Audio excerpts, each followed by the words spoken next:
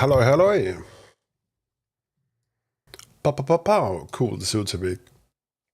Så lige tids nok til, at jeg kan slukke den og smaske færdig.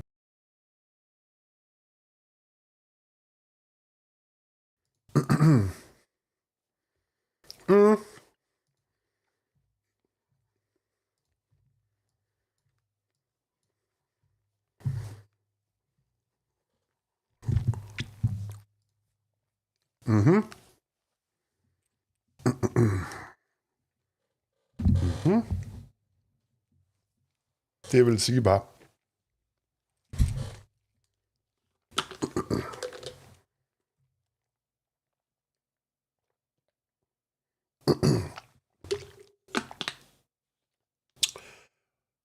Undskyld mig, jeg lige var 6 minutter for sent på den.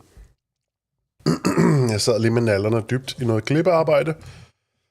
Og tidligere har mig og Anders været inde og optage det næste afsnit og tryk start. Det ligger lige her.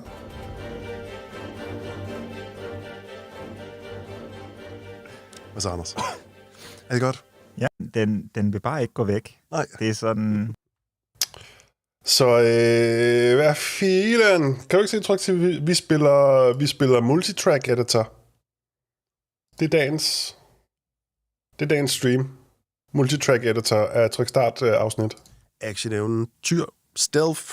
Nok, så har de ikke valgt at sløve Arkham Origins af. Ja. Og altså, vi to har snakket om det, og vi er jo... Så ja. Det er også mit yndlingsspil. Ej, hvor sjovt, tryk-aktivisten. Og det har vi aldrig fået sagt til hinanden. Ej, jeg sad lige og sagde undskyld for, at jeg lige var 6 minutter for sent. Og når jeg så tænder, så propper jeg i munden.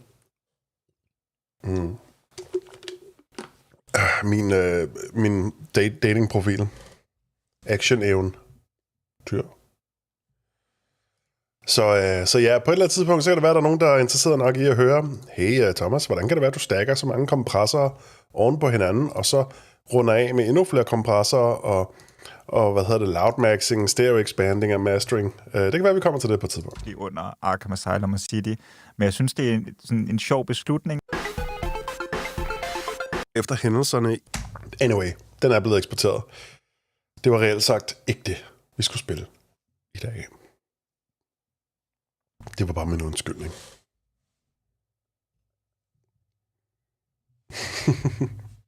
Ja, i retrospekt. Sjov beslutning.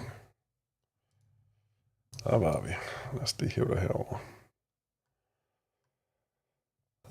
hive dig herover. Og så starter vi Max Payne.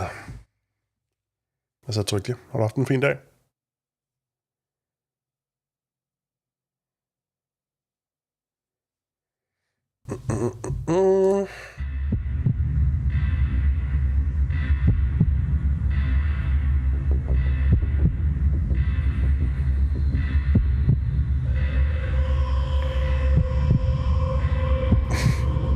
Ja, den så jeg på Discorden i går jo, så det ved jeg.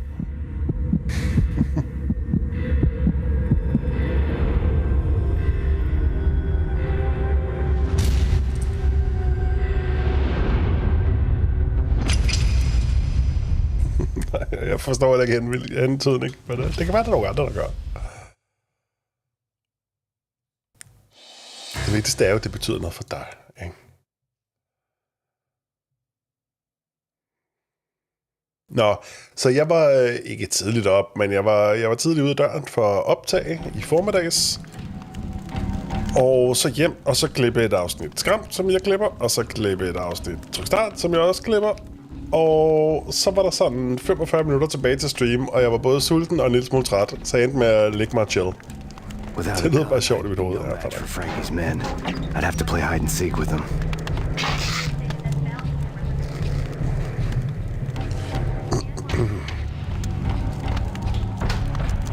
Så jeg var sådan, så Thomas, nu skal vi op. Og så hiver jeg lige de blødeste bukser og den blødeste hættetrøje, jeg lige kunne finde på. Og din del er bare stille og roligt, også meget tilsang. Dejligt. Det er også bare lidt december-energien. Så det tillod jeg mig.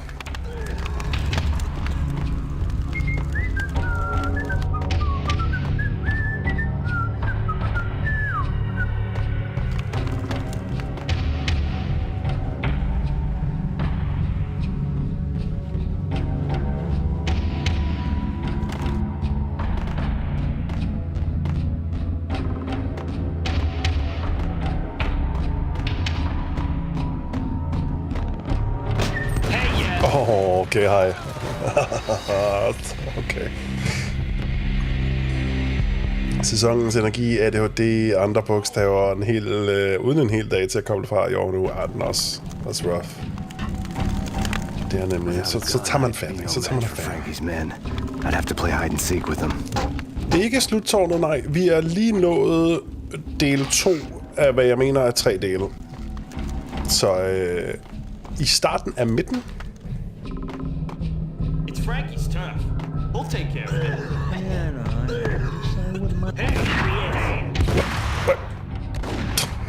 Så langt fra slutningen. Ja, langt fra slutningen. Kan I bare skride, hva'? Nej, desværre.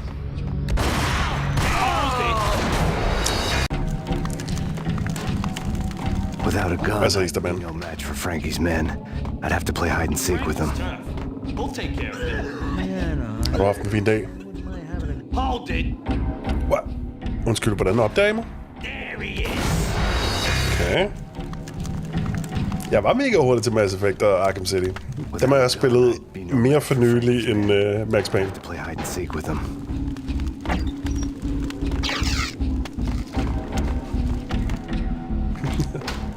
Jeg er sygt klar.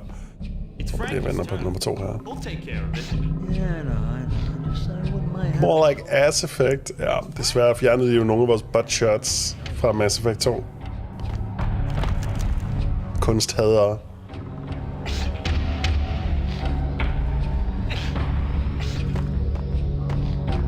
Hold it. Are you kidding me? Jeg stikker ikke hovedet frem. Okay, whatever.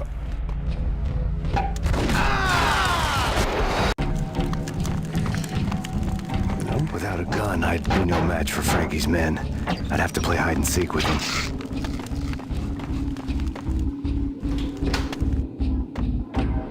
It's Frankie's turn. We'll take care of it. Rigtig fint dag. Jeg har også haft fri til at fejre søsteren og fået forlænget weekendtur oveni. Hold derop, så bliver det næsten ikke bedre. Ja, tak. Gangster med røntgensyn, det er bare en nem jobsamtale. Ej, min har ikke noget, Without a gun, I'd be no match for Frankie's men. I'd have to play hide and seek with them.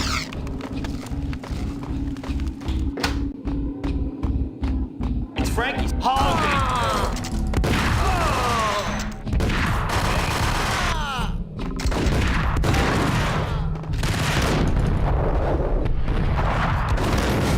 Okay.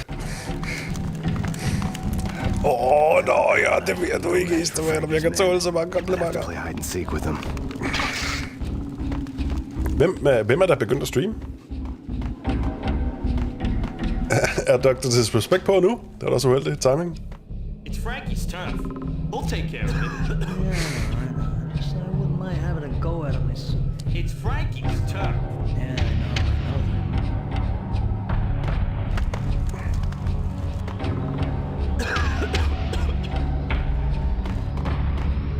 I bunk you. Hold it. What the heck? Ja. Ja.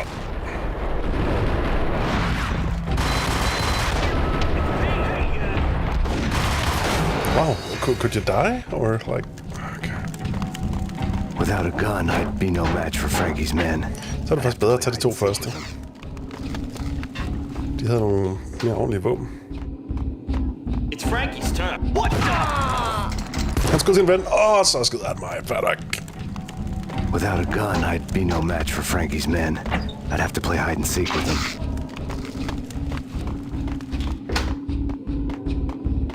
It's Frankie's turn. Hey!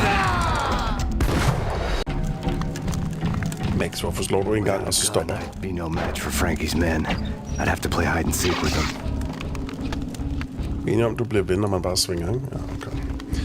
Det er den sjoveste video på Arkham City, hvor han har fjernet ord fra spillet, så det bare hedder Man Ham City. Okay, det lyder meget meta. Frankie's turn. What the? What the? Hey!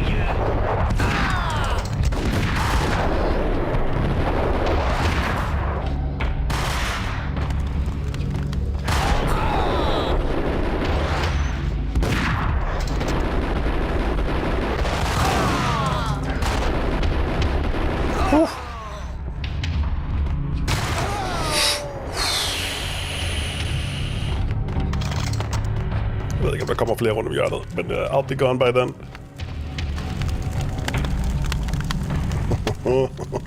Det var da lidt smule tæt på. Ja, det lyder faktisk dejligt. Dejligt meningsløst.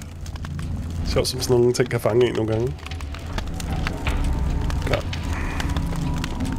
But somehow that worked.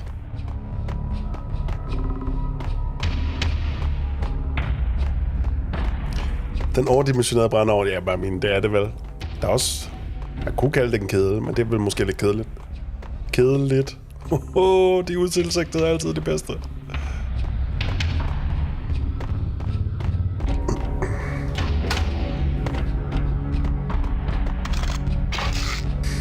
Også bare de andre klassikere. Manham Aslam, Manham Origins, Manham Knight, og det seneste Suicide Squad som Bubble Squad. That sounds really stupid. I like it.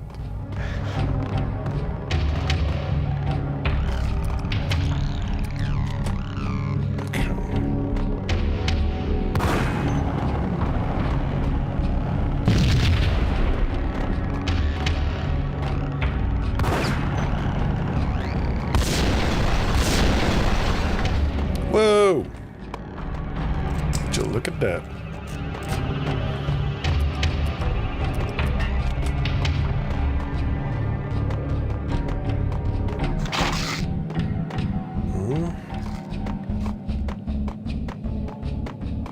Okay.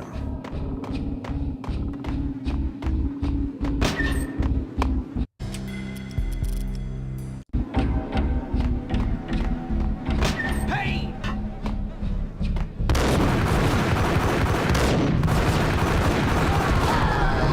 Whoa. Another newspaper caption for a murder. Frankie had left his calling card, a Captain Baseball Bat Boy strip, next to a sewer passage filled with bodies. You'd better not mess with Captain Baseball Bat Boy. Even my arch enemy, Bicycle Helmet Girl, swoons at the sight of me. Aha! There were enough corpses to put a mass murderer to shame. Captain Baseball Bat Boy. Bad boy. Bad.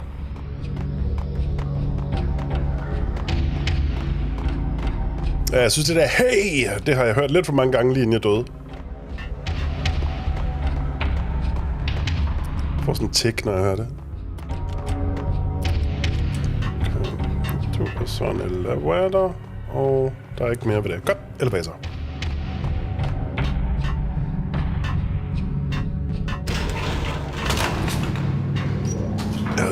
So many bodies, so many murders. The murders were shiny red like the crimson rivers of yesterday's dreams. Like a bride's veil of a corpse-ridden, I don't know, nightmarish. I swooned at the thought of the mere mention of the sense of the tone. Ja, det var sjovt, ja. Ja, der er en god, der venter sig en... I don't even know what killed me. En fyr ind til højre, I guess.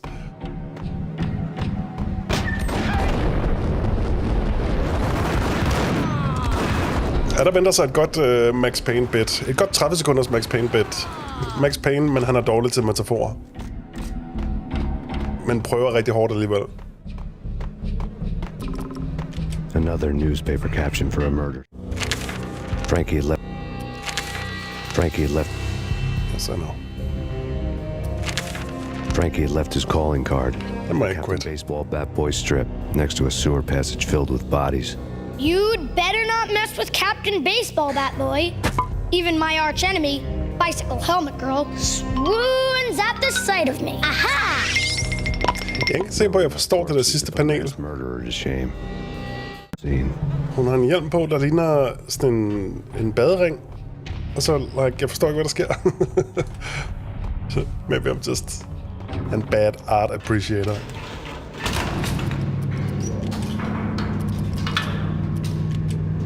Okay. Payne! Og jeg havde begge to lidt en irriterende afstand. Den der. Ja.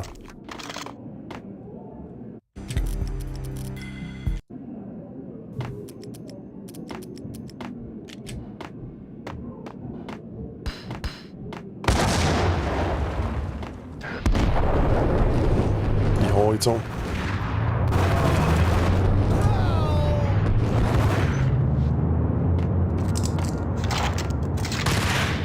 Det er fordi, jeg skal ikke læse chatten, når jeg har klædet rummet endnu.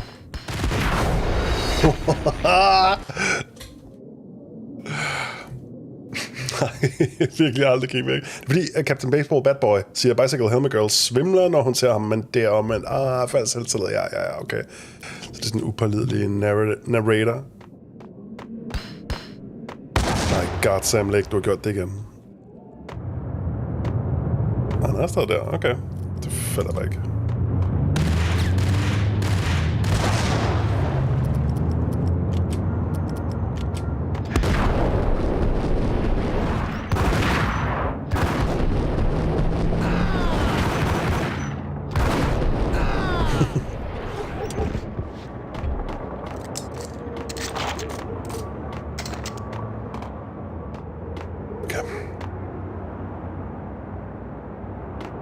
Ja, det er sgu et godt spørgsmål.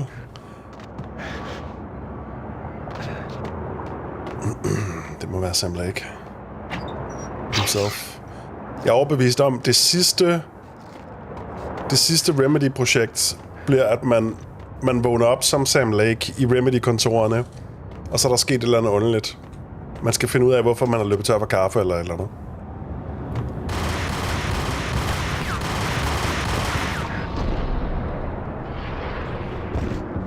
Det synes jeg, de skulle udgive et eller andet med i hvert fald.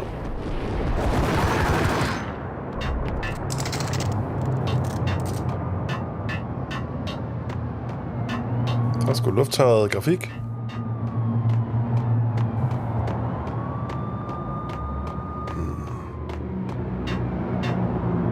Okay.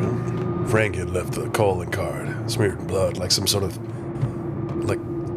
card that was smeared in like some red, or like not blood, but like similar. This is a comic strip bare fade ned. Maybe like a ketchup like substance. 10-3, Unit 294, call dispatcher. Mobile arrest center. Unit 294, come in.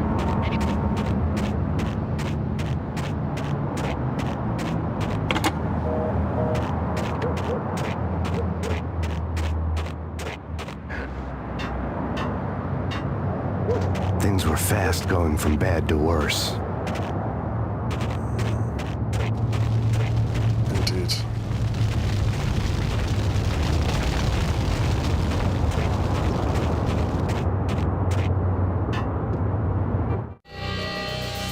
The men in blue had come and gone. They had decorated the place with chalk outlines and tied it together with yellow tape.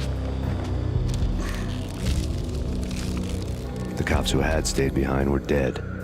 Frankie, his boys, and I had the place all for ourselves. Me and the boys. Playing with the boys like Kenny Loggins. Just forget about it. Oh. Just a forget dot. about it. More progress. Just forget about it. That crazy witch, you should have heard her. She was a real scream when the boys caught her trying to cap the Don. Oh, that's freaking bad. To the trio? That's even worse than what Frankie's doing to that poor bastard downstairs. She's gonna take a long time to die. The mobster muscle on the phone was talking about Mona. Punchinello's trio were nothing but bad news. It's Payne!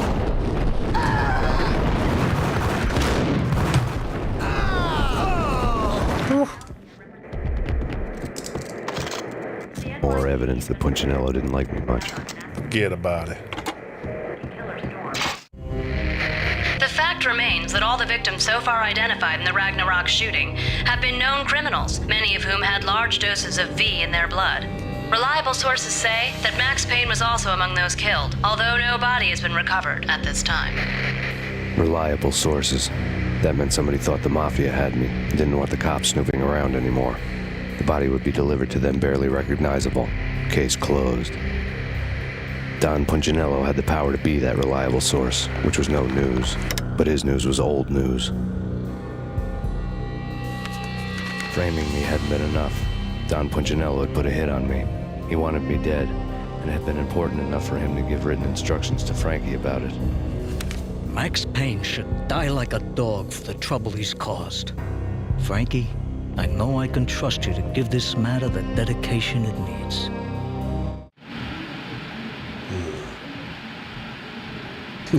Punch and eller var grineren.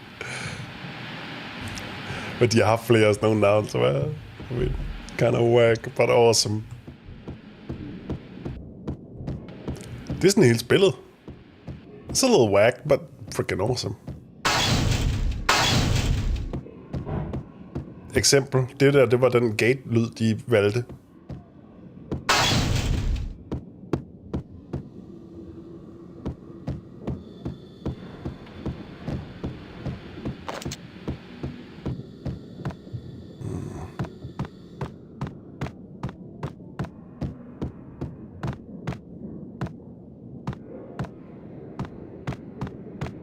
Ja.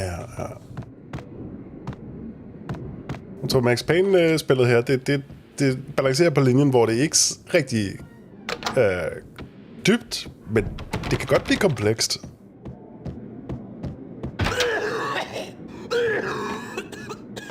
Hold it!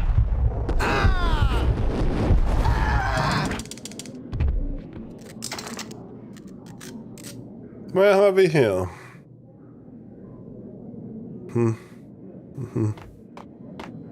Just as I thought. You're going down, sleazebag. The hotel bar was fast developing quite a history.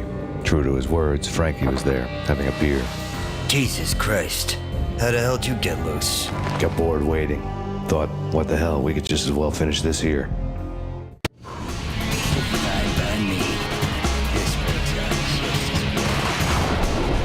Skønt til mand. Fedt. Not bad.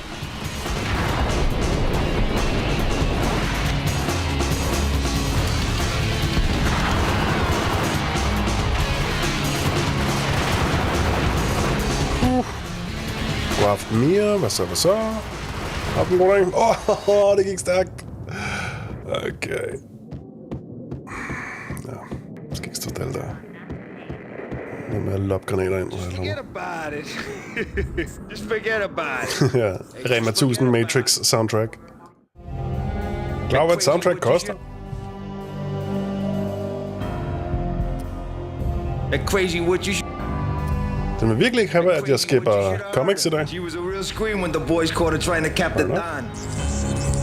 Oh, that's freaking bad. To the trio? Ja, jeg er på vej i Tivoli, lyder med hyggeligt mere. Så må du have god fornøjelse med. The mobster muscle on the phone was talking about Mona. Punchinello's trio were nothing but bad news.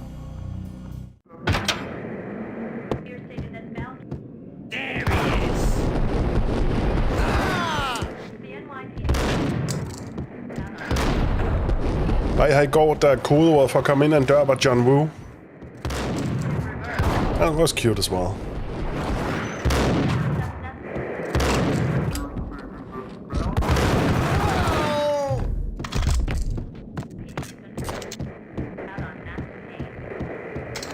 It's all very charming. More evidence that Punchinello didn't like me much.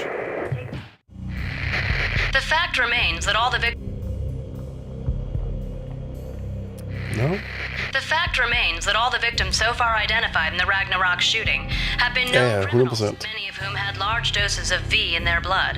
Reliable sources say that Max Payne was also among those killed, although no body has been recovered at this time. Reliable sources. Det er bare sjovt, fordi det er så fundamentalt for den der umiddelbare wow-effekt, Max Payne havde. Og det er jo basically nogen, der så i den John Woo-film og tænkte, mand, en film med 2 guns, der affyrer dem i slow motion, that's just like unbeatably cool. Det kan være en whack-ass movie, men hvis du har det, ja, man. Hvad med vi gør det og skriver en vild historie? Ja, god idé, så har vi en vinder. And it had been important enough for him to give written instructions to Frankie about it. Max Payne should die like a dog for the trouble he's caused. Frankie, Og Mia skal i glassalen og se The Julekalender. Stykket. Fedt, mand. Det lyder super godt.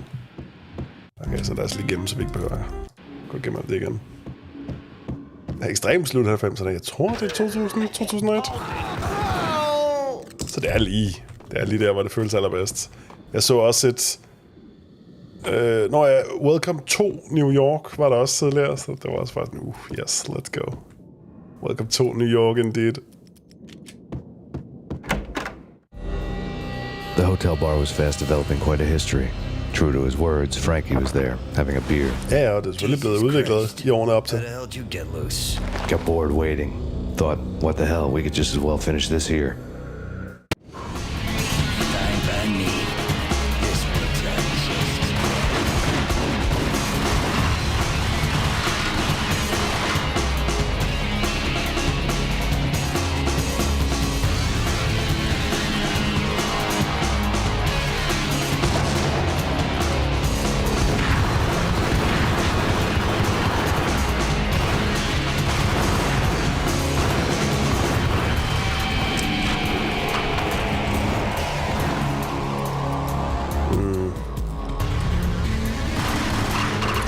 Okay, godt ramt. Så jeg kiggede igen. Det var også min fejl. Apropos John Woo, jeg burde få genset The Killer. Genial film. Ja, man behøver ikke opfinde den dybe tallerken for at lave noget fedt. Fucking dø, please.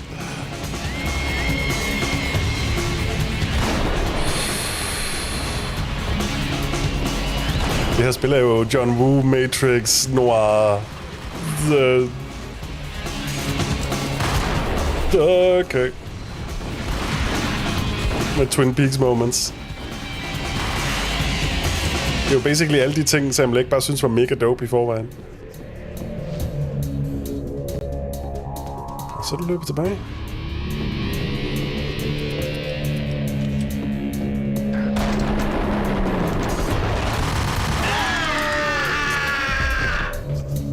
Tak.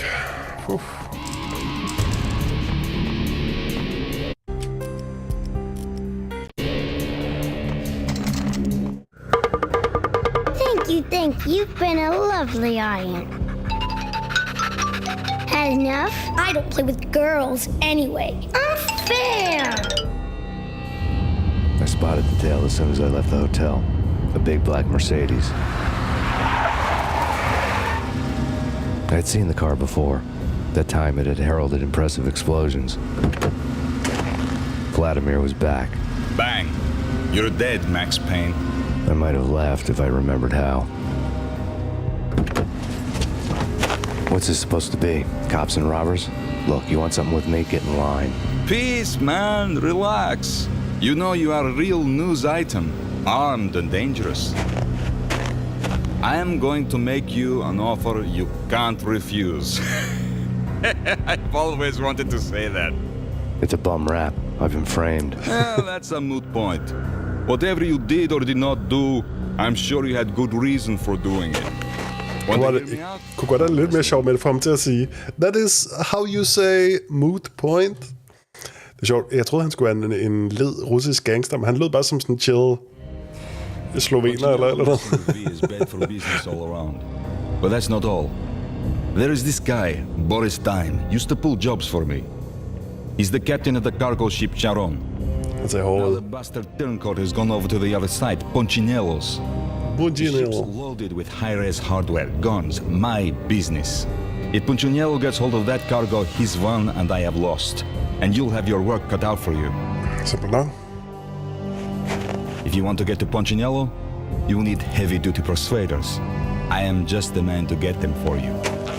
Change the ship back under my flag, maybe pop 2 in the traitor Dime's head while you're at it. You'll get enough guns to start the apocalypse. You in or out? Let's get this show on the road. Vladimir was one of those old-time bad guys with honor and morals, which made him almost one of the good guys. None of us was a saint. The Brooklyn riverfront was a maze of rusty containers, sharp-boned cranes looming up from the snowstorm. On a night like this, you couldn't help but think of the dark army of dead men sleeping with the fishes, cement shoes in line. No Minotaur lurked in this labyrinth, but somewhere out there, on the clanking deck of his cargo freighter, the skipper of the Chiron was waiting, like the ferryman of the river Styx. That's right. That's what it's all about. Jeg mener, hvis du har skrivemaskinen fremme, så hvorfor ikke skrive noget dope shit? Altså... Wow. Don't freak out. We're friends. Nej, han siger aldrig stille, og alt, hvad han siger, er legendary. I mean, it's just... You gotta hand it to him. Hey.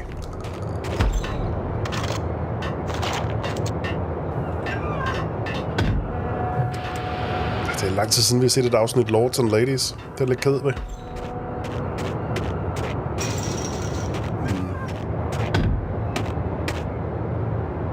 Det er sådan noir i 7. potens, komisk overdrevet. It's beautiful. We are approaching masterpiece levels. Der må næsten have været en knap, jeg overså, hva'? Ja. Det er sgu ret integreret af sådan noget 2000-grafik. Så det ikke... Man skulle tro, de gjorde det foolproof og satte grønt lys omkring, eller ikke?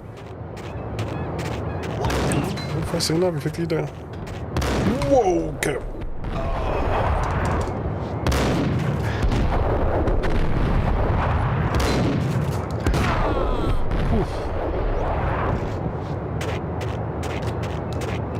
Jeg hopper lidt meget. Jeg har bare oplevelsen af, at hoppene gør mig sværere at ramme.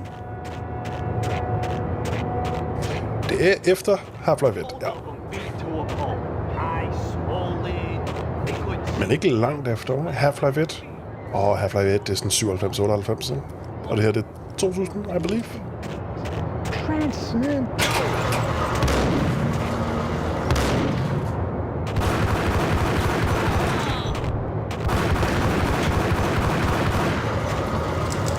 Half-Life var 96. Virkelig? 96 lyder absurd tidligt. But I can't deny it's possible.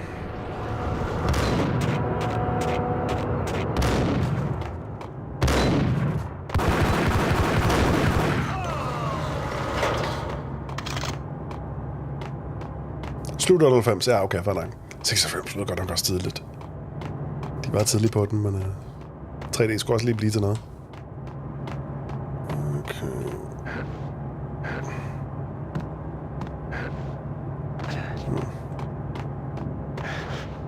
Max Payne var noget lidt. Alright. Ja.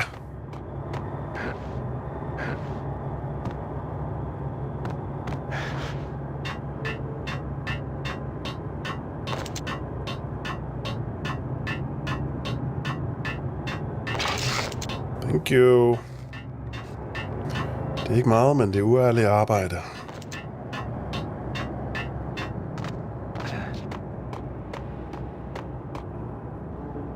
I am the law. The law.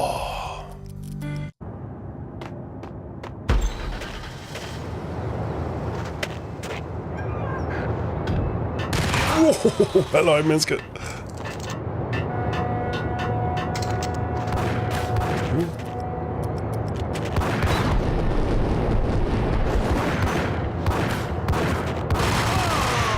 havde ikke mere armor tilbage, det var slet ikke set. Bare gjort sådan her.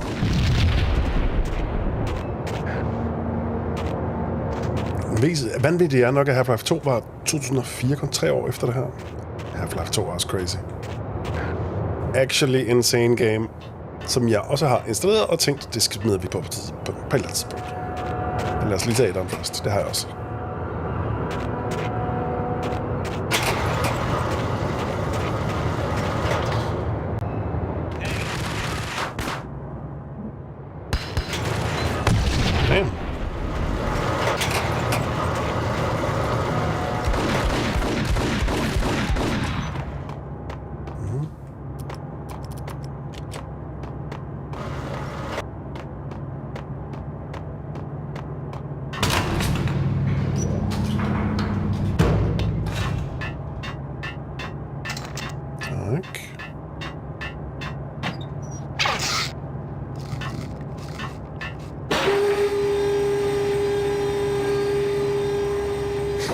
Det allermest vanvittige Dead Rising. I know. It's crazy.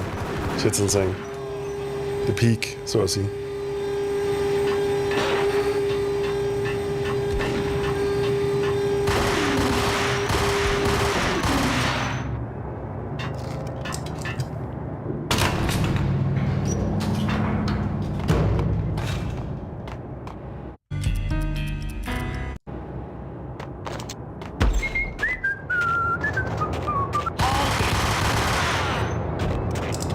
Retstag.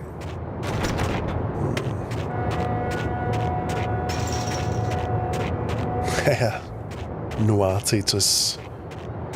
En modig ny genreblanding. Ingen hidtil at tænke på. Fordi det giver måske ikke så meget mening, men... Cray, hvad så? Er der Total War Showcase lige the flip nu?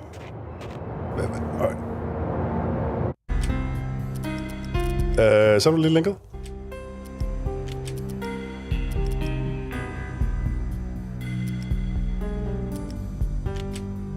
Vi er tilbage til Max Payne lige med et øjeblik.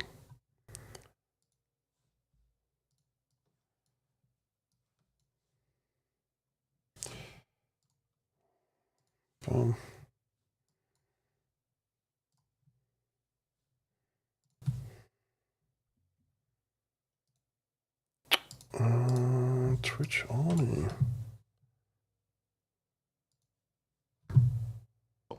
Now, we are in early pre-production with Metafor, and we're announcing early to take you on a development journey with us, where we can, via blogs and other updates. We've never announced something this early before, and we are excited to engage with you throughout this journey.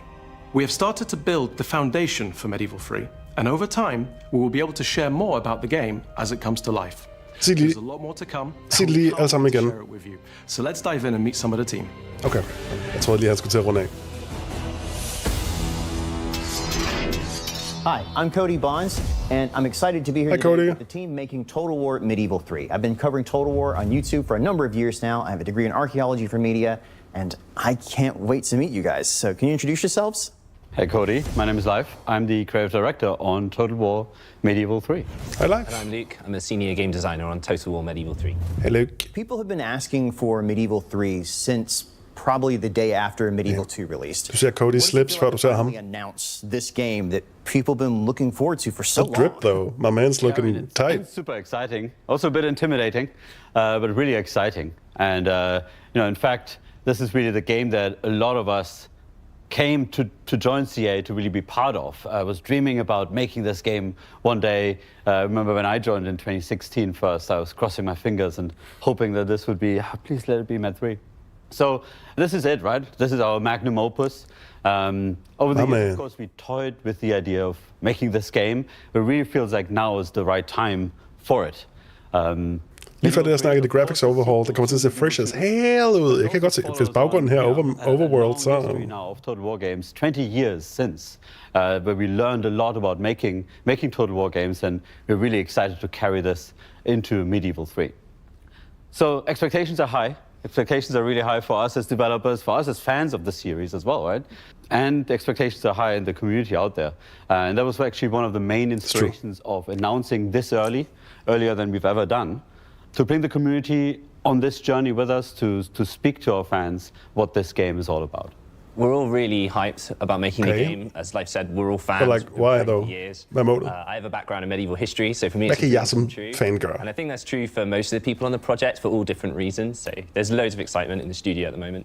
If you're drawing on all this excitement, what is the vision for the game itself? We want Medieval 3 to be all about rewriting history. And Total War has always been about painting the map, your color, of course, and Medieval 3 will have that as a key element still, but it's no longer the single most important element of your game. Much more ways of how we want players to be able to reach through the window to the world and influence the world around them. Ja, fordi ofte de historiske, de sætter op til, at man skal basically udleve den der thing, det der land engang næsten gjorde. In your campaign, playing as the Holy Roman Empire, will you be able to unite the empire, or will you perhaps accelerate the fragmentation and form an early kingdom of Germany? And it's not just about your own realm. Paven, der er secretly women, det er altså godt. The realms in the world. In your game, if the Byzantine Empire falls, what will the consequence be? And what about the world itself and the people that live in it? What about the dynamics of urbanization? What about the medieval estates? How will the world develop? So we want Medieval 3 to be det er allerede i de gamle spil, tror jeg ikke. Det har allerede været en succes, I'm sorry to say. No, I'm happy to say. You're talking about the medieval era, but that can be quite wide or small era, depending on who you ask. So when you folk, der spiller de her spil, har mere end 2 hjerneceller, så det behøver du ikke at bekymre. I'll say we haven't fixed det er ikke så meget gamers TM, der spiller dem. We want to set the game in the sort of high to late medieval period, 12th to the 15th century, maybe a little bit either side. And I've always felt like the high and a little bit of the late period is really the most recognizably true medieval period. It has all the stuff that you might expect to find. Den der har jeg bygget i Minecraft. Castles, it has crusades, plague, of course. There's the big names like Barbarossa, Saladin, Eleanor of Aquitaine, and of course Richard the Lionheart. In the east, you have these rising powers, the Ayyubids, the Mamluks, the Mongols, and later the Ottomans. And then in the west, there are these sort of slow and steady kingdoms forming and gaining power, like France and Castile. And then in Central Europe, the Holy Roman Empire is mired by civil war, and the Italian free city states Denmark? Sort of bullish trade empires and stalking the Mediterranean. And then there's the sort of somehow still heartbreaking fall of the Byzantines, the East Romans, first at the hand of the Christians in the Fourth Crusade, and then later defeat by the Luke elsker at snakke om det her, og jeg elsker det, Luke. Vibrant period, and I think it's a great setting for us. I like to see it sort of as a chaotic world where people are trying to establish some sort of order onto it. So rulers are trying things out. They might be new things or old things. That could be an economic system or a military strategy or a political gambit. And they don't really know if it's going to work, but they try it anyway. And I find that really compelling. You see things like brotherhood and oaths of fealty, even chivalry, creating these sort of bonds that hold society together. So it's also a world of promise. And those promises are set in the context of people's personal ambitions. So the result is often just carnage, and what better setting for a total war game? It sounds like you're talking about the realm almost like as it's a person itself, not focusing on individuals, but as managing the whole kingdom. Yeah, I think for us it was really important to lean into the fact of that long time period and the progression and the amount of change that happened in the period. One thing we discussed was how in that time period, in the medieval time, there wasn't really the notion of nationhood or nations or states. But really at the end of the medieval era, we are entering that realm of possibilities where you have something like nations forming. So it's really about these medieval realms finding themselves and defining themselves in that era. And it seemed like a great backdrop to give players that authorship, not just in a single lifetime of a ruler, but really in a line of succession that leads through the entire era. And there are these great dynasties to draw inspiration from, whether it's the Plantagenets or the Capetians. Jeg holder bare kæft og lytter. Jeg synes faktisk, det er virkelig spændende.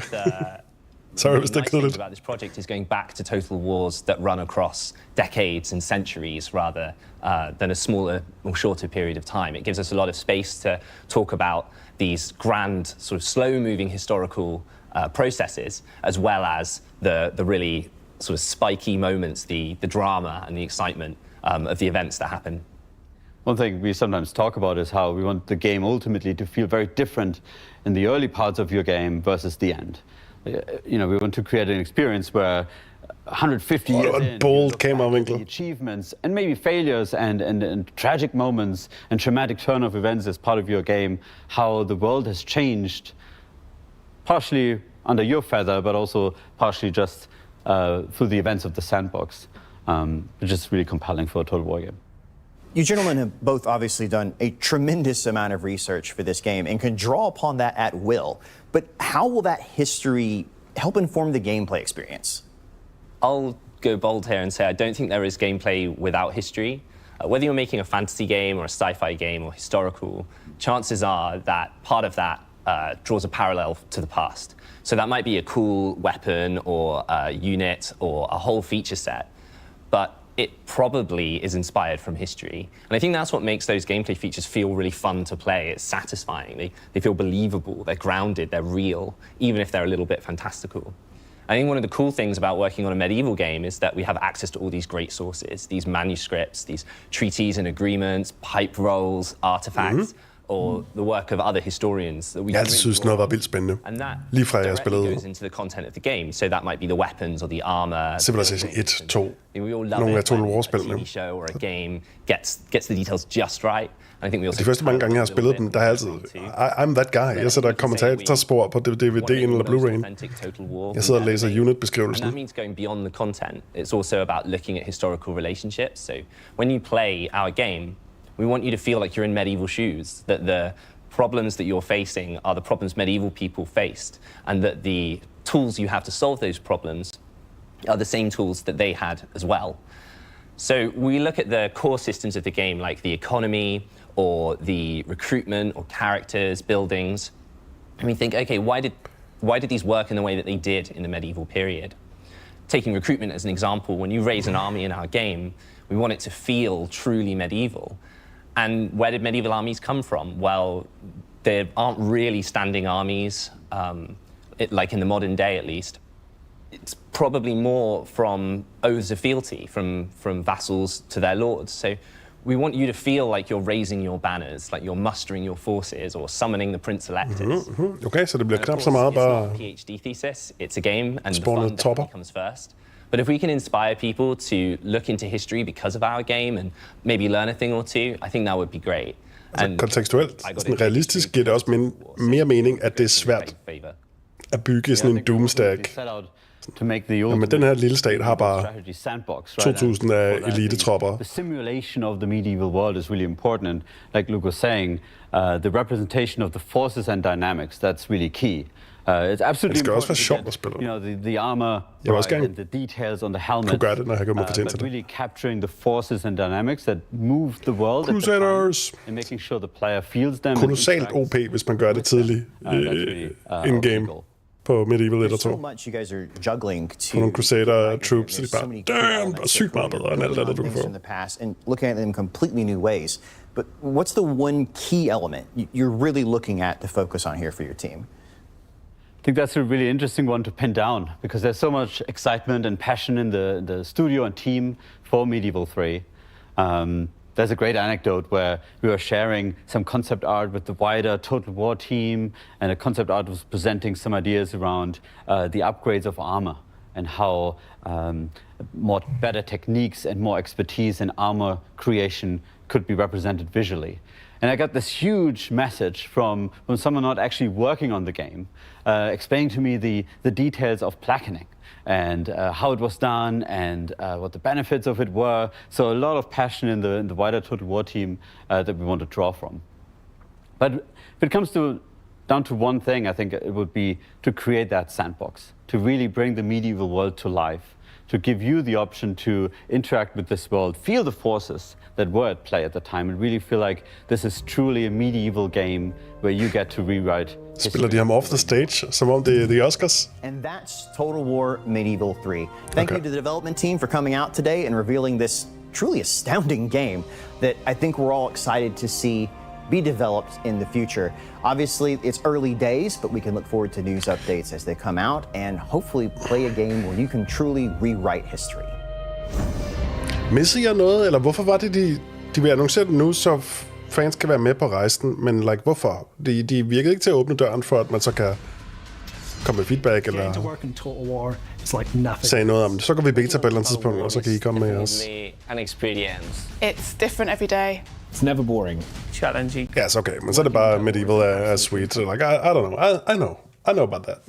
You don't have to tell me, it's sweet. Okay. Awesome. Good shout, Røgle. My man. Helt sikkert. That's exciting.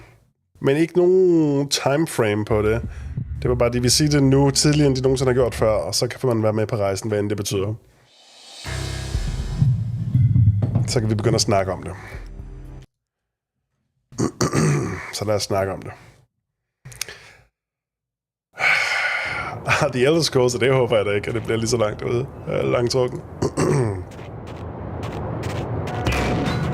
Elder Scrolls viste jo en mildt animeret JPEG.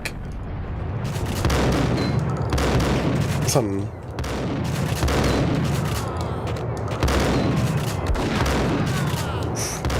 Oh, he's insane with it. He's not insane anymore. Okay. Ja, hvad vil jeg sige? De viste jo en let animeret JPEG, sådan et årti før det nogensinde bliver relevant. Det er jo absurd. Et billede med lidt zoom-effekt, ja. Det er også ikke engang animeret, det er bare, der er sådan 3 forskellige assets, der bevæger sig lidt forskelligt af hinanden, for at give det lidt dybde af bevægelse. Crane. Nå, men så anyways. Du spiller Medieval 2, Total War. You're having a good time. Men det bedste, du kan gøre, det er at håbe på, at der starter en hellig krig tidligst muligt. Don't blame me. That's just the game mechanic. Og så sende din yngste general afsted. Fordi de får de syge personlighedsboosts og adgang til de sygeste tropper. Og når de så først engang er færdige, du behøver ikke at vinde noget eller indtage noget, men når du engang først er færdig med det, så er den unge general vildt højt op i kompetencer og troppekvalitet.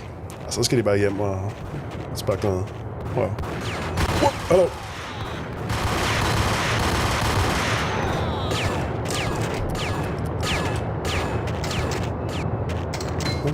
Hvad er det dig?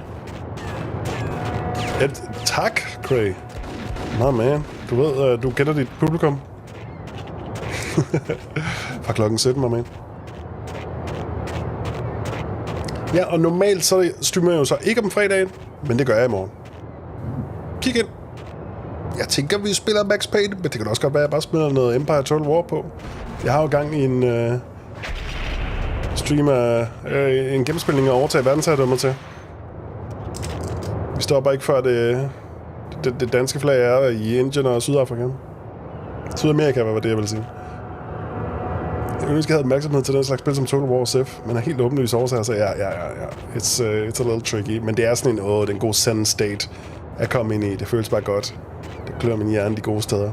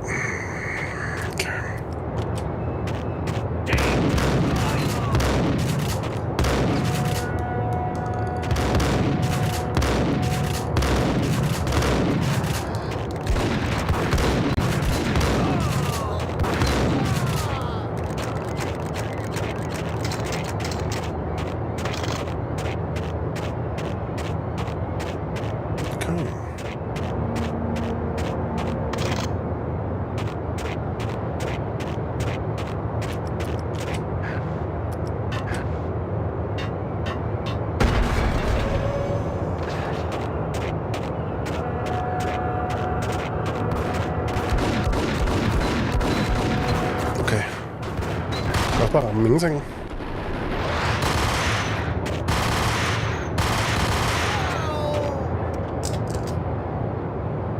Først man er inde i Total War, så er det spektakulært.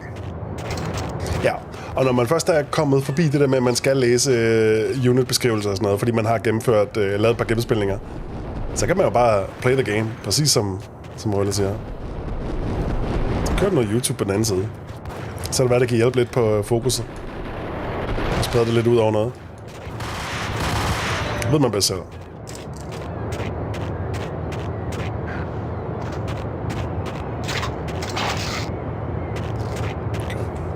Okay. Nice.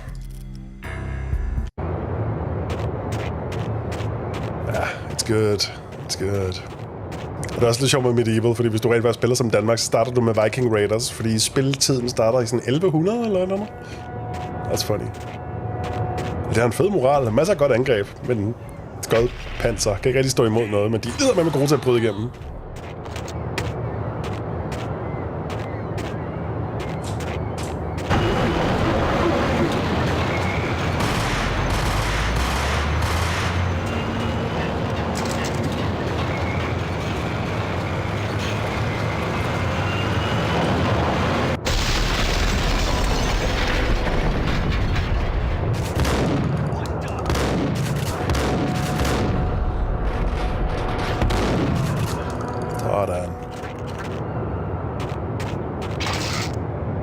Thank you. Hvis ikke man har fokuset, så lad være med at spille. Så. Lad være med at spille på fuck dig sværhedsgraden. Ja. True. Ja, så det ikke behøver at blive sådan et super grindy, ultra præcisions, korrigere alle dine bygge- og udviklingsprojekter hver eneste runde spil. Ja, det kan godt være lidt mere stille og roligt end det.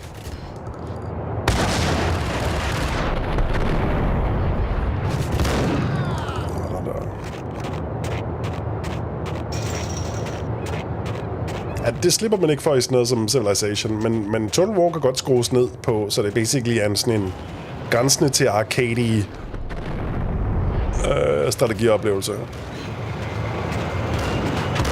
Hvor AI'en virkelig er noget udfordret intelligensmæssigt.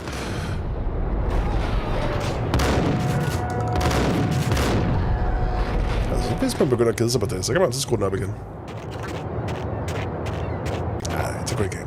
Great game. Timerne flyver. Hvis der mig og Anders lavede et eller andet afsnit på et tidspunkt om... Jeg kan ikke huske i hvert fald forbindelse, men vi kom ind på, hvad for nogle spil man virkelig bare elsker, og der nævnte jeg nemlig sådan et Total War-spil. Men hvis jeg levede for evigt, så tror jeg bare, jeg vil bruge sådan 800 år på at sidde og spille Total War-spil. Det klør bare alle de rigtige steder. Hvis jeg var Highlander, så ville jeg være #1 Total War ranked player.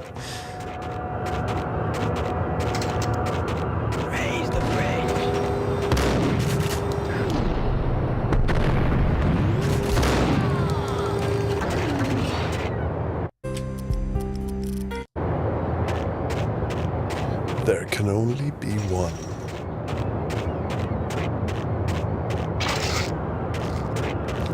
Fotuseren begynder at droppe painkillers.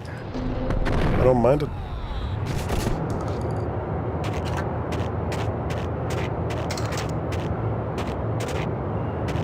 Automated bridges, huh? Oh, we go work it back. Oof. I doubted the letter was a receipt. Oh, look at you. Sniper. Rico Muerte had come to town to do more than just sort out. Rico Muerte, den er også god. Tryk til.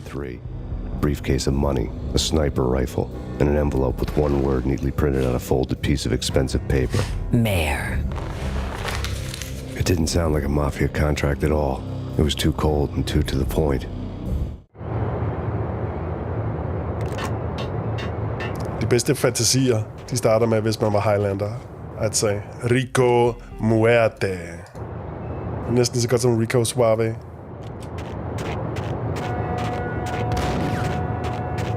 Hvordan er det så? Jeg sigter med dig. Hvordan er det, jeg sigter med Sniper?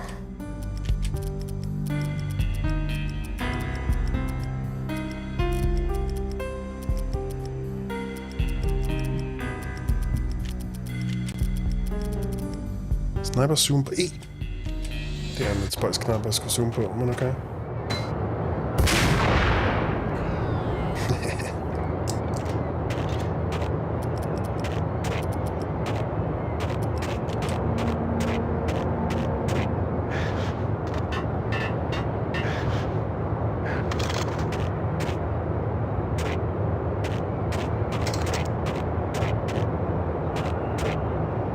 Jeg kan huske, det her område, det bliver sådan lidt BS'y, fordi pludselig står der snipers på tagene, og de napper der med det samme. Nu gemmer vi lige lidt oftere.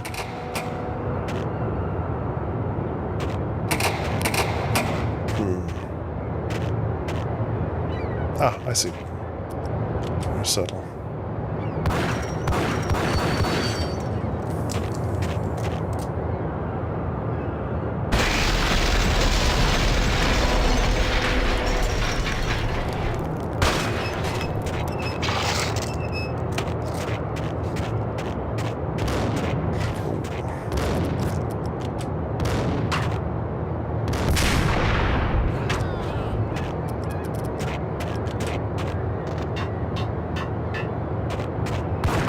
Okay.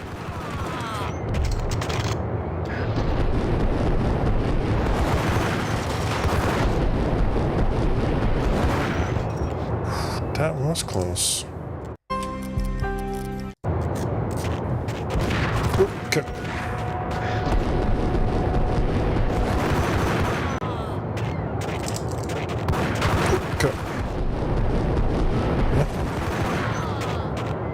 noget med at lave en lyd rundt, inden de kommer rundt i hjørnet.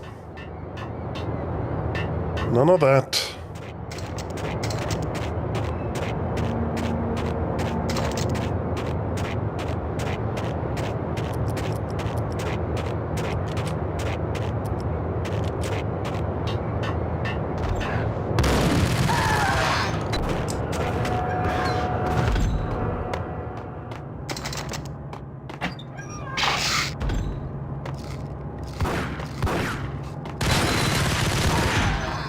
Sådan.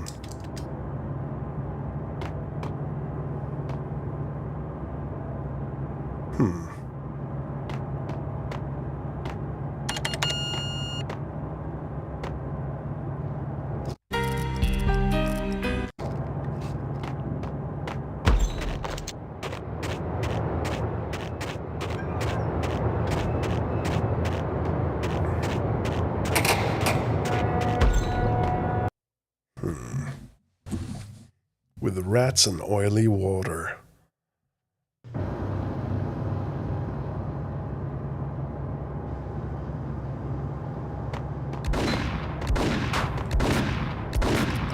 What the? Okay, eller...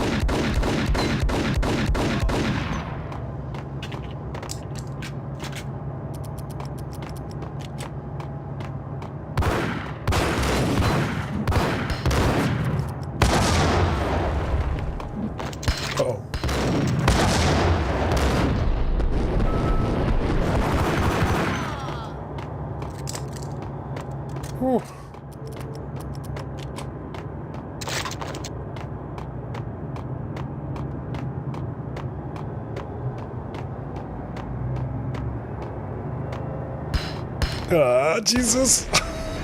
What the?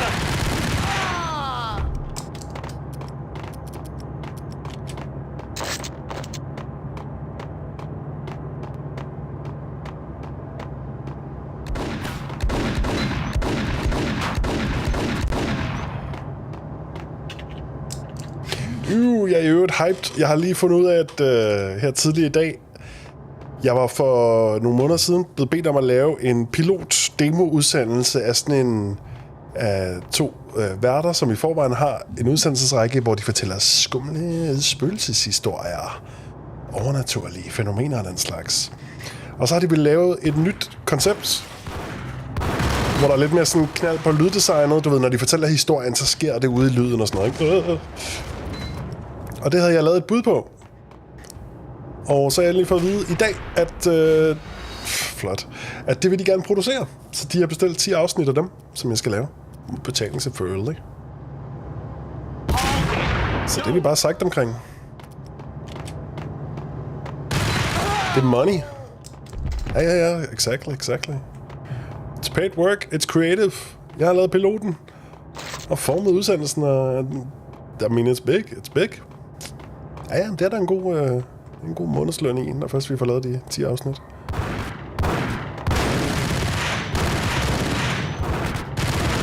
Ikke fordi jeg går ud og køber en yacht, men no. It's money.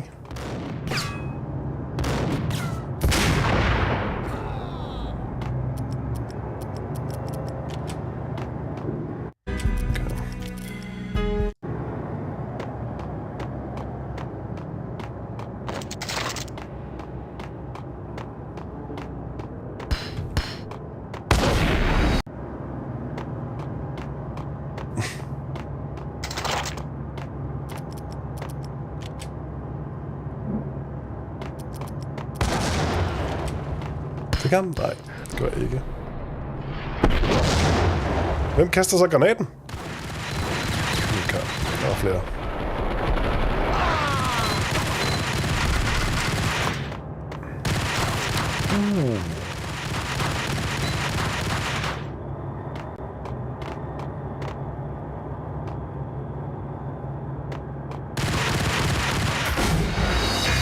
Det kan man godt ramme igennem. Håber, din lykke smitter. Jeg sender ind til censureret udstilling her i december. Fristet 4. januar. All the best, all the best. Jeg sender energien. Kan vi ikke løbe hurtigt nok til, at jeg ikke bliver ramt på den der? Okay. Gangster-røntgensyn. Nu er der usynlige gangster med usynlige gangstergranater. Ja, it's kind of crazy.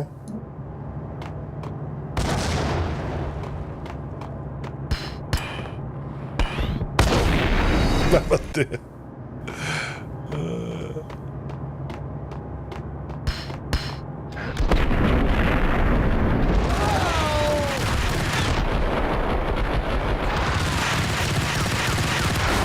Oh my god, what?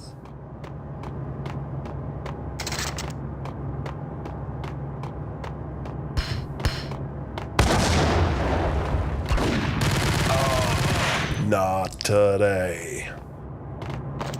Okay, wait, let's leave backtrack. Let's see. Boop, boop. I don't need that challenge.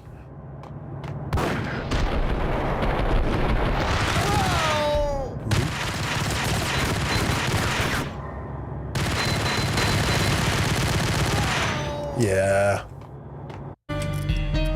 That's what it's all about. Tak for det.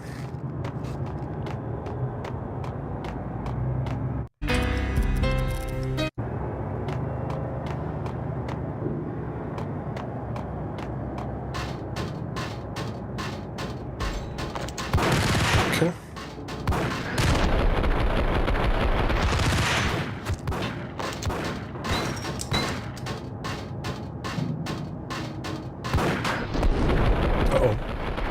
Kaster mig lidt forkert, tror jeg. Nej, ja, okay. Ja, okay.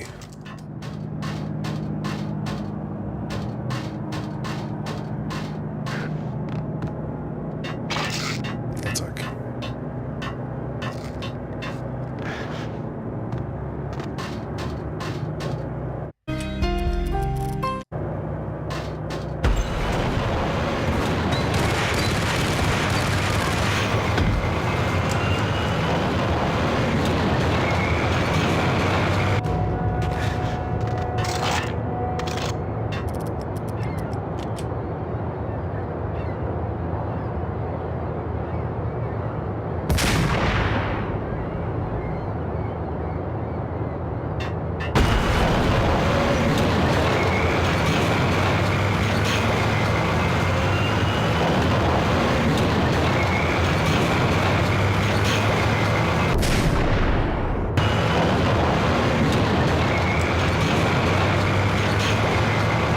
Instinkt i god beholder.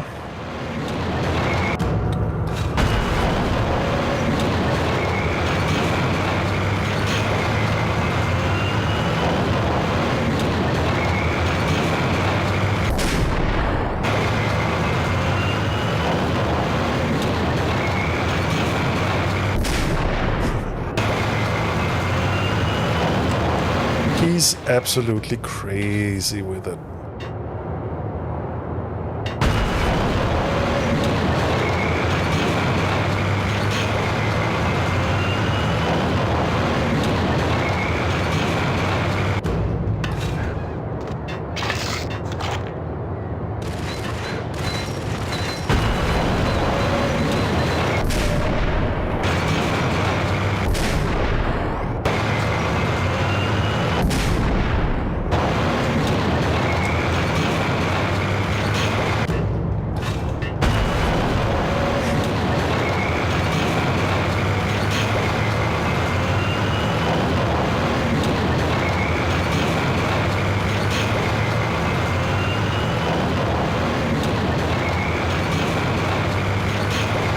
Don't lie, there's gonna be some guy right there.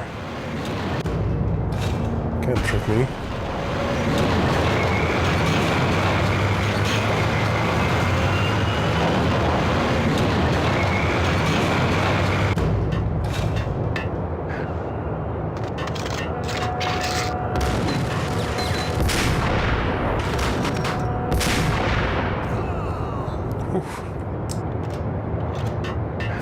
Your betonarbejder bass boosted. Slow-mo reverb version.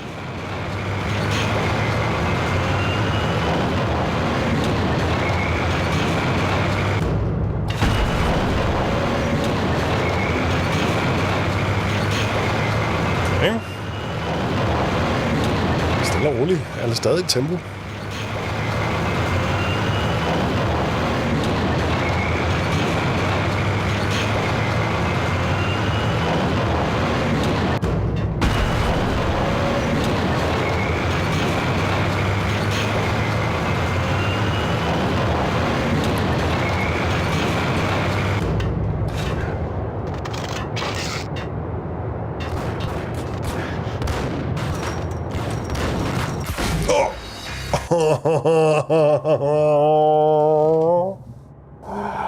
Okay, spil. Okay.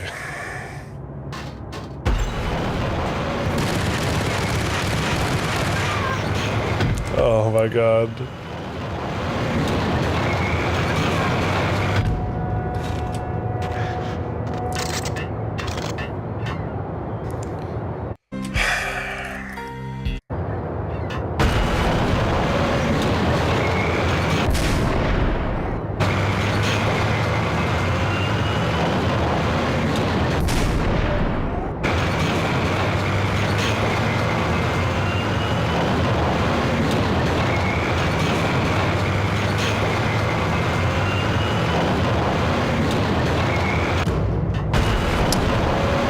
Could you be any slower? Lille tribute til 2001, hvor det jeg spiller fra.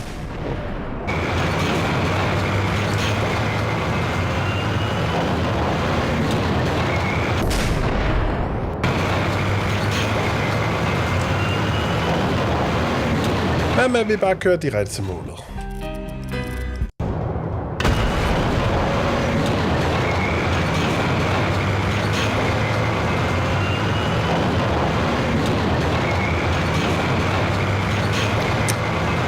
Så går det jo ret godt, ja.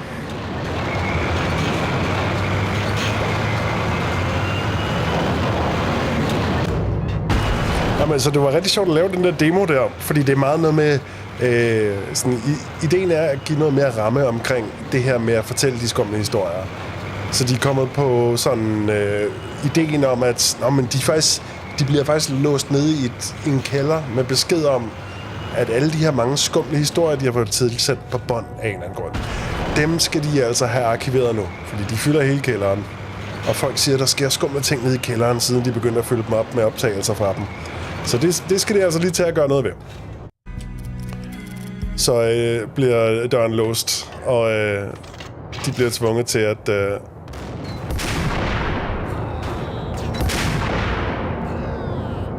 sidde og høre de her historier.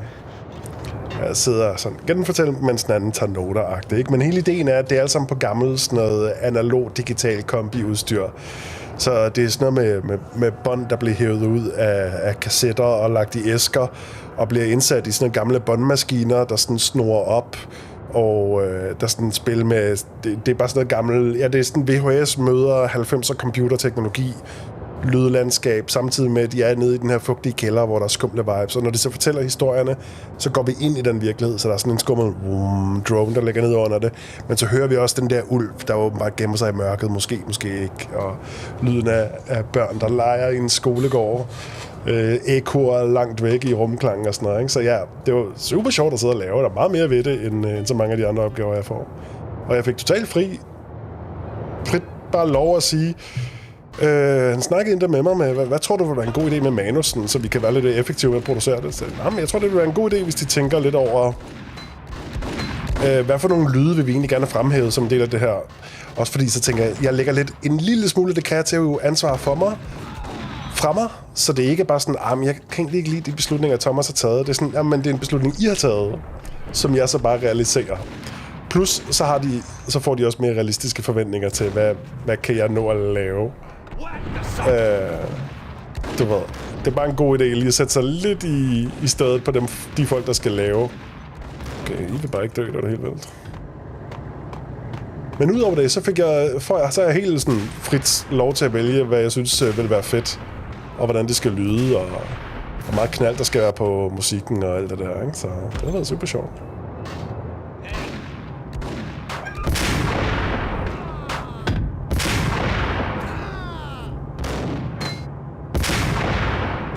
He's insane.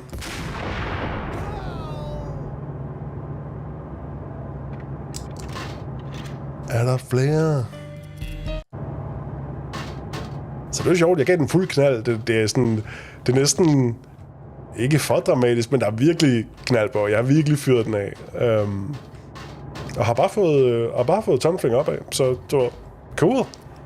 Det bliver helt sikkert sådan en, jeg skal dele demo-reel af. Hvis nogen nogensinde spørger, hvad det er, jeg laver.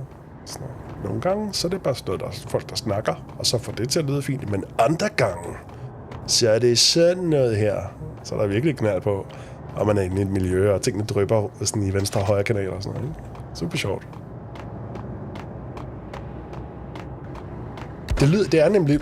Okay, hver gang jeg ser... Og det er også min egen skyld. Det er på ingen måde noget, du er ansvar i. Hvor fanden jeg bliver ved med at lave den samme fejl hele tiden. Kigger over, inden jeg har klædet rummet. Total fortælleradio tilbage i 90'erne, og det, jeg havde også tænkt på bagefter, det er egentlig lidt sjovt, fordi jeg tog jo selv i biblioteket, Vestamager Bibliotek, var det overhovedet det hed, eller hed det Tornby Bibliotek? Det ligger i Vestamager Center. Så på første sal, der havde de sådan nogle søjler, hvor man kunne låne et headset, og så koble i, og så bede dem om at sætte noget på. Og der var det meget sådan noget, enten Dennis Jørgensen, eller et eller andet. Okay. Eller noget andet gyserhistorie, som netop også havde det der med, der var noget skummelt under neden, og nogle gange var der, du ved, hvis vinden blæste og sådan noget, ikke? Så var det også til stede og sådan noget, og jeg kan bare huske, det gjorde et kæmpe indtryk på mig. Så det er også lidt dope. Altså, det er lidt fedt at få lov at lave sådan noget der, og have fået lov at have noget indflydelse om, og jeg også får lov at lave noget. Det kunne godt hedde Tornby, men der var det netop 2 nemlig, og de dækkede lidt det samme område. Der bor relativt mange mennesker der. Det synes jeg bare er dope. Det synes jeg er dope, og det vil jeg bare have mere af, hvis jeg kunne vælge.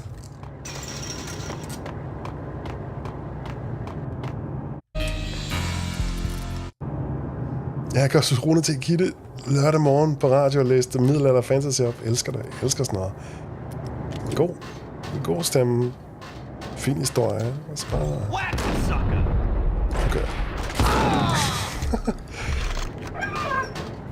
Bare noget god stemning. Det er ikke raketvidenskab. Det skal bare være stabilt. I found Boris Dime's ship.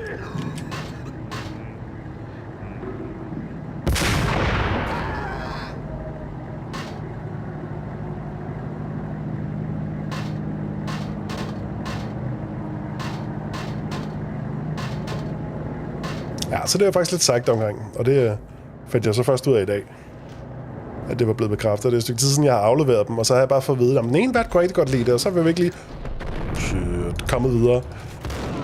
Men nu havde redaktøren og den anden vært hørt det, og det var super fedt. Og de havde allerede budgetteret for det. De mangler bare lige de sidste stempler, og det var derfor, jeg ikke lige havde hørt mere om det. Nu kæft, altså. Ja, effektivt, det tror jeg på. Ja. De bygger dem sgu ikke, som de plejer at gøre.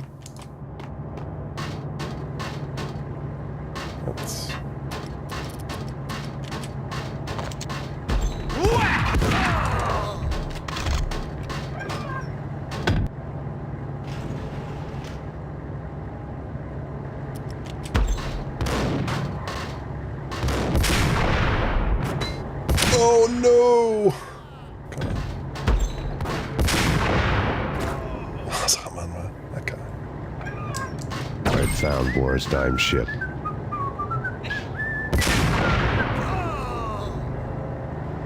Fløjter sig ind i sin død. Okay.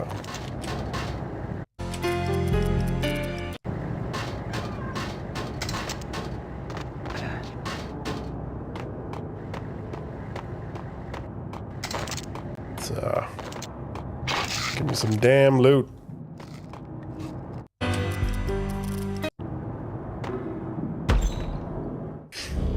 Rust had crept over the sides of the cargo steamer a long time ago.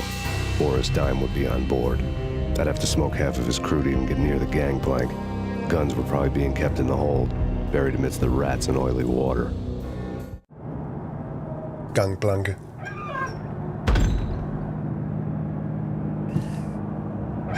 Og Rune, han er ikke med os mere. Det er selvfølgelig beklageligt. Men han gjorde i hvert fald min barndom federe. Så tak skal han have.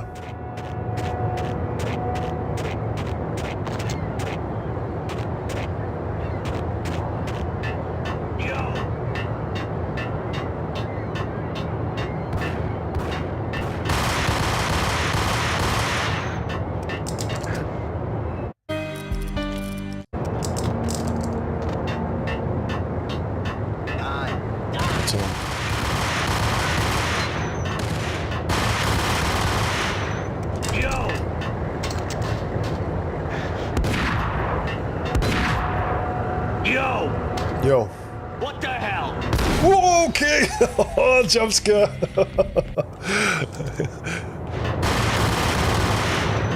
Yo.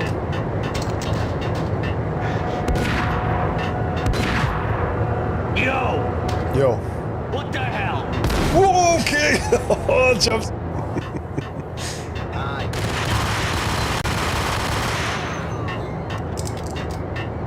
Hold it.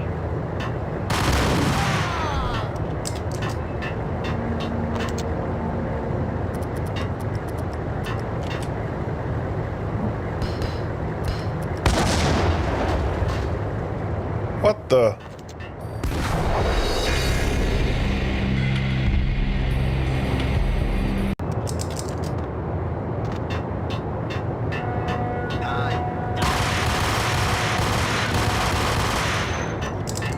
What the hell?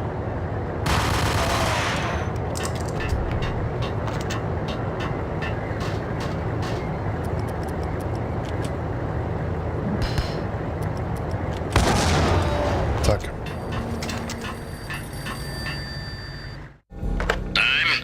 Angelo Puccinello here. Angie, tell me, how much did Dime cost you?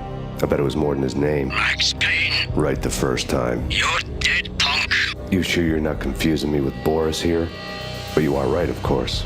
Pretty soon we should get together and have a talk. You son of a... Pissing Punchinello off was a dangerous game, but when people get mad, they make mistakes. I should know. That's where I wanted Punchinello, mad enough to trip over his own feet, preferably into a grave.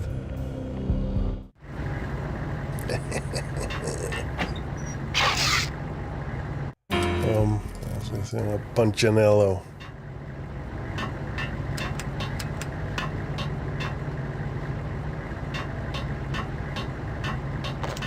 Angie.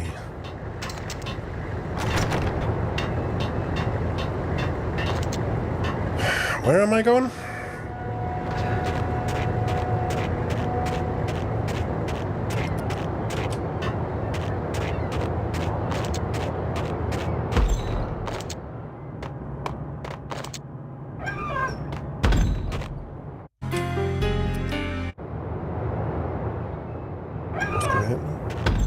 Skal jeg bare tilbage, eller hvad?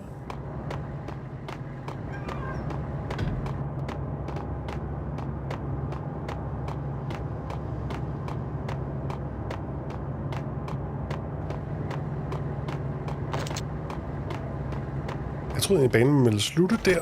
Det kan den så ikke.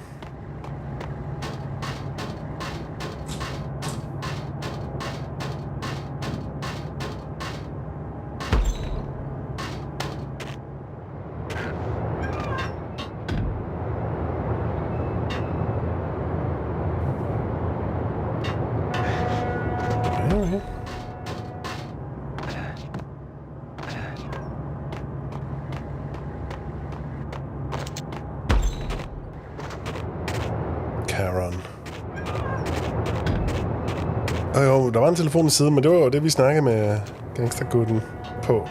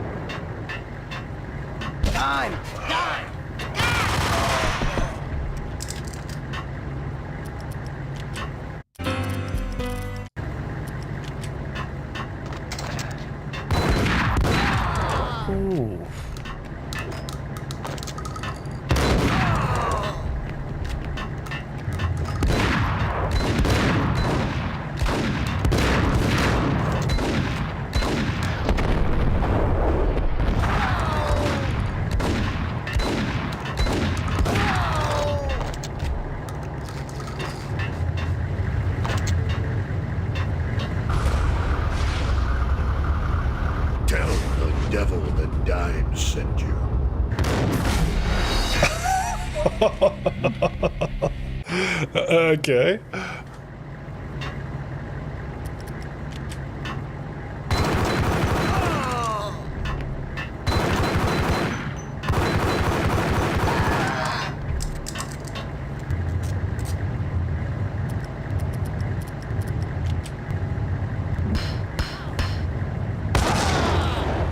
Hey.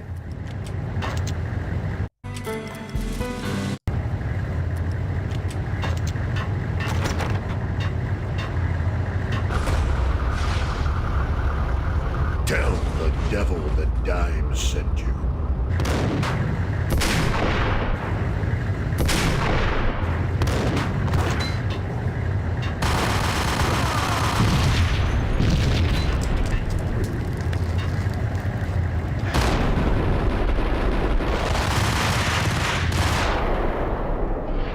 Det er på tør for skud lige det, jeg hopper. Okay.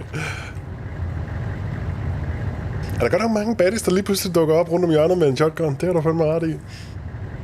Ja, det er ikke bare, at de er lige der. Det er også bare, at de one-tapper mig. Jeg når lige at se løbet, og så er der bare chance for... Men man ender med at lære sådan at bevæge sig på en måde. Men det kan godt nok... Og de siger jo heller ikke noget. Det er jo ikke, fordi du hører sådan... for fodtrin eller et eller andet. Tell the devil that Dime sent you. Okay, brother.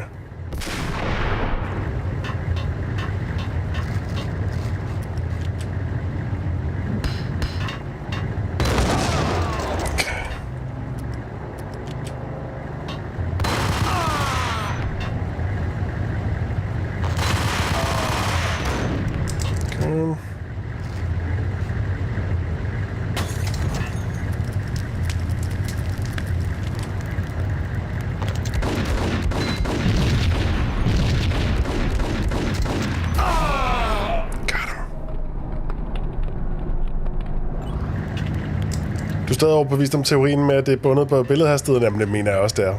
Jeg tror bare, at det er nogle af de her mods, jeg har installeret, de tillader det ikke, at jeg skruer det ned igen. Og det er den eneste måde, jeg kender, jeg faktisk kan få lov at spille originalversionen her.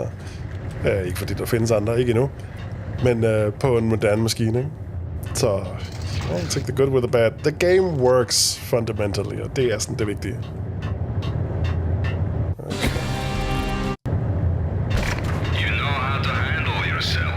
Whoa! Anybody who says different is calling me a liar. Glad I'm here. My God. Collect all the guns and ammo you want. Meet me on the bridge afterwards. Thank you, Vladdy. Cheers, Vladdy.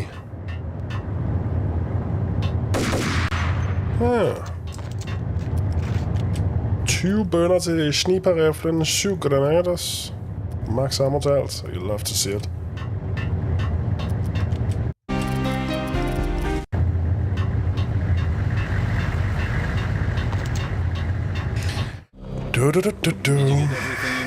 Check. I owe you. Anything you need. This is my solo. When I'm through, Punchinello won't be anybody's problem anymore. Clear as vodka. But anytime you get between a rock and a hard place, just whistle. This could be the beginning of a beautiful friendship. You really get a bang out of this big-time gangster act, don't you? Det ved jeg sgu ikke. Det er mere tilfælde end noget andet, tror jeg ikke. A cold day in hell. Even with all this firepower, I figured I couldn't get to Punchinello at his manor. I could only hope that he wouldn't pass a chance to hear me beg to see he's won. This is Max Payne. I want to cut a deal. Payne, you're a dead man. That's what everybody keeps telling me. I got your ship and her cargo. I want to meet. No pain, no gain. Capiche? You know my restaurant? Yeah, I know it. 1 hour. Punchinello's restaurant had seen better days. Snow was falling like ashes from post-apocalyptic skies, but that was outside. Things would soon get hot in the Don's restaurant. Han kunne ikke huske, hvad man smilede, tror jeg til. Det kom pludselig til ham. But there was no crime in hoping.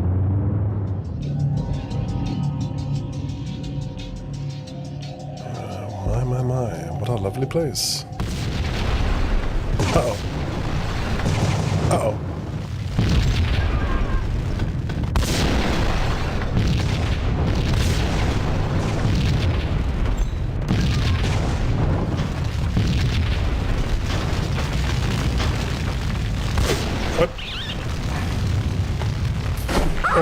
Hvad var det lige, jeg skulle gøre? Okay.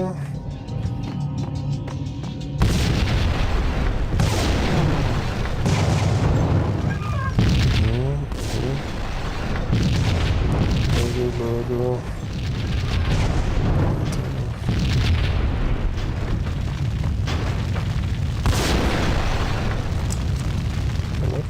What? Jeg startede mere ild. Jeg gjorde det værre. Okay.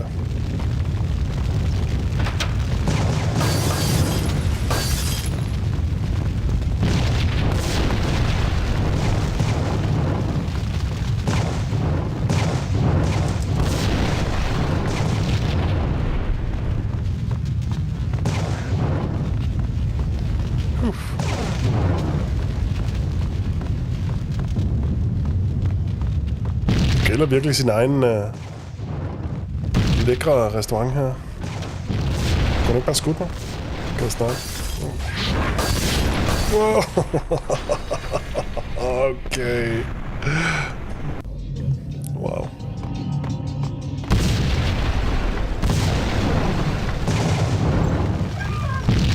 Snow's falling like ashes from like when if you like ever burned a paper or something. It's kind of like that.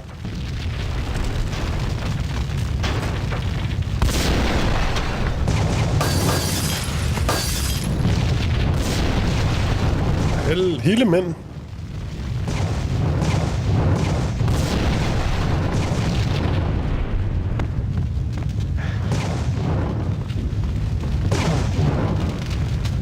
Herre Jemini. For pokker der. Er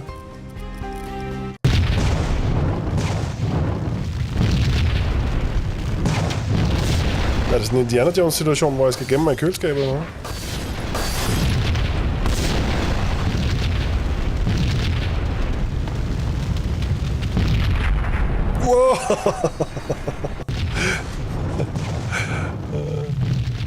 That's so much fun.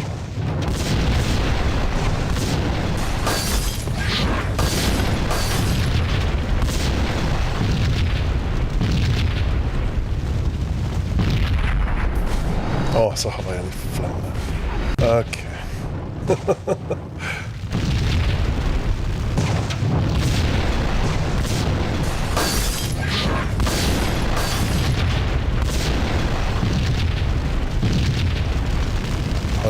Hold da helt op.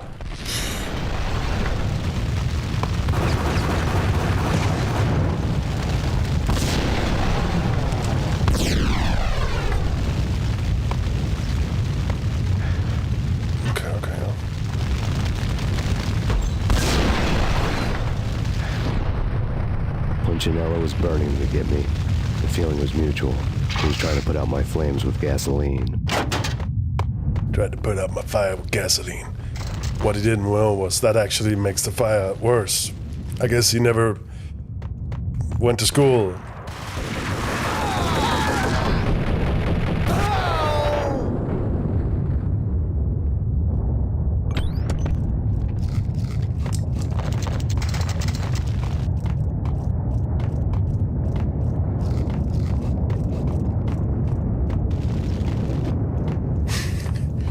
He's some kind of dumb. The monsters have been guarding a real treasure.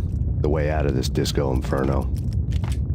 A disco inferno, this guy. There he is. Hello, boys! Okay, mig der ikke lidt gemt. Sæt den på den og få en gasoleon.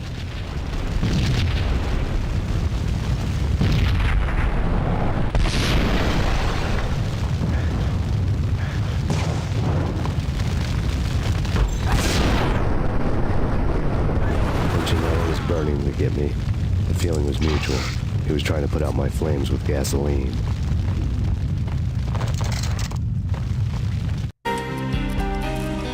Pop.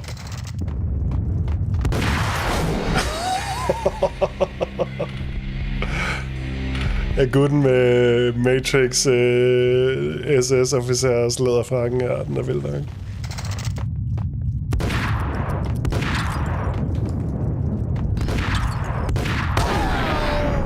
Jeg fik et chok, mand. Jeg tror, det var mig, der sprang i luften. Sådan. Synkron. Bombe. Detonation.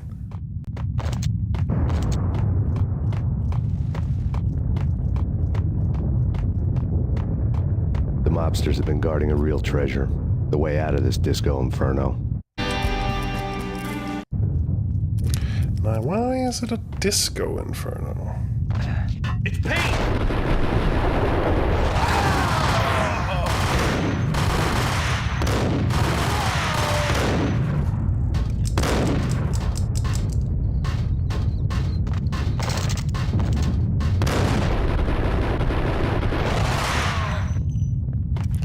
I kører vi fandme. Just trying to put out my flames with gasoline, even though it doesn't work because you need like water or maybe pour some salt over it. You need to somehow deny it oxygen.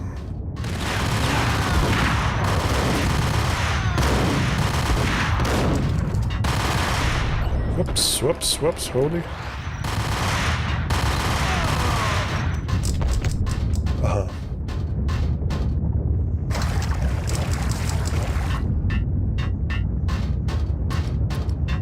Big old boopy head, this guy.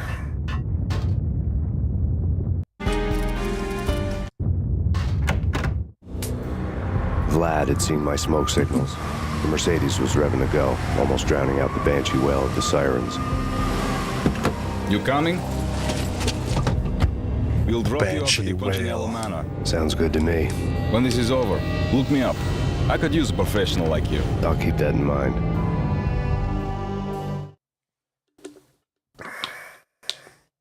Ja, han elsker Vlad. This gangster murderer, he's kind of my people, you know. The night groaned with cold. The garden lights flickered nervously. In their light, the falling snow was dead white before the darkness ate it up. I'd heard the stories. The trio were mad dogs. They'd have hung the heads of their enemies over the manor gates if the capo had only let them. Punchinello wanted Payne. They'd see the pain. The trick in my situation was that there was no trick, no matter what the movies tell you. No rules, no secret mantra, no roadmap. It wasn't about how smart or how good you were. It was chaos and luck, and anyone who thought different was a fool. All you could do was to hang on madly, as long and as hard as you could. Someone had graciously That's what I tell my lovers. My money was on Mona. I knew the trio would be standing between me and Punchinello. I had read their rap sheets, thick as phone books.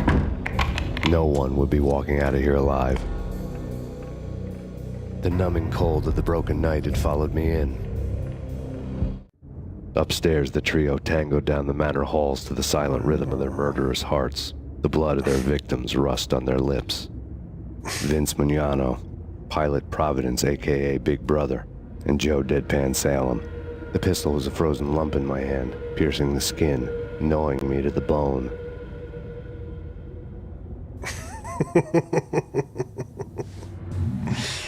I know, Max, I know. Very cool. And Spice Star.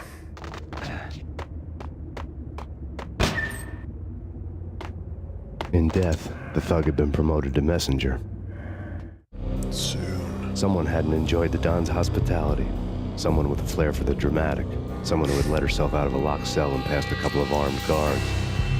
My thoughts were on Mona again. I could only hope she was a good enough gambler to walk away while she was still winning. Goon, not soon. Like a goon.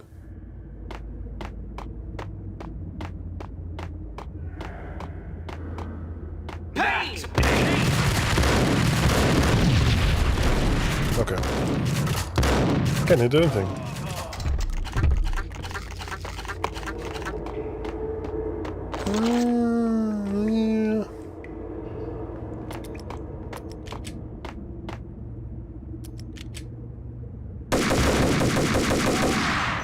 Yeah. Det ville just hit me for 70% af mit liv.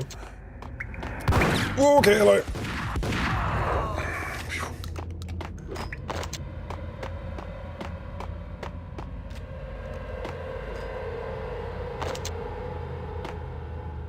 Max Payne har mange problemer. Hans afhængighed af smertestillende, det er en af de mindre af dem. Sådan. Det står hele...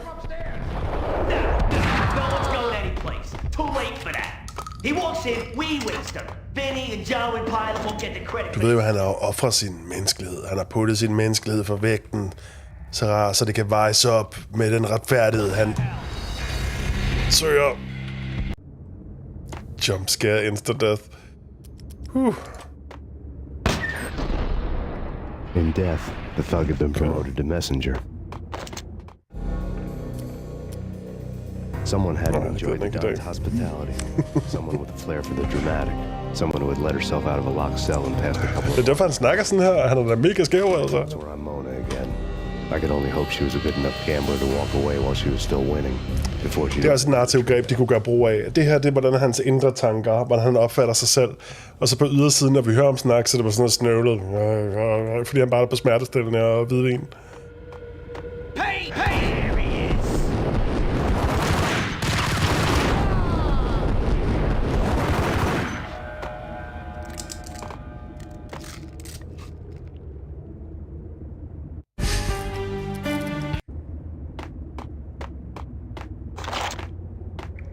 Very nice.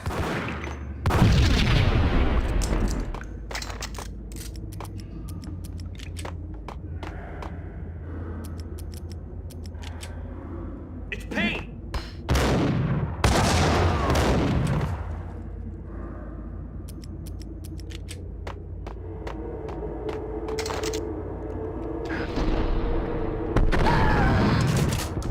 Oh yeah. Oh, okay. From upstairs. No, let's go any place. Too late for that. He walks in and he wants to. Maybe Joe and Pilot won't get the credit for this kill.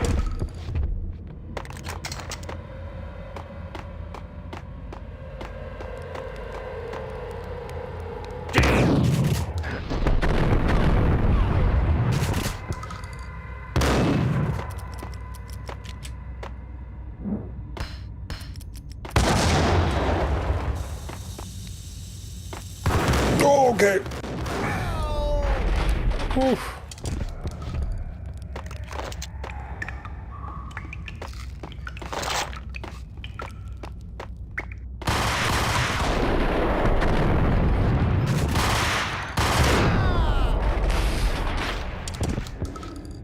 Fedt, tryk det. Det er godt. Jeg så ikke lige, den var proppet ind, men jeg tror egentlig også, den går automatisk på streamer mode, når man har OBS aktiv. Den burde ikke poppe op med ting.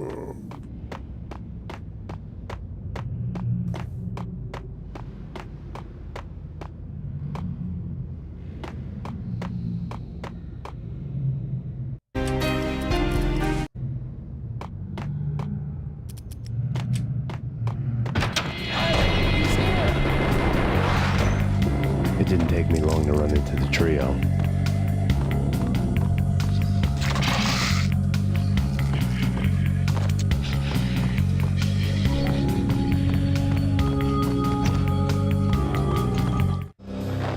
The word on Lisa Punchinello was that she was a bit of a witch.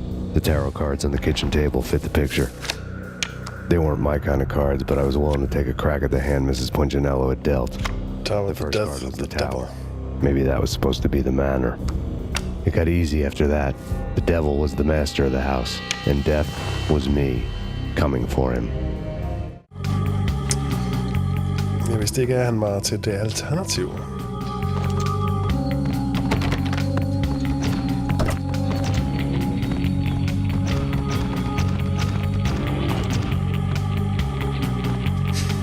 Ja, det var smart. Han er bare sådan, that means I'm coming to kill him.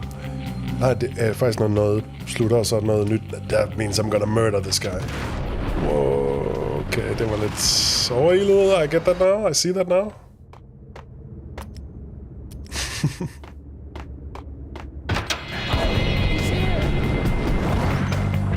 It didn't take me long to run into the trio.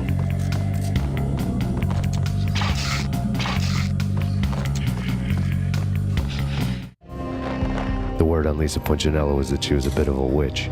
The tarot cards on the kitchen table fit the picture. They weren't my kind of cards, but I was willing to take a crack at the hand Mrs. Punchinello had dealt. The first card was the Tower. Maybe that was supposed to be the Manor. It got easy after that. The devil was the master of the house, and death was me, coming for him. Easy. Damn, you nailed this one, Max.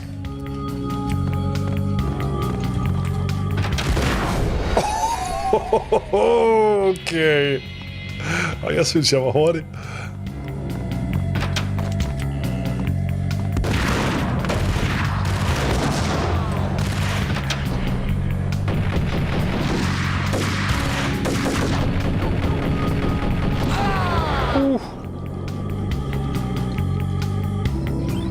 One down, 2 to go.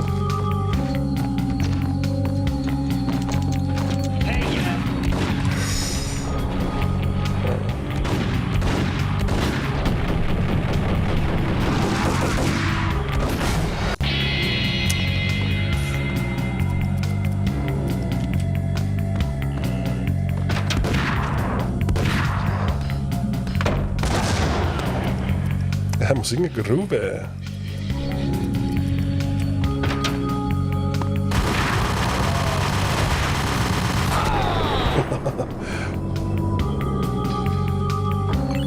One down, 2 to go.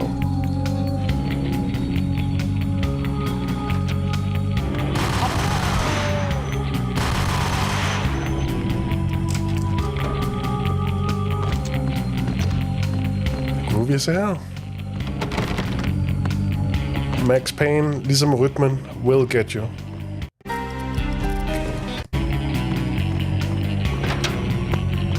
Sådan noget surfrock-agtigt noget.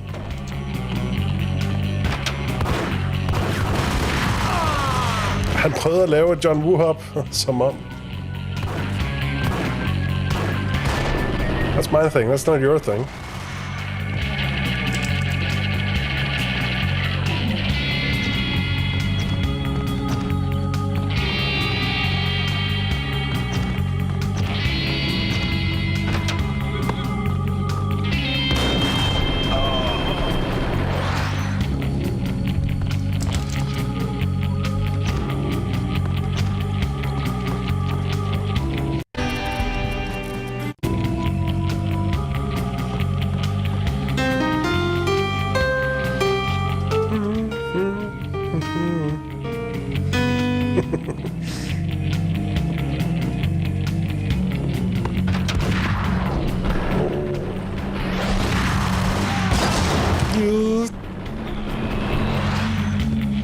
Er det 10.000% Twin Peaks? Nice. Oh, yes. Ja, men altså... Sam Lake har aldrig skjult hans inspirationskilder. None of that. Subtil, det er ikke rigtig... Det er ikke der, han hygger sig.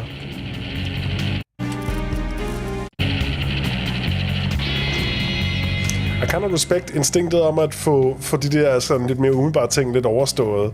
Og så bare enjoy the ride og get on til sådan bigger ideas.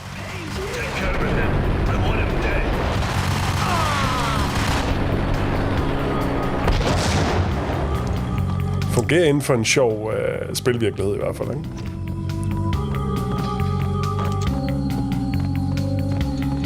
Og der er mere, når jeg skør.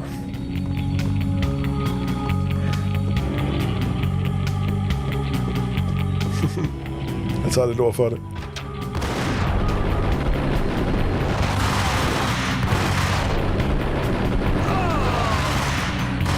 Åh, der står mere i ham. Whee! 2 down, 1 to go.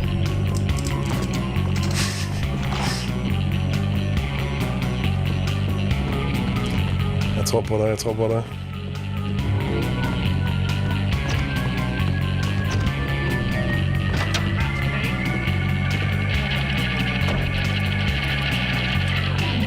Meget Scarface, den her vildærtning.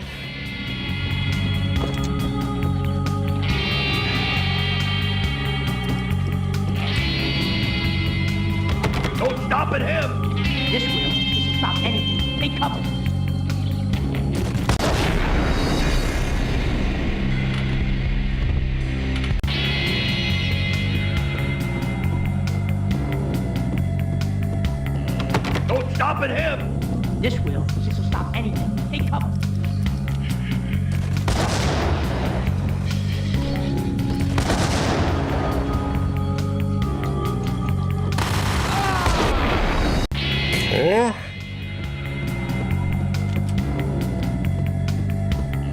No stopping him! This will stop anything. Take cover.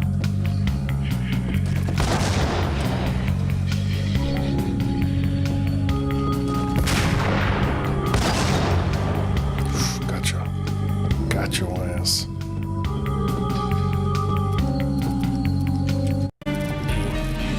Oops.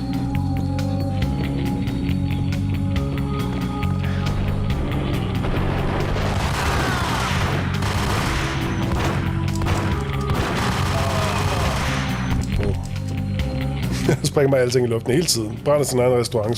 Springer sin egen palæ i smadre. Jeg ved ikke, hvad den langsigtede plan er, men nyt våben. Det smæk ting går boom. Psst.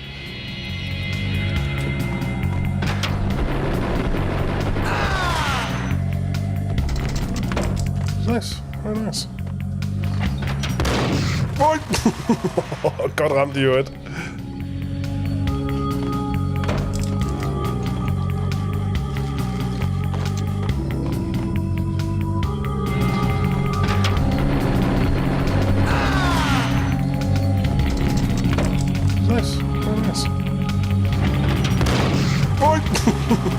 Godt ramt i øvrigt. It was too late for her.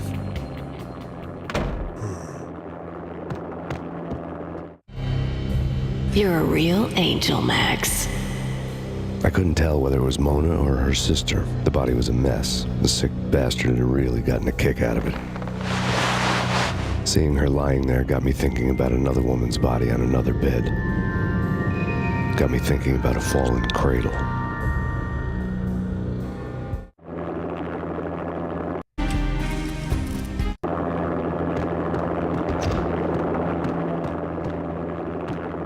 That body was a mess. Come on, man. Not cool.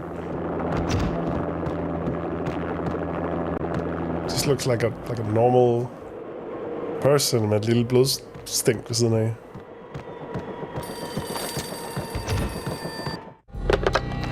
Max Payne. Talk to me. Alfred Woden. You've got company. An armed helicopter just landed on the manor grounds. You must hurry. The more the merrier. Oh, hello. Vince Mugnano. Vince Mugnano, huh? It's bobbing and weaving.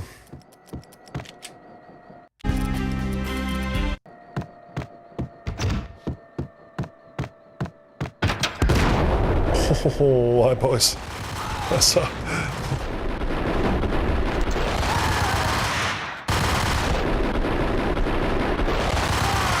Punchinello's trio was done for.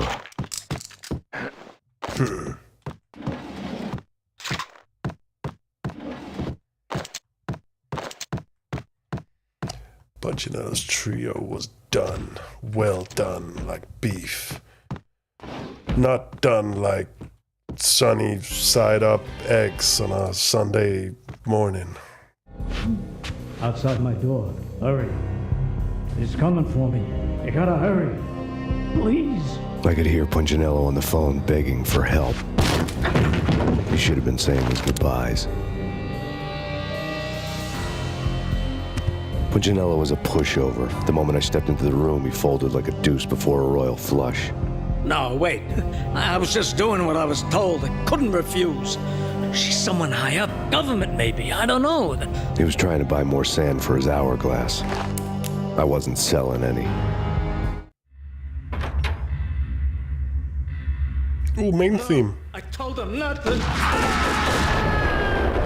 They killed him, not me.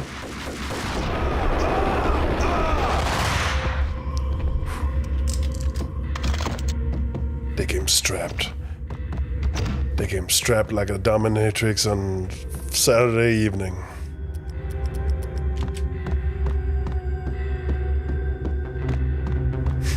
De venligste udseende gangsters i spilverdenen. Ja, det er lidt griner, hvordan iscenesættelsen går sådan helt kontrært. Drop it. Don't move. Game at that moment. I could tell when I was outgunned. It was time to take another beating. The mystery witch was a real barracuda. Trouble on dagger heels, a smoking assault rifle in her hand, and an army of killer suits behind her. How sweet. I get to kill 2 birds with 1 stone. That's not an assault rifle, but okay. Sooner or later, it was going to catch up with you. Mr. Payne, it's time to show you the benefits of my brew. Be a good boy now. You'd find that Lady Luck was really a hooker. You were fresh out of cash.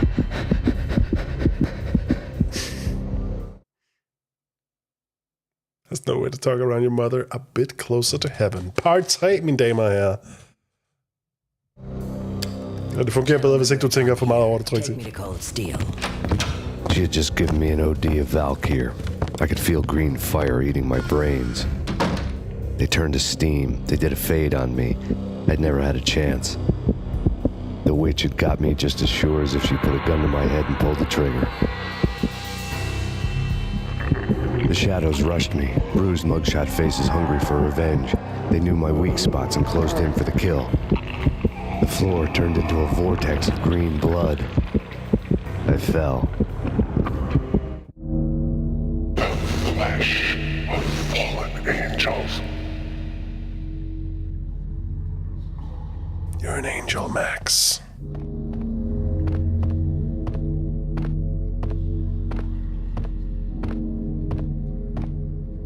Vi løber også slow.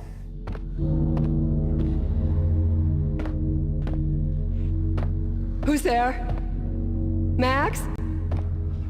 Max, is that you? Hungry like hippos with a very big appetite. Har I set nogle af de der Le Chiffre-memes fra James Bond med Mads Mikkelsen? De er så dumme.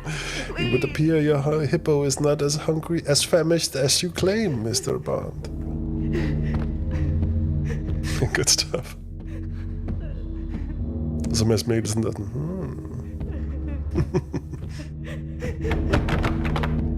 No, please, Max, no! I'm sorry. Please don't, Max, no!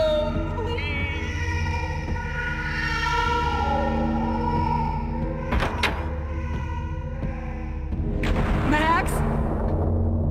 Where are you, Max? Please. The letter was staring at me. There was something disturbingly familiar about the letter before me. The handwriting was all pretty curves. You're in a graphic novel. The truth split my skull open, a glaring green light washing the lies away. All of my past was just fragmented still shots, words hanging in the air like balloons. I was in a graphic novel. Funny as hell. It was the most horrible thing I could think of. Bartender is shiny stuff and dreams are made of stooped necromancers. He sings like a banana wrist, having strayed too close to the constellations on their shaved skulls. There was a bad line in a prank call. Someone spouting insane babble. I couldn't make sense of it. But I had an overwhelming sense of deja vu. The caller's voice sounded oddly familiar. Kun når man kan gøre Mads Mikkelsens accent, og så tænkte jeg, eksotisk. Kunne godt lyde som en kroat. Ja, det er jo alle sammen en uniform type of European, hvis ikke det er britisk. The weird piece of paper looked dangerous. There was something disturbingly familiar about the letter before me. The handwriting was all pretty curves. You're in a computer game, Max. The truth was a burning green crack through my brain, weapon statistics hanging in the air glimpsed out of the corner of my eye, endless repetition of the act of shooting, time slowing down to show off my moves, the paranoid feel of someone controlling my every step. I was in a computer game. Funny as hell, it was the most horrible thing I can think of. Don't lose it. It's Valkyr. The drug. Snap out of it. Try to remember. It was a bad line in a prank call. Someone spouting insane babble. I couldn't make sense of it. But I had an overwhelming sense of deja vu, and the caller's voice sounded oddly familiar.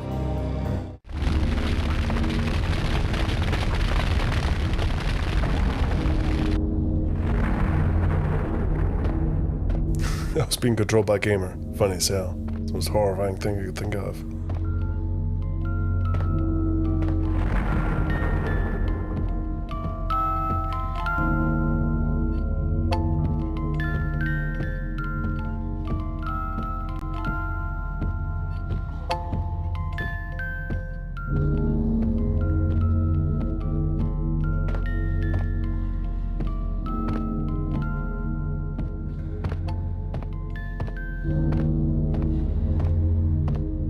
It's amazing tryk til. Det er required reading, hvis jeg var din gaming-professor.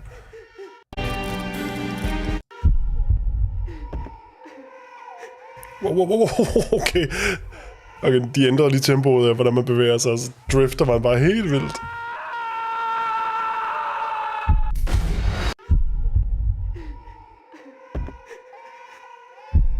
Hvis du godt kan lide vanvittig metagøj, så har jeg lige en creative game producer for dig.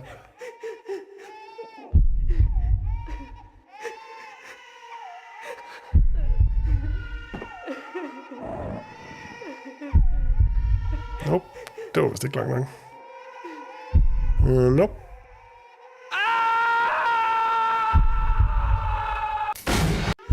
Jeg er stadig med dig. Vi skal også spille 2'eren efter det her. Hvilket jeg ikke engang har spillet helt igennem selv.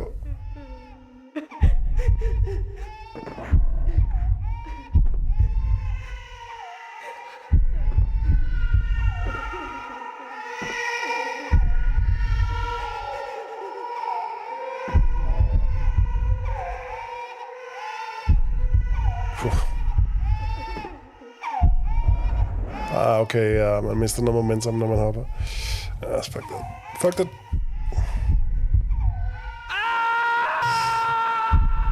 Jeg har spillet Alan Wake, men ikke Max Payne. Alan Wake, der bliver en Remedy-introduktion. Det er fair nok. Jeg har spillet noget af Control. Ja, Control også har sine moments, men jeg synes jo... Ultra kort sagt, så er det sådan the lesser experience af de tre. De laver nogle interessante ting i forhold til at prøve at lave den her åbne verden, som de gerne har ville næle et stykke tid. Og der er noget mere gameplay, men ja, I could have done without, to be honest. Ikke noget vejen med det. Ikke noget vejen med at lave det spil. Det er bare sådan ikke lige så interessant som så meget af det andet, de har lavet.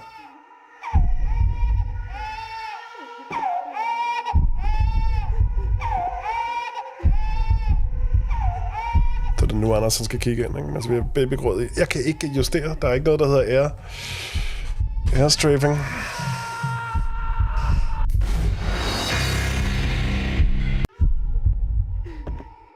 Ja, det har den der sjove, uhøjtidelige tilgang til de der sådan... hvad er det, der sker med det her drifting? Det er helt vildt. Til dens creatures og dens overnaturlighed. Det er sådan nogle fænomener, som det her agentur bare sådan håndterer. Fed idé. Sådan uhøjtidelig X-Files. Men hvad hvis det var hele bureauet sådan...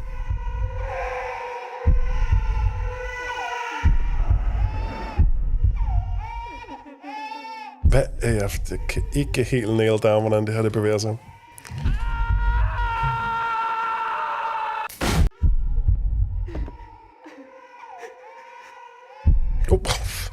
Det er altså lidt spøjst.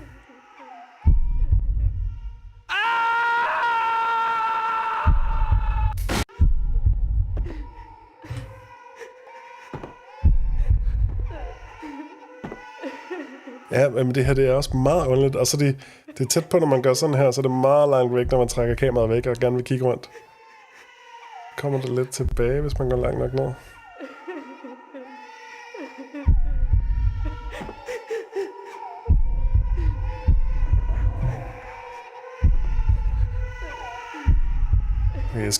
Jeg skal ikke sådan holde hastigheden. Jeg skal slippe fremad knappen fuldstændig for at få kontrollen.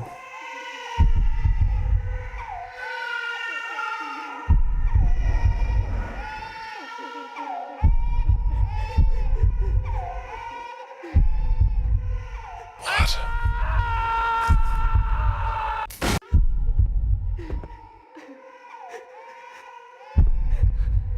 Det er også meget syret.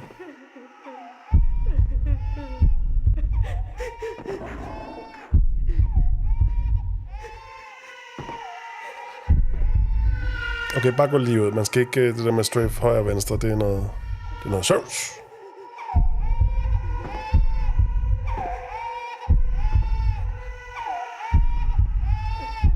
Det her er syret.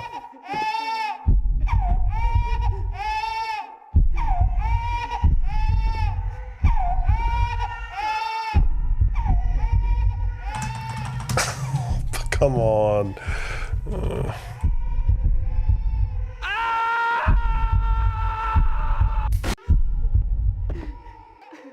Ja, det er lidt rough. Det er lidt smule rough.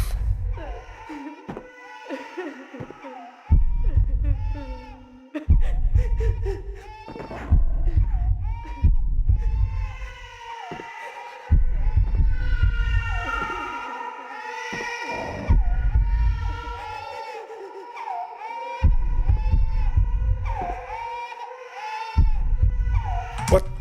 Okay, så lige når jeg skal hoppe, så hakker den bare lidt, så har jeg ikke fodfæste. Og hvad skal jeg gøre det ved tilløb? Ellers så klapper den ikke. Det var den frisk kop kaffetid. Og klokken var bare 7:15. Okay. Godt nok ikke meget, der skal til.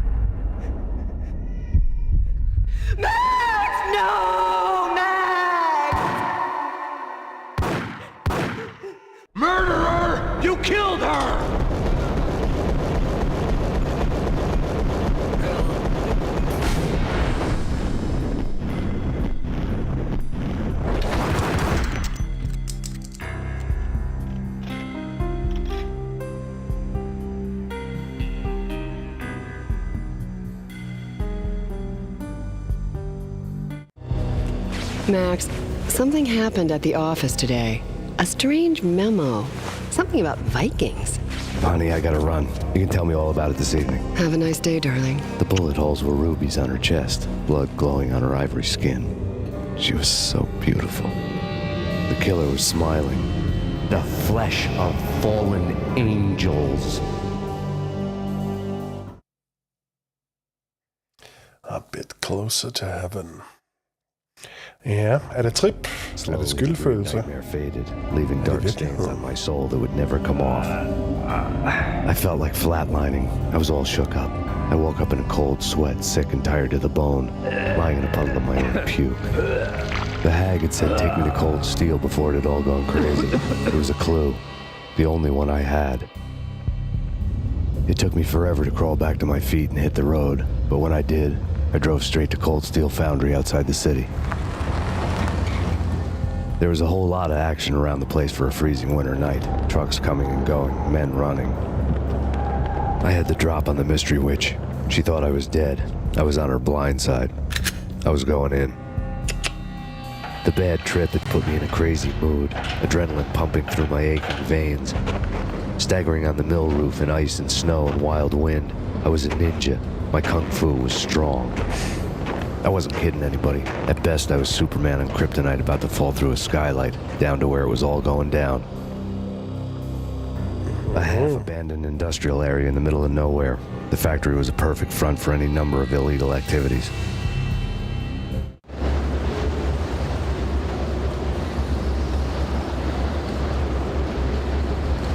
Temaet kører igen. In the belly of the plant, molten metal boiled and bubbled like a witch's brew.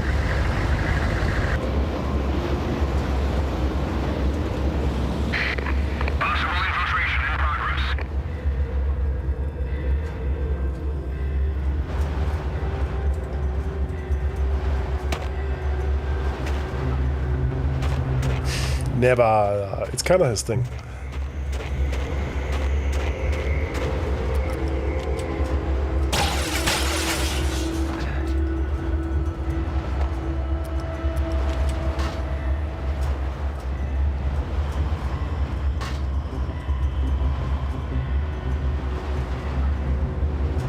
Han rejser sig op, så man kan ikke sådan snige sig under, kan man? Nope.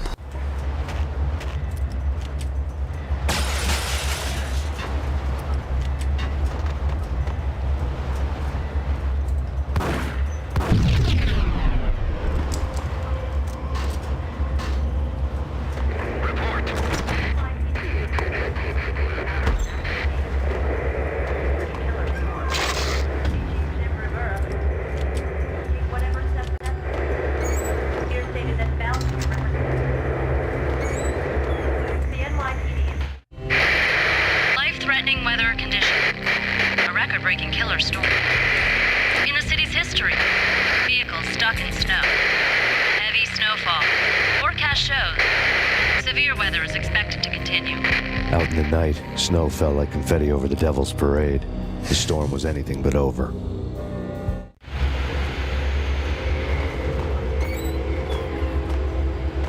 Like confetti over the Devil's Parade.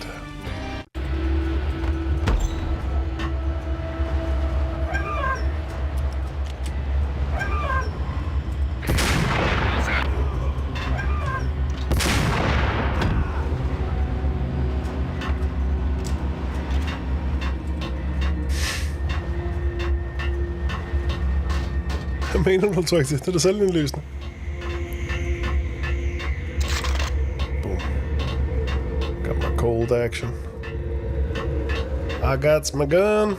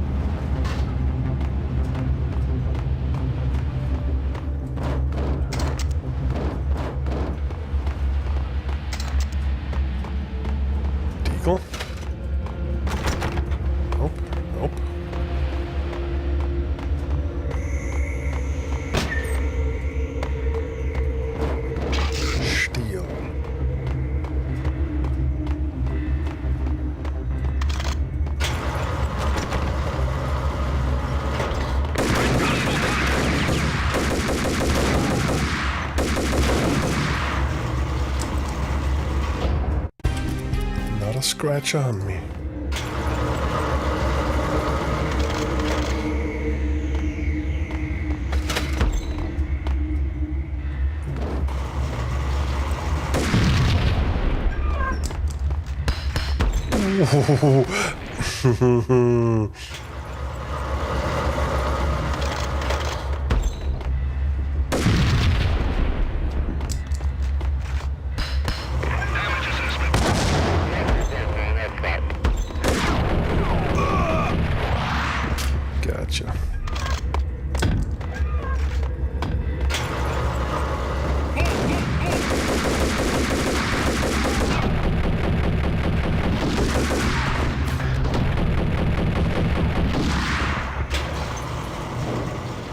Okay.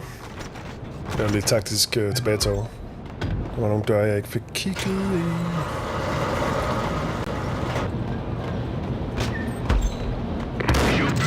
Wow, wow, wow. Wow, wow, wow.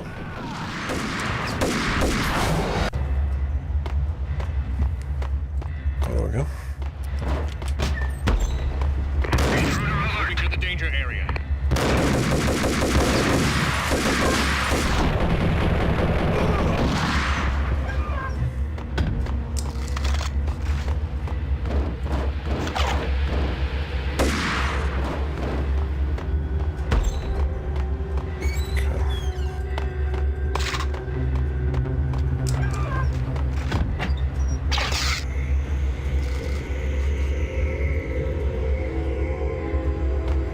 Interessant.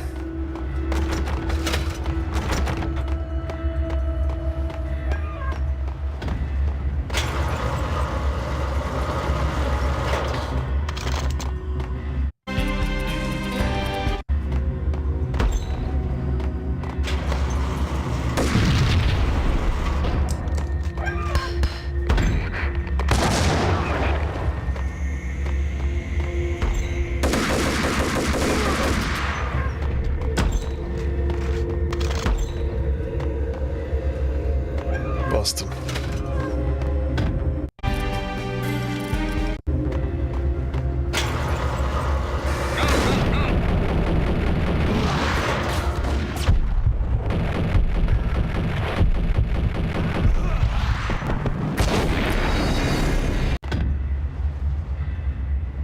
I'm not sure what killed him.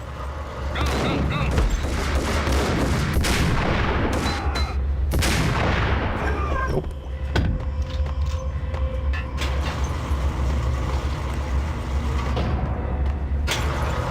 Oh, halløj. The reflexes, dog. Han kom ned derfra. Der trækker mig.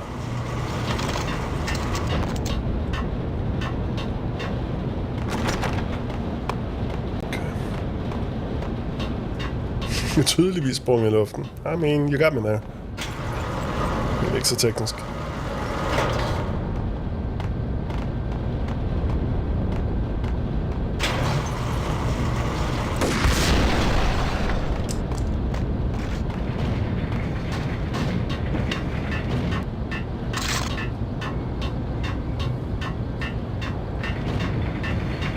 Hvorfor de føler, at de skal lægge sniper rifles på reolerne her.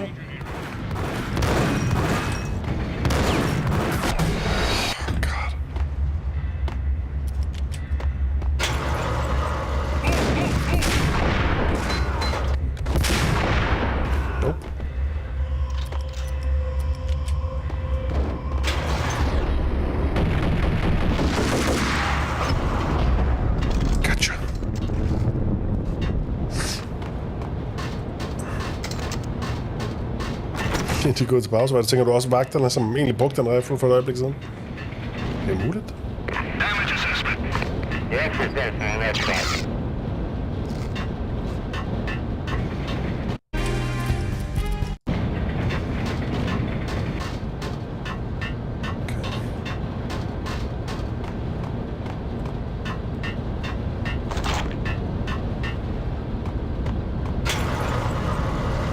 Det var det højtalerudkald, var det? Jeg tænker bare, hvordan?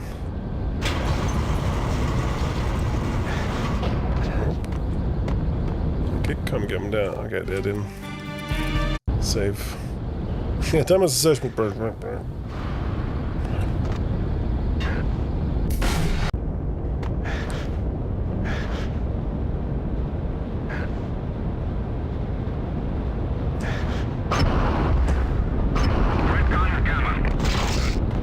Nice.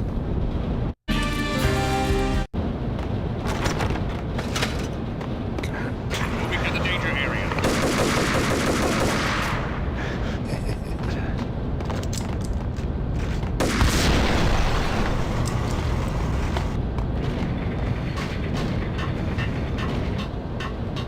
Gods. Be strapped.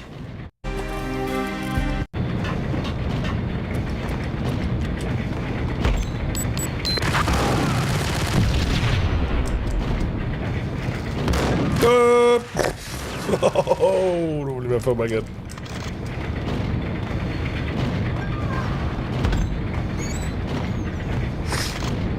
Moving to the danger area. Ikke før Metafor. I ain't that kind of detektiv. Ah,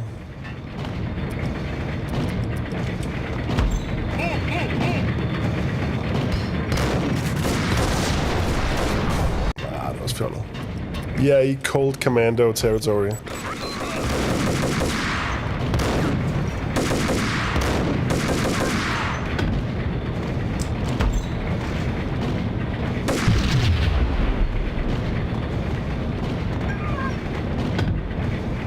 Der kan komme en farne imod mig med et havlgevær.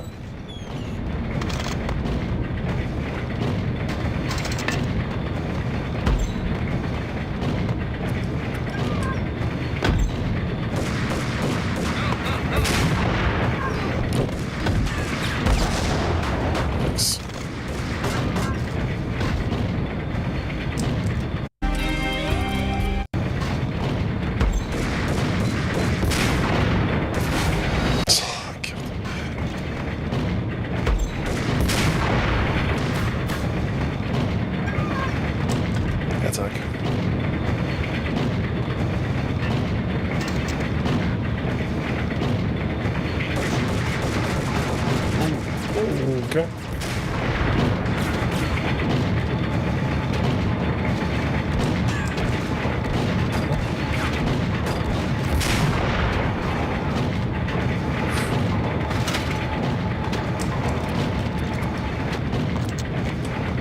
De er lidt biske, hva'? De her drenge.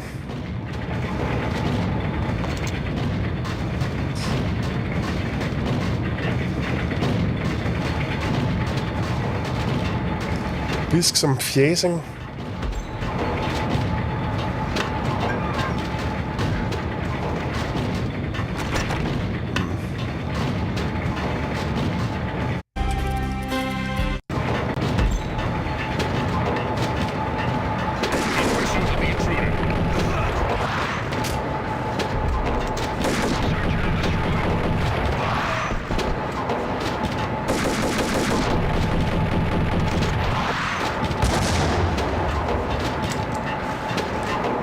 Love that.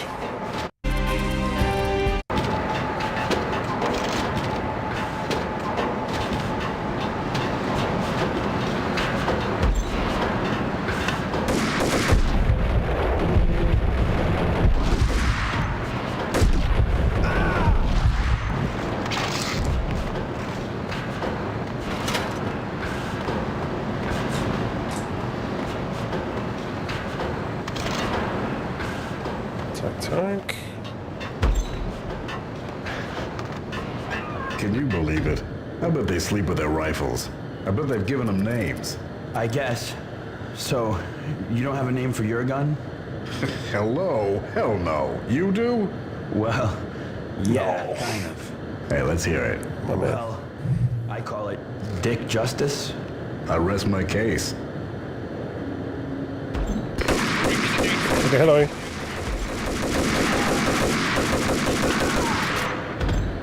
Dick Justice, huh?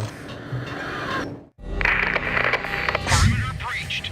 The facility has been compromised. Repeat, the Deep Six has been compromised. Initiate Operation Deadeye. The walkie-talkie military lingo could mean only one thing. They were getting ready to destroy the evidence and vanish into the night. I was so close. The hidden truths were just around the corner. Dick Justice er det lammeste, mest pinlige navn til Dreffel. You're not wrong. Det var faktisk så dårligt, at det blev godt igen, og så dårligt, at det blev dårligt igen. Den lavede en fuld, jeg ved ikke, så er vi oppe på 720 grader eller noget.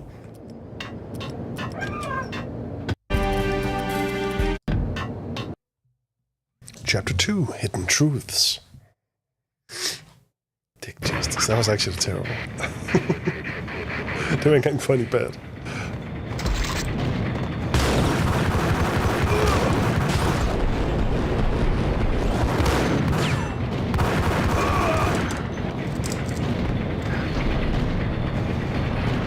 Jeg vil hoppe ind ad vinduet.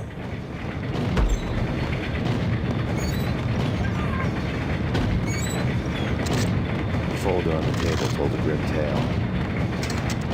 Grim tale, eh? The mercenaries were running a tight operation, paperwork and all. Merchandise missing again. A chemist had tried to smuggle it out for his own private party. Locked him up in cell B7 in D6's old test facility to wait for proper processing. I was close enough to hear the secrets, just beyond the next doorway. I named my rifle Huge Manly Man Gun that loves boobies 100%. The Hetero 5000.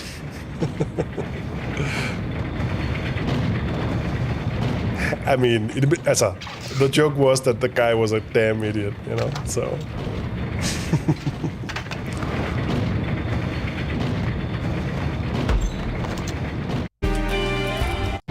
Ja, det havde været sjovere, hvis det havde været sådan en huge, bulgy, masculine. Så havde det måske været sjovt. Dick Justice var både lame og underudviklet, and like not cool and not funny. Craig Clay, der er meget stille i chatten, fordi han kalder hans gun for Dick Justice.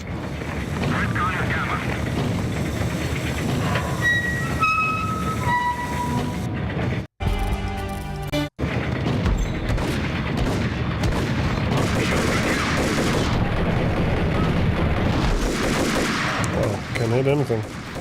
Whoa.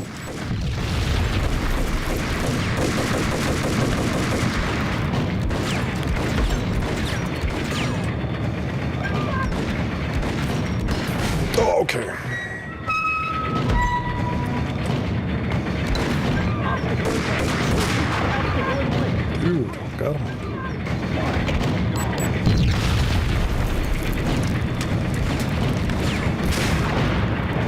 He's good. Nå, du er i gang med indtage verden i Bannerlord. Right. Lad mig gætte, hvad du kalder din hest. Dick Justice.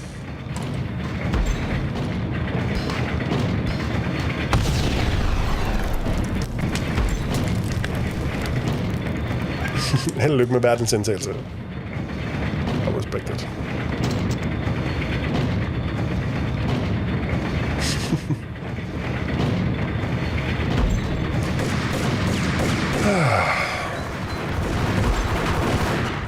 Freaking hell. Die.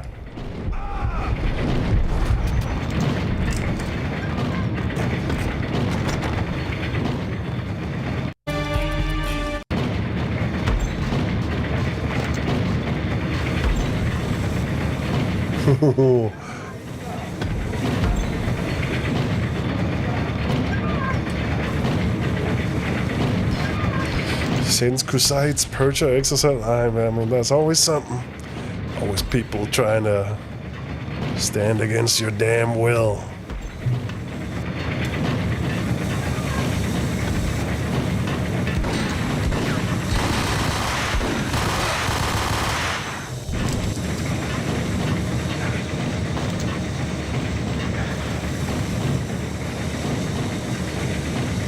It can only be one.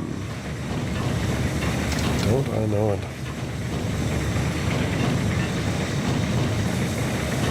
Hvad er faktisk knebet her?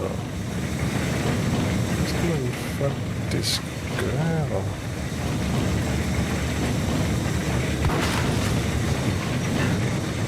Yes.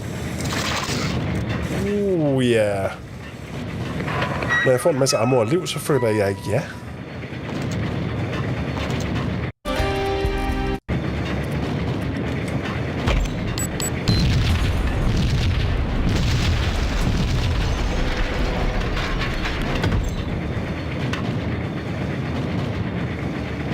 Jeg bombarderer det hele min gang.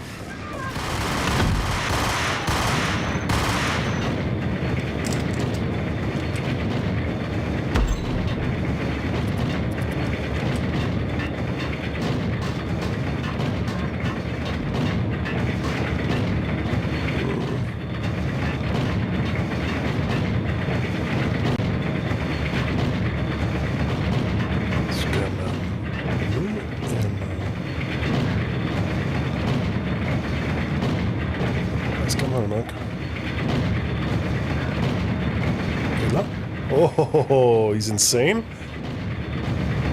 No, he's not insane. Oh.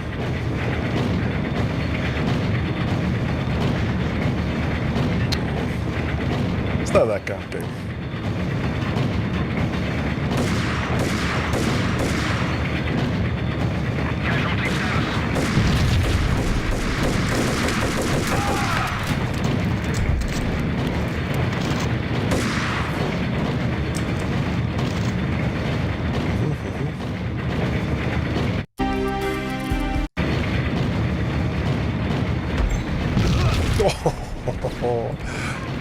Det er ikke min skyld.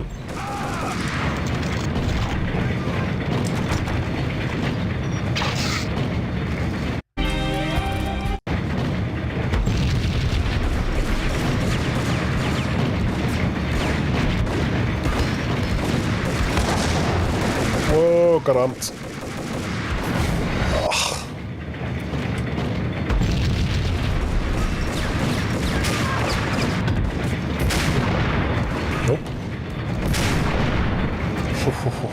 He's insane. He's crazy. Jeg har slet ikke brugt min M79. Også fjollet af mig.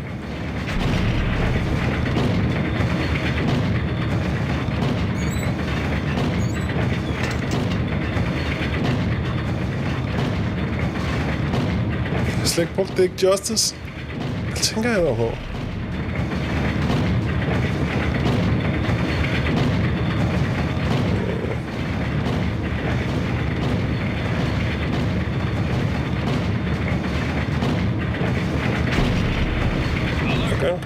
Okay.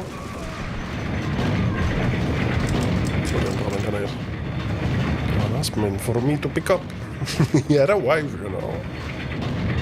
Incontinent here.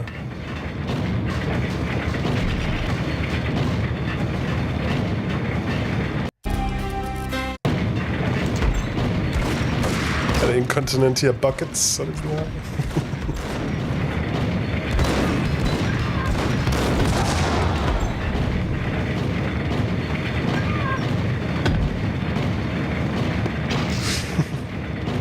Jeg har heller ikke tid til en kone med det her liv.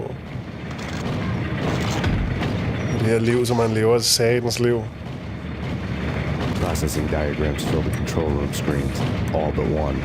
An elevator titled D6 on one of the screens, somewhere onwards, past rows of ovens, in the core of the plant. Oh, good. Come on, man.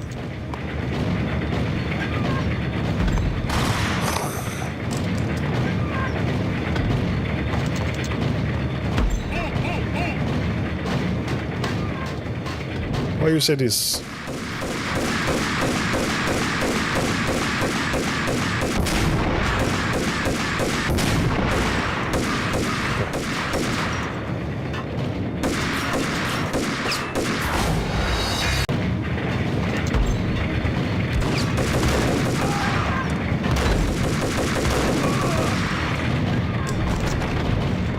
The monitor showed me the way.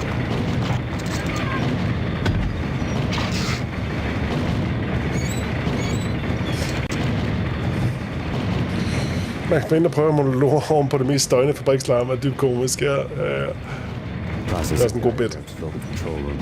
Fylder monologer på alle de forkerte tidspunkter. Hvad sagde du? Jeg sagde, at denne by har fortjent en bedre slags. Hvad for noget? Denne by. Fyr, der insisterer på at levere sin monolog i sådan stemningsfuld, mættet, lavmælt.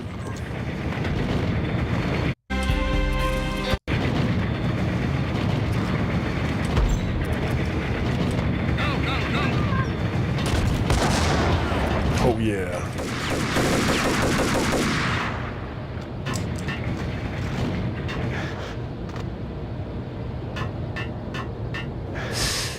Der er en tidsmaskine. Hvad med en klassiker?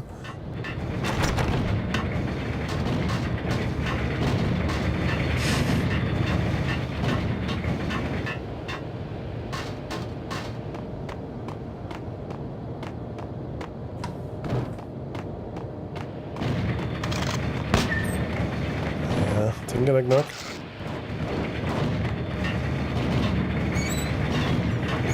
Open sesame, I told the cupboard. It showed its treasures to me.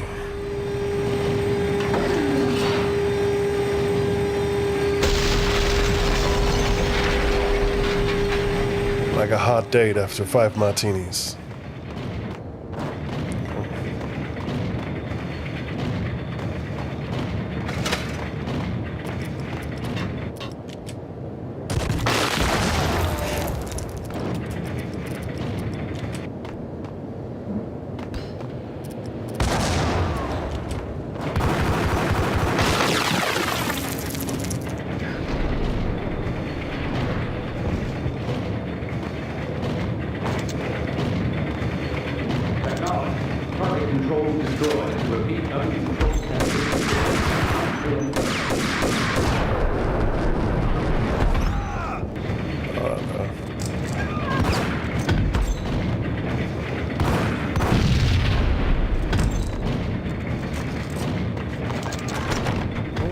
Nice.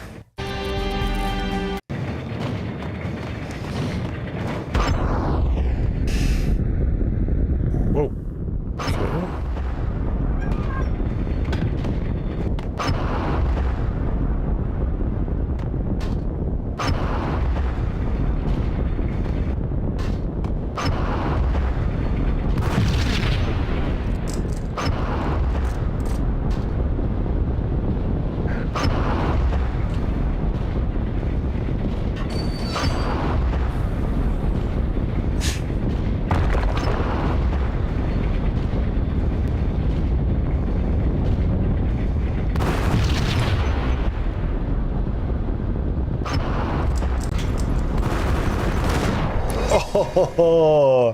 Okay.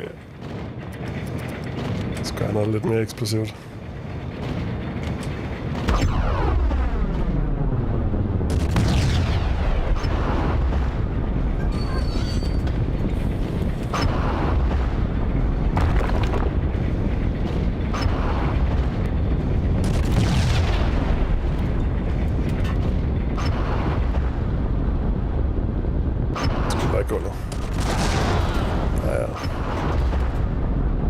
Ain't nothing but a thing.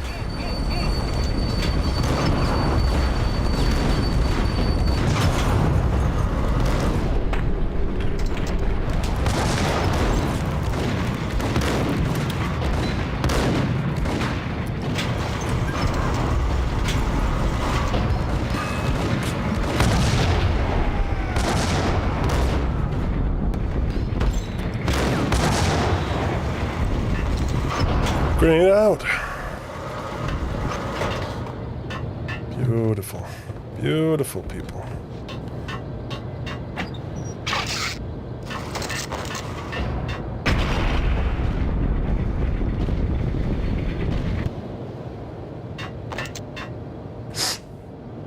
Let's get mine.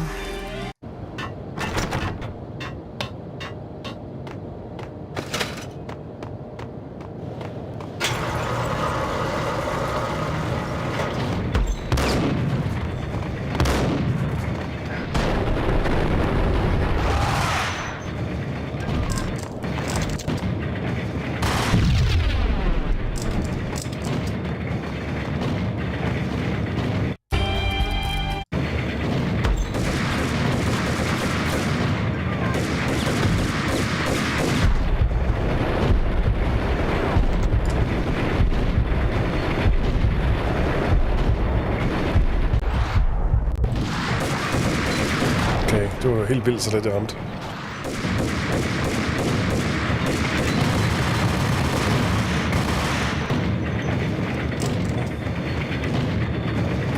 That really sucked.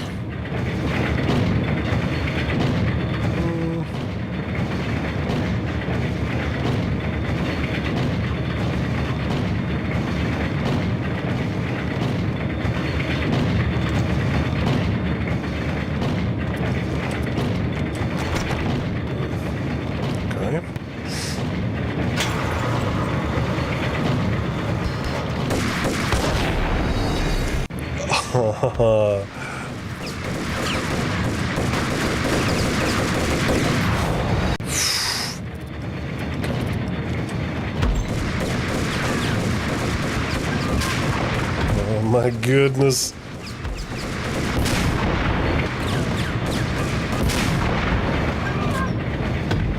Now that's what I'm talking about.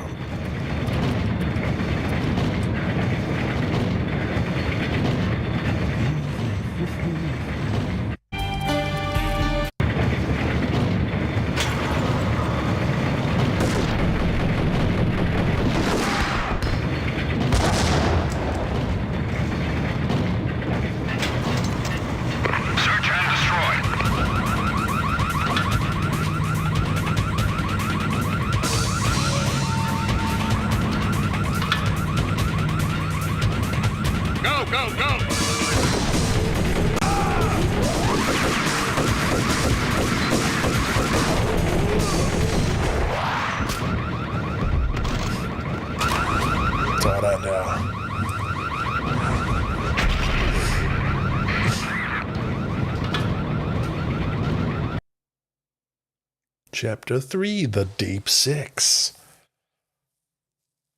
Vi skal have lidt drum and bass. Det er sådan, du ved, der er action. On the role of the mythic detective, Bogart as Marlowe, or as Sam Spade going after the Maltese Falcon to unravel all the mysteries. Following a path of clues to that final revelation, even if it would take me down to the cold, cavernous depths of a grave. You can't do this! My men are still inside! Do you have any idea why this is called Operation Dead Eyes? I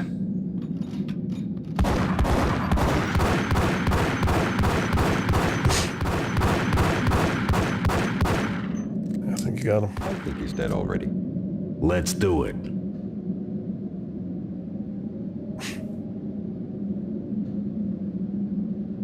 Attention all personnel. The self-destruction sequence has been initiated. Evacuate the... Not the self-destruct screensaver. The self-destruction sequence has been initiated. Proceed to the nearest exit immediately. Man kan sgu igennem, okay. That's true.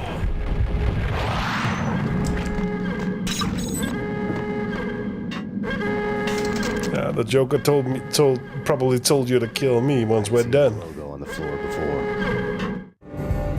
There was an old army bunker under the steel mill. I knew the military plaque on the floor. I had seen 1,000 variations of the insignia on crumbling brick walls everywhere in the city. The sword replaced by a syringe. Project Valhalla, V for Valkyr, V for Valhalla. All of a sudden it read like a crackpot conspiracy theory.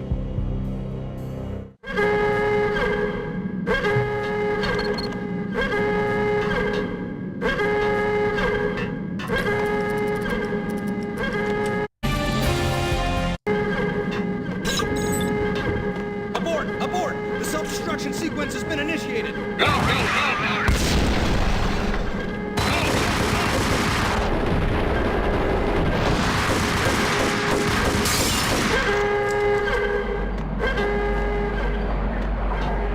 Jo, det her, de laver zombier.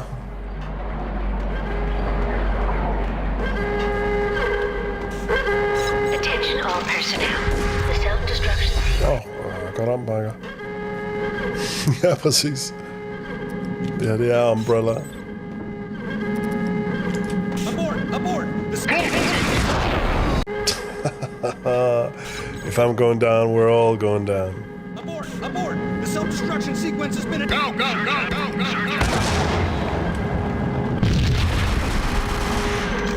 Gotcha.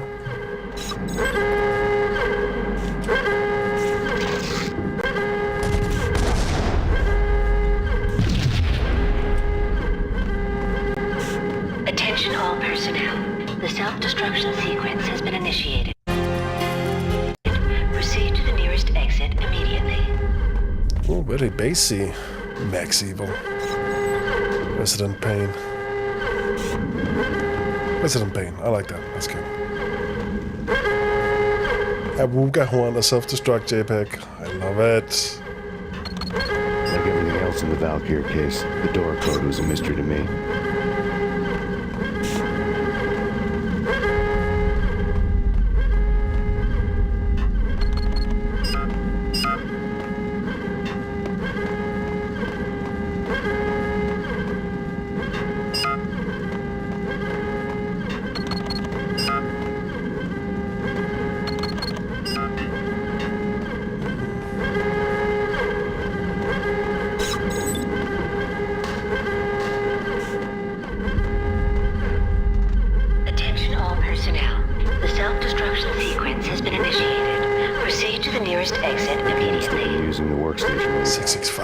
Half-life of the lab rat had ended online. His password blinking on the screen. 665. Neighbor of the beast. 665. The neighbor of the beast.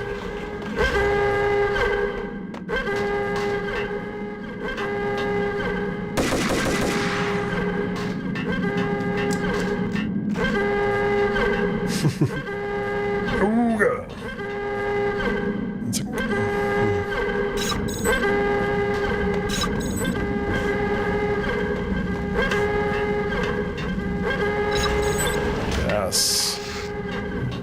Nu snakker vi. Nu har vi en samtale.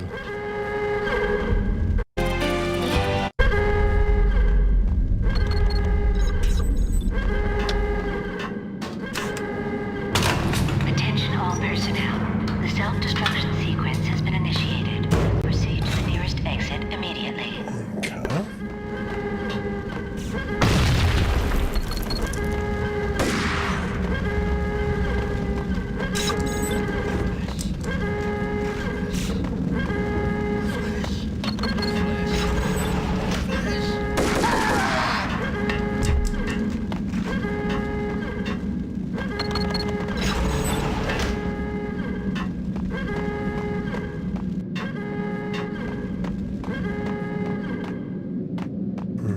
In here! Hey! Get me out of here! I'm innocent! There!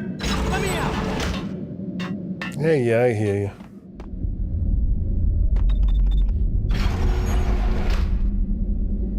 Thanks. I thought I was gonna die in there for sure. I need you to get me through the decontamination chamber airlock. You're crazy! No way! The place is blowing up, for Christ's sakes! Either that or back to the cell. Your choice. Attention all personnel. Okay, I'll do it. The self-destruction sequence has been initiated. That's good. Proceed to the nearest exit immediately. I'm gonna check om der er noget andet. Please, we gotta go now! There's no time! Alright. Wasn't such a rush.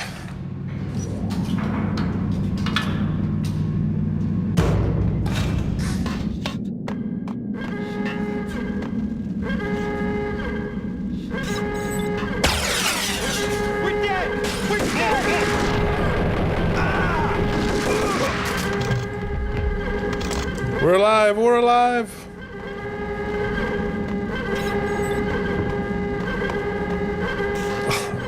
Overlappende double time Avuga horn. That's rough. Wait, hold on. Still working through the bad things. Bad. Decontamination.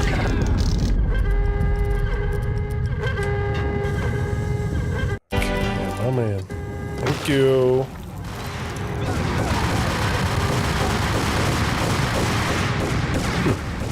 Der kan de så ikke igen. Det er dampen eller skudene?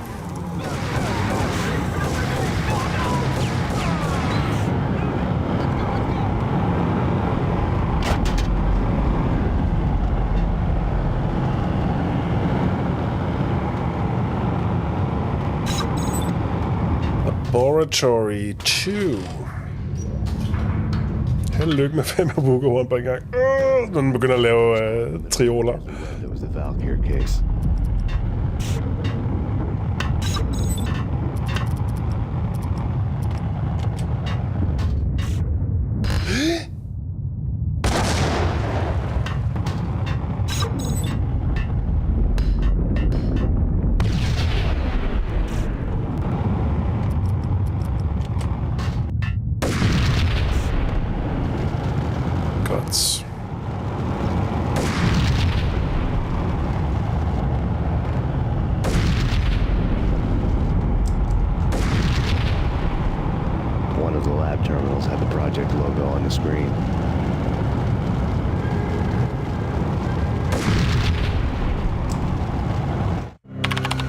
Top secret. Project Valhalla. U.S. Army. Yggdrasil Network. Yggdrasil Network. The otherworldly place in Norse mythology where the bravest heroes spent their afterlife feasting and fighting forever, their wounds miraculously healed night after night. Valkyr, the maidens who chose the most courageous Viking warriors and carried them to Valhalla. 1991. The research objective is to create a chemical substance to enhance the stamina and morale of infantry troops. 1995. Results unsatisfactory. Project cancelled. Someone had decided to continue the sick experiment unauthorized. Project compromised. Data leak. Fix the damage by any means necessary. Security clearance red. Authorized by the project lead. Field test. Double the dosage for all the remaining test subjects. Observe and record the subject's behavior in an urban setting. The drop-off point was my old address in New Jersey. The file dated 3 years ago. Just when you thought you had reached the deepest depths of horror, it suddenly got worse. How to turn off that small voice inside your head that started to whisper that you should be glad that now, if not before, your revenge was justifiable on any conceivable moral scale. That small voice proved, beyond any doubt, that I was damned. The dagger-heeled woman had come and gone a long time ago. There was nothing more for me here. The bunker's name was acting as a self-fulfilling prophecy.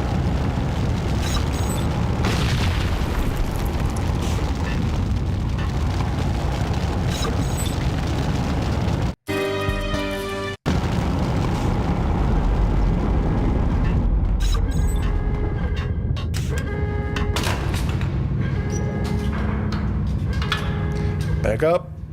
Top side.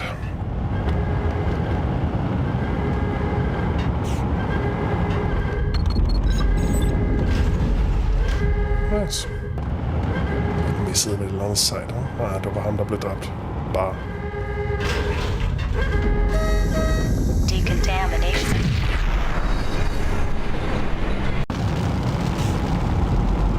That's pretty funny.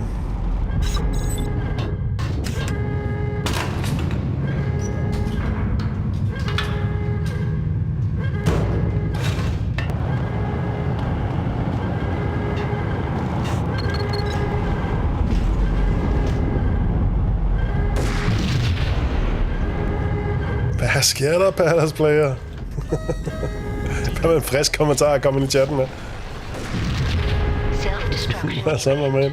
30, 29, 28, 27, 26, 25. Du kommer til camera shake-delen af Max Payne. 21, 20, 18, 17. Yeah, I know. I appreciate.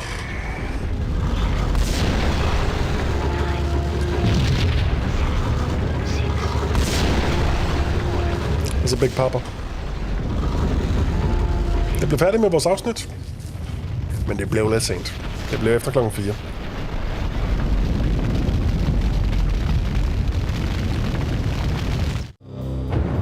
We pieced together a jigsaw, and the final picture is you finishing that same puzzle. A mad, green-eyed killer standing behind you. An urban legend come true. The Project Valhalla test subjects had been the mad junkies who had murdered my loved ones. The rest was simple body count math. It all pointed to her. Ms. Valkyr.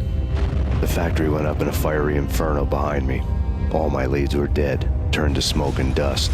I'd lost my way. I hadn't slept in a million years. Nej, så jeg tænker, jeg sender ham bare mailen her med filen, hvis jeg er færdig med at streame. Og så basically bare siger, launch nu. Og så tænker jeg, at det bliver klokken 10-ish i morgen. I've been living on an endless supply of week-old donuts. They were fuel for this crazy furnace inside my head. I couldn't remember when I had last seen the sun. I was on a permanent graveyard shift. When the darkness fell, New York City became something else, any old Sinatra song notwithstanding. Bad things happened in the night, on the streets of that other city, Noir York City. Noir York City. I was in an all-night diner, downing cup after cup of coffee that tasted like engine oil, when a new message from BB got me back on the killer track. What the hell happened at Roscoe Street? Maxie, I'm going out on a limb here. We need to talk this through, come up with a plan. 2:30 a.m., the Choir Communications Garage. The more I thought about Alex's murder and the frame-up, the more it felt like an inside job. I should have seen it coming. BB had sold me out, and now he wanted to finish what he'd started. The garage was dead. BB showed up in his tailor-made suit, gold watch, and cufflinks to match, all way beyond a cop's pay. Maxie. Oozing suave charm, he was guilty as hell. That's it for me. What the hell does BB stand for anyway? Backstabbing bastard? Come on, don't be like that. Have a cigar. I don't smoke. Maxie, you have no idea how big this is. It's huge. You have no idea. Har du set filmen, Palace Player? Har du faktisk set den ass-film, før du har spillet det her spil? Sold out his partner. Those mobsters in the subway were a dead giveaway. Hard to miss. Okay. Bet it was exactly like this with Alex. Up close and personal. You can't win this one, Max. No, but I can make damn sure none of you do either. BB turned out to be another cardboard cutout bad guy.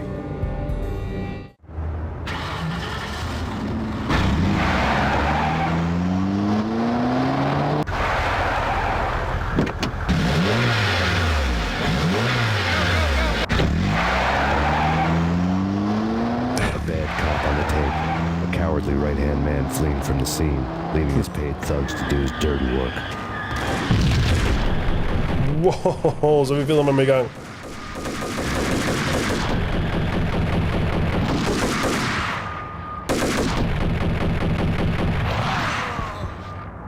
Okay. Godmorgen.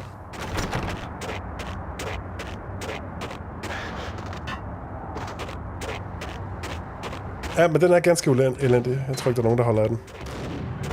Andet end de Hollywood-producer, som kunne dække deres coke-budget et par måneder mere.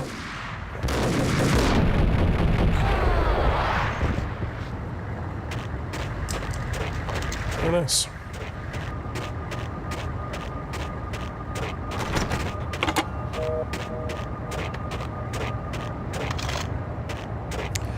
Når jeg sidder og ser det der, så tænker jeg, at det bliver spændende at se, hvordan Remedy laver en remake af både 1 og 2, ja. Lægger de så et op af dem, eller tager de så mange kreative friheder? Bliver spændende. Jeg vil også snart se noget frem. Det vil være... Jeg glæder mig faktisk ret meget til de der remakes. Og jeg havde nemlig også tænkt, hvis remaken rent faktisk er sådan i starten, eller i hvert fald første halvdel af næste år, perfect time lige at genspille 1 og 2. Der var så meget nyskabende ved det her, ikke? Altså bare, at sne er egentlig partikler, der flyver igennem scenen. Der er så mange fede ting for tiden, men der er også bare sket meget. 2001 er lang tid siden, både i teknologi og spilforventninger, ikke? Og så er vi ikke engang begyndt at snakke om, hvor dårligt det her spil kører. Du kan købe det på Steam, men det kan ikke køre på en moderne PC. Uden rigtig meget hjælp fra internettet. Så alle mulige gode grunde til en remake vil være lækker for.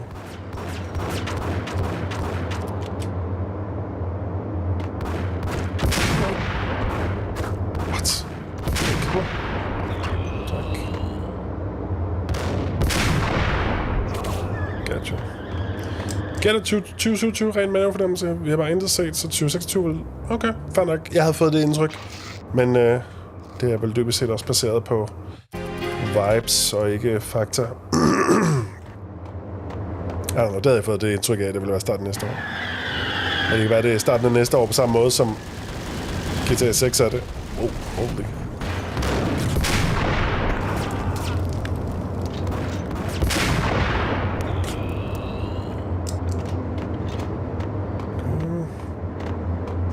This is intense! Jeg så en YouTube-video med en fyr, der har lavet podrace-scenen fra Star Wars episode 1. Men alle lydeffekter og replikker har han bare selv lavet med munden. That was good. Oh, good stuff. Det var 3 minutter. God underholdning til toilettet.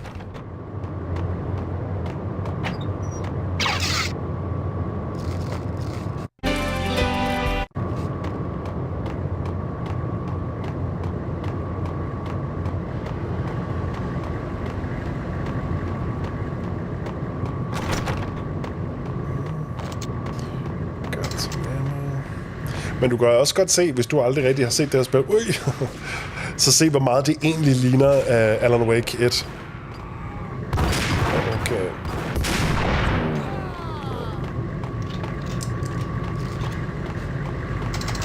Det er ret vildt. Altså, Alan Wake 1 er jo temmelig lang tid efter det her, men det ligner stadig sådan... Altså, det er lavet på samme motor og det hele, ikke? Jeg kan ikke sagtens tage fejl, men jeg tror ret meget på... Der er ret meget på spil for Remedy. Ja, okay, på den måde. Igen, mavefornemmelse. Men jeg tror, at Payne remake fejler kommercielt, så er Remedy døde. Både der, de vil nok rigtig gerne sikre sig, at de er klar for, at de udgiver. Ja, det er 100%, og det er jo også spillet, der skabte dem i en sådan grad, at der var nogen, der havde lyst til at lave en Hollywood-film og alt muligt, du ved, ikke? Plus, det kommer også til at være svanesangen for skuespilleren, som jeg selvfølgelig kan huske navnet på. Og I skal ikke tro, at jeg hæver telefonen frem for lige at være sikker på, han får sin hæder.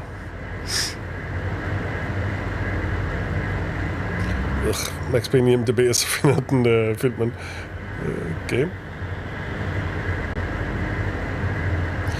Fordi jeg går ud fra, at han har indtalt replikker før sin død. Eller også så skal der en helt anden person til at lægge stemmen. Og det er selvfølgelig James McCaffrey. Lidt akavet, men hellere google det, end at ikke give ham hans roser. Wow. Holy.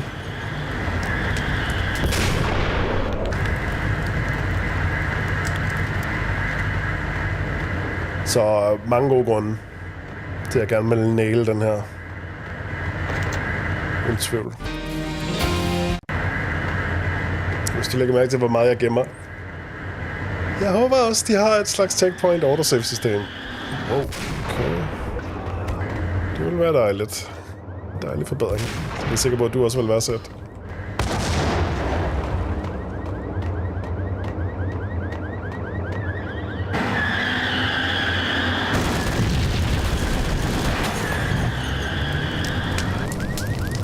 Rolig.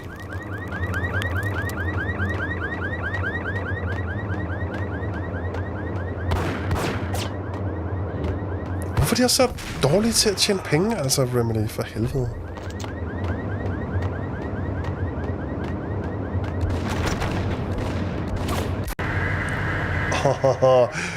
Jeg døde og lånede tilbage hurtigere, end jeg kunne nå at blinke.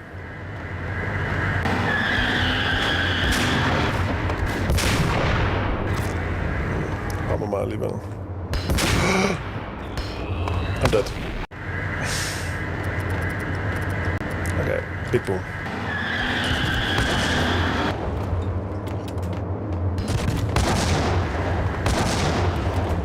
Han sprang sig selv. Jeg ramte ham ikke engang.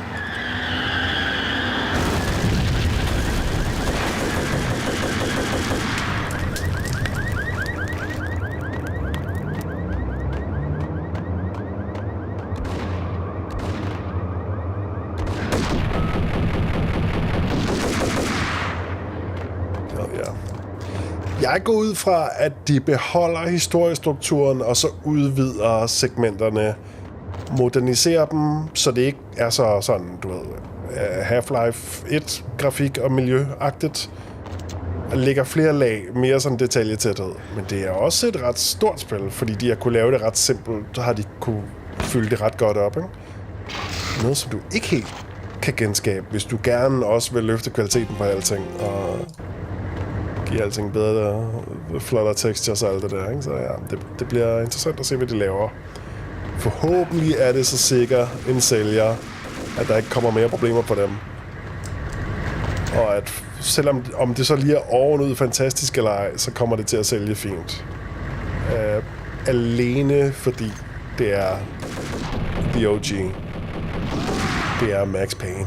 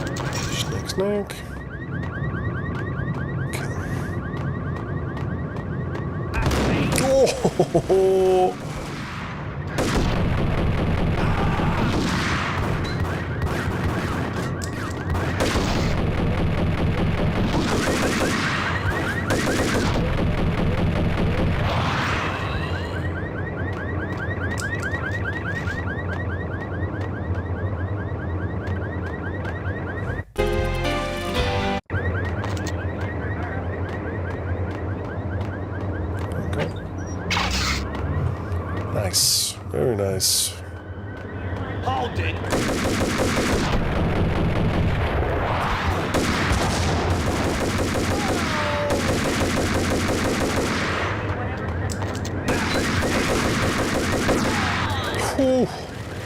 Okay.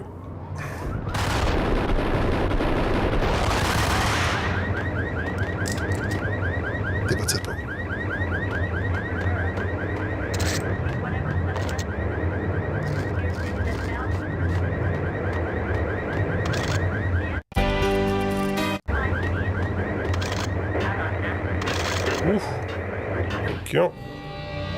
Reports of a fire at the Punchinello Manor in Westchester. The manor is the home of Angelo Punchinello, the alleged head of the Punchinello crime family. The police are now saying, contrary to their earlier statements, that Max Payne is still alive and at large. He continues his vendetta against the Mafia, of which this last act of arson is attributed to. I had no recollection of setting any fires, but I did remember the flames.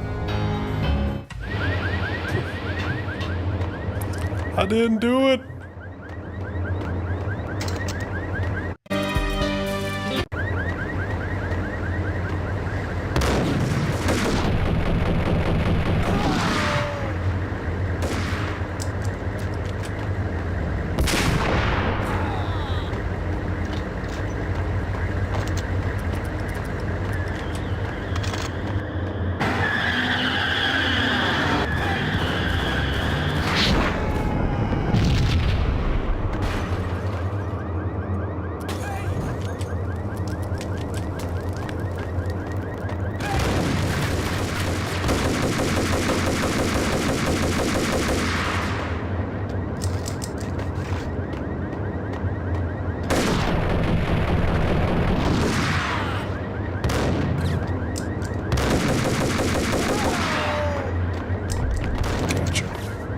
Got your ass.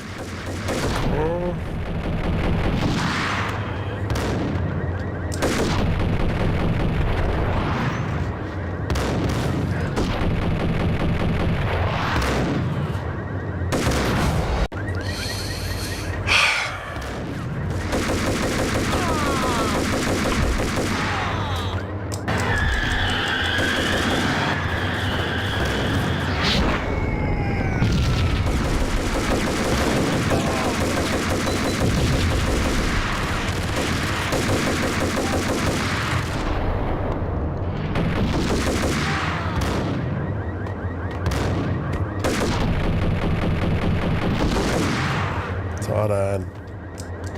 Unstoppable. Unstoppable.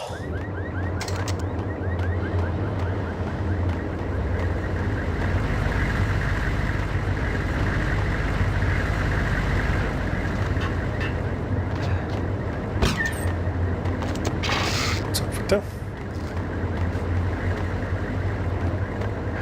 Okay, hvordan kommer man... Okay.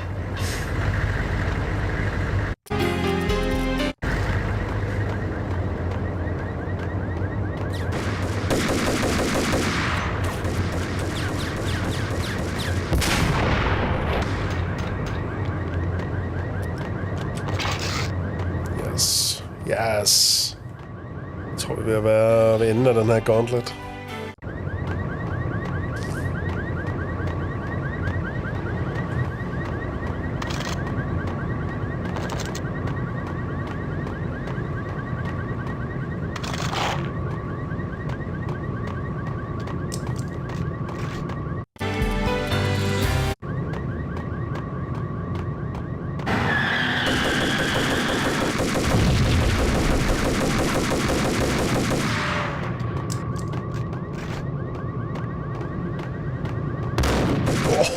Oh,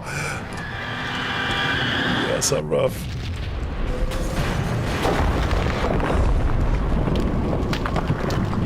Oh my god, he's got the boomstick.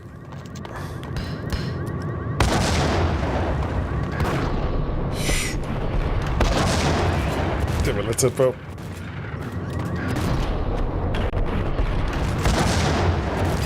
I miss.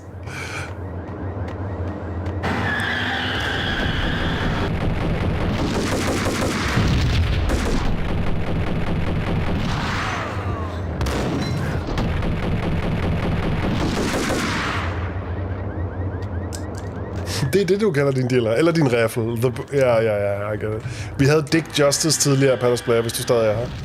Mødte en vagt, der lidt skamfuldt kaldte sin raffle for Dick Justice.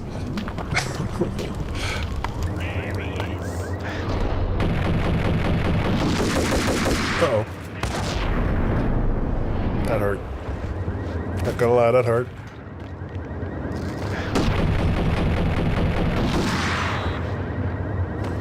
The boomstick.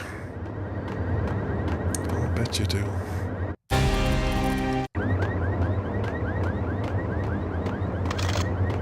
The jackhammer. Det er det, du skal kalde den.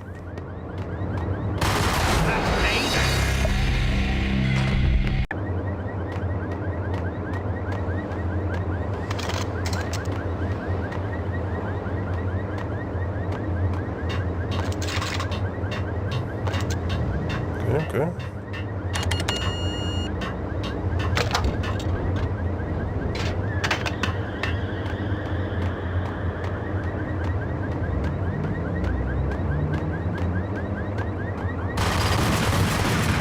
Den der Ingram er så crazy. Den er så crazy.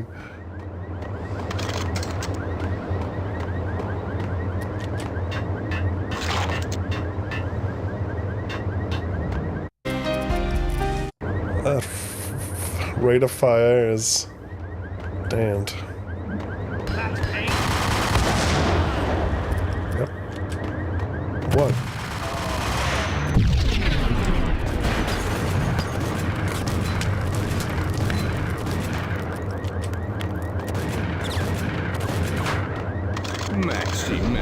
Maxi. Come out wherever you are. You know, I really hate people who refuse to see the inevitable. Refuse to do the smart thing. Where did man go? No, I must do the right thing.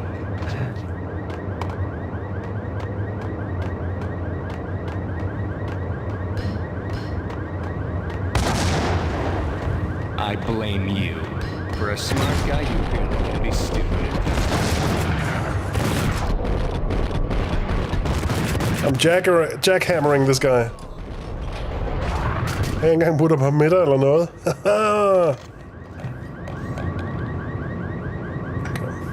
The payphone started to ring.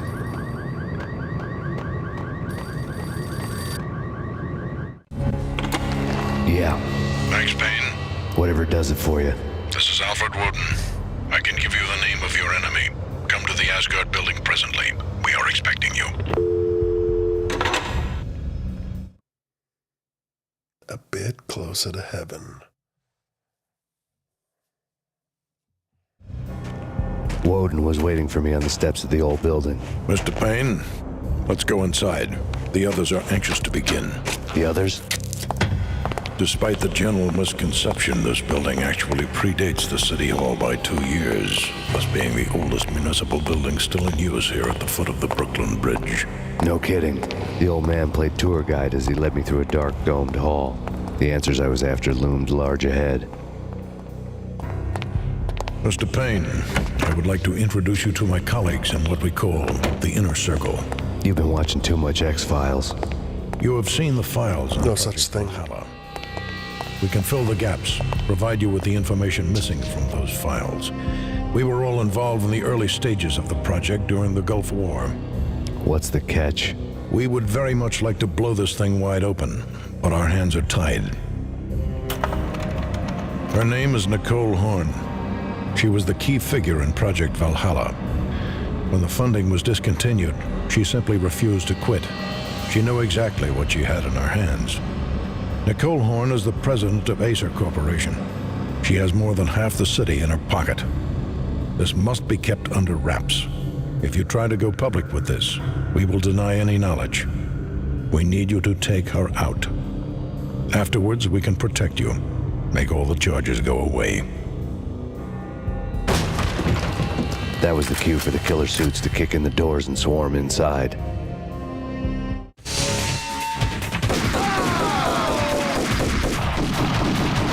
It was an impressive floor show, but I decided to leave early anyway. It was only a one-story fall. Freaking awesome. I mean, det er tragisk og sådan.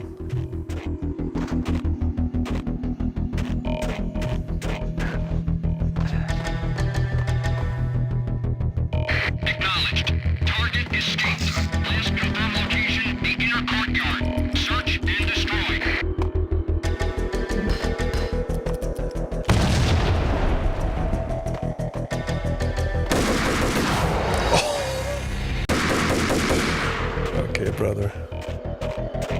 All right, big man.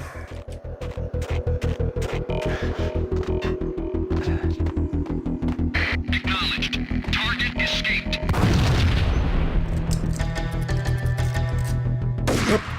Okay. En jæger! Han er på jagt!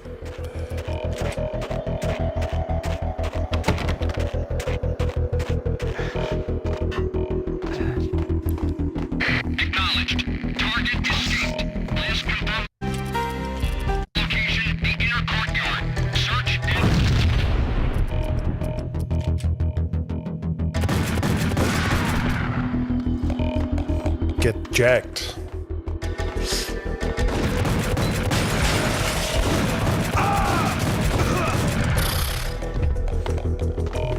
Jeg ramte Thomas Bo Mikkelsen.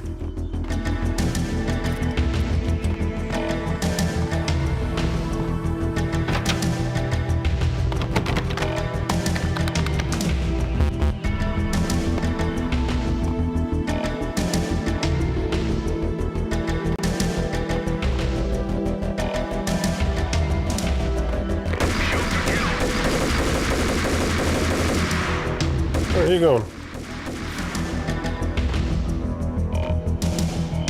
Nej? Oh.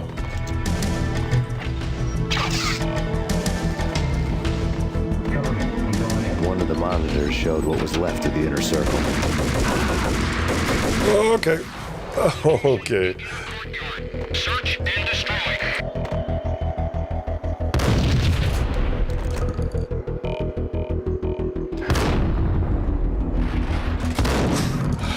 Det er dårligt.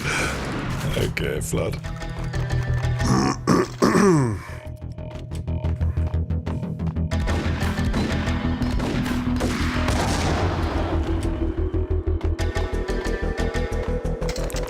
Tricky.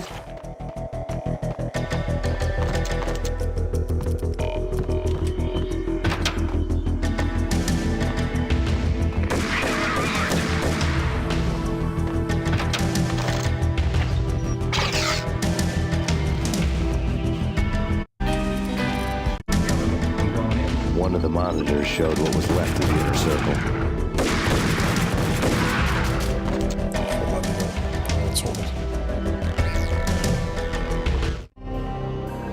On screen, the so-called corpse of Alfred Woden stood up, miraculously waking from his dirt nap, looking smug among his dead pals. In the land of the blind, the one-eyed man is king. I didn't know how he'd pulled it off, but it was a pretty slick way to get out of all his promises. Most of what he had said fit too well to be a load of crap. Indeed.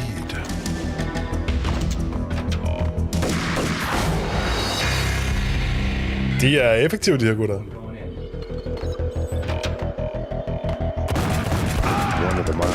Rammer mig alligevel. Det var da utroligt.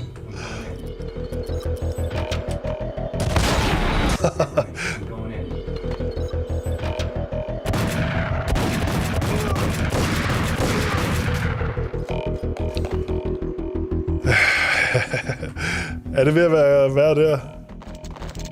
Ja, men altså, du mangler bare at blande alle andre.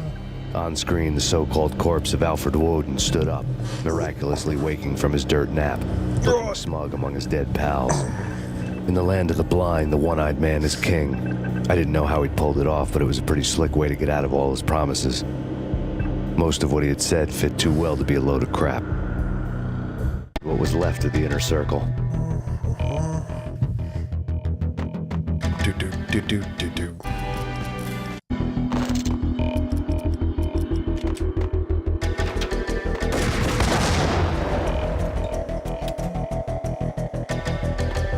Han tog jeg skade, det forstår jeg ikke.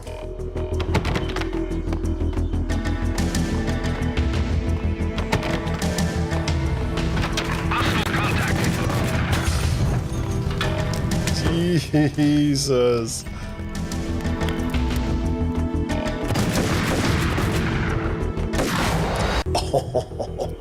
Det er spillet.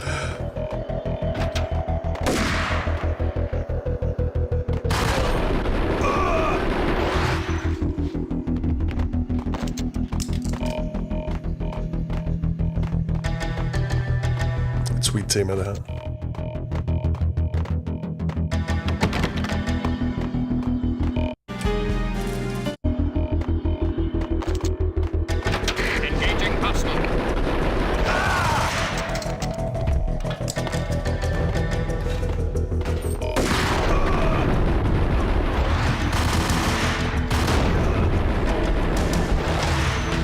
Nu spiller vi Max Payne.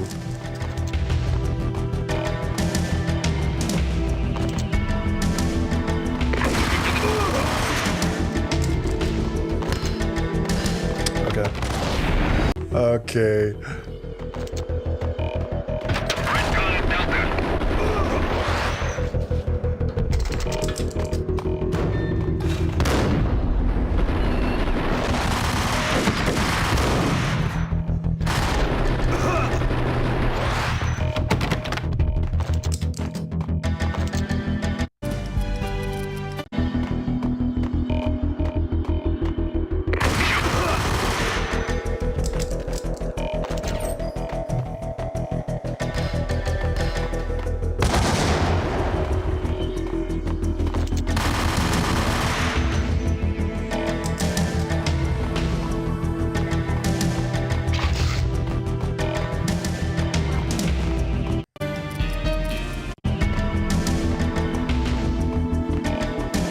fuld fokus lige nu.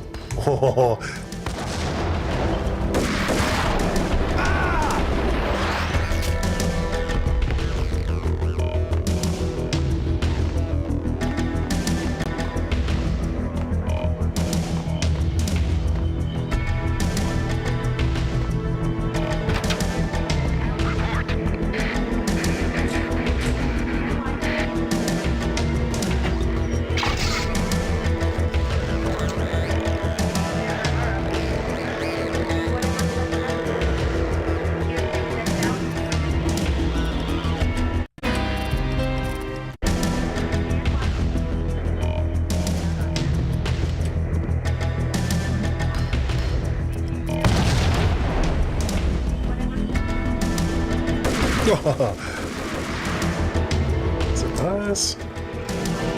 Surprise, surprise.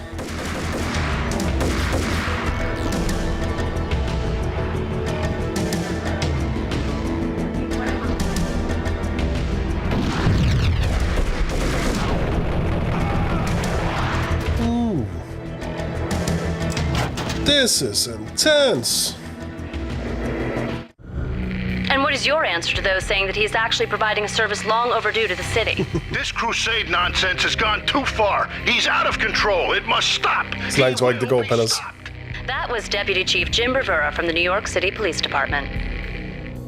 Hvis de har indlagt checkpoints og autosave, så har jeg ikke behøvet gemme så meget. Bare day didn't. Heldigvis er det et PC-spil, så man kan gemme så meget med det. Og hvis det havde været fra den her æra PlayStation-spil, well, you already know. Ain't no checkpoints, ain't no autosave, ain't no damn save, medmindre du vil investere i et memory card.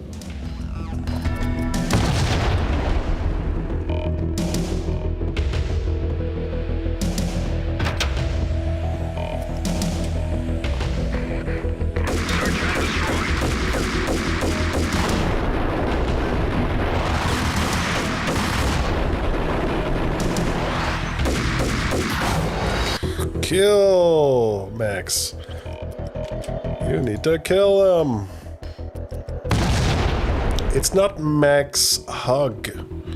It's not Max pleasure.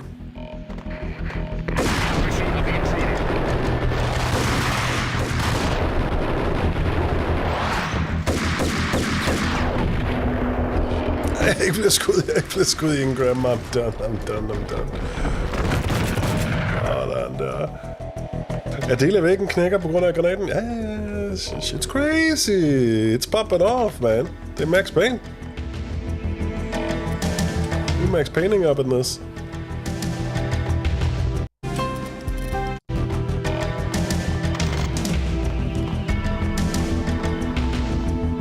Der er mange grunde til, at det her spil var sagen i 2001. Det slog mig også lige, at de har The Twin Towers i de her afbilleder af New York. Which is, you know, smile through the pain. Nicole Horn had blackmailed the inner circle into silence. The tape came with a curt extortion note on a piece of expensive paper. I remembered Candy Dawn taping her clients in action on the side, selling the tapes to the highest bidder. I was sure that kinky sex was nowhere near Alfred Woden's worst sin. But I had a feeling that when this was over, any collateral would come in handy. Jeg tror jo ikke, at kinky sex er en synd. Altså sådan helt dogmatisk. Måske mere, man skal være gift. Nok mere den del. Woden had left me a present. Woden had taken care of my mission preps with military precision. The critical areas in the Acer Corporation headquarters blueprints were circled in red. The president's office was at the top of the building, right below her penthouse suite. The elevators were controlled by a security computer, part of the mainframe located underground below the building. The high-rise was sealed as tight as a sci-fi fortress. That's tight. Tighter than a drum. Nothing seems to stop Acer Corporation's phenomenal victory march. Incredibly, the stocks are still rocketing. Worried experts already see a danger in the company's success. Some have gone as far as to say that Acer Corporation is about to become an even bigger monopoly than Microsoft ever was. Than Microsoft ever was?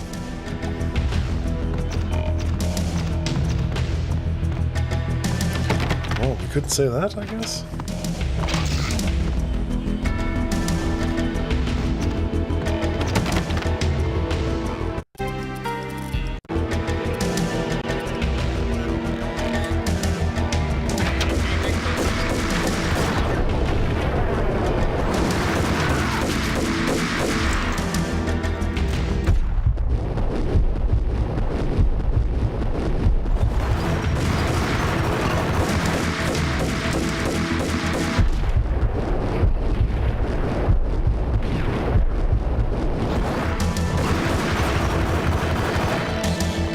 Get some. Search and destroy. Okay. Der var ikke flere skud med jackhammer. Der var lige præcis et skud i.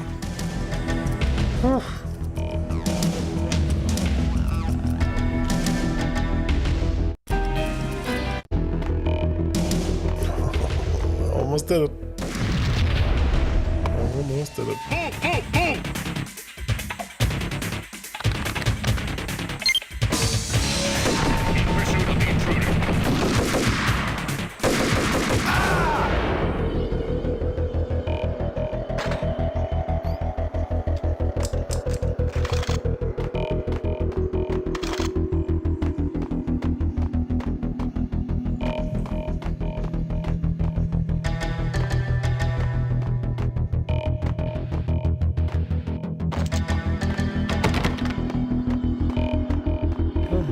Det var bare en worldbuilding etage.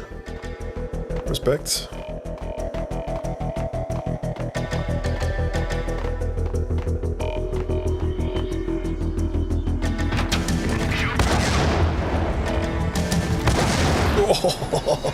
Halløj, boys. Hvad sker der?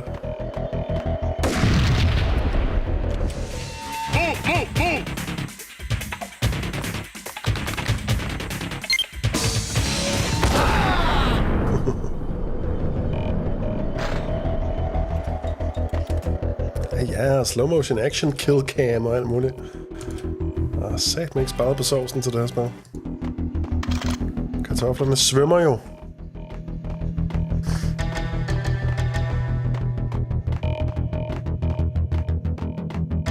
The best movie ending ever? Gotta be Butch Cassidy and the Sundance Kid. A hero's end, going out with guns blazing. Never heard of it? No? Okay, newer stuff then. The Usual Suspects, where Spacey walks out of the police station and suddenly loses his limb. Or hey, 7, where Brad Pitt gets to that head-sized blood-soaked cardboard box. Now I know. Freaking zombie demons from outer space. Drowning in blood was cool. Oh, why do I even bother? Some cultured peoples. Okay, ingen skader. Okay, og jeg er død.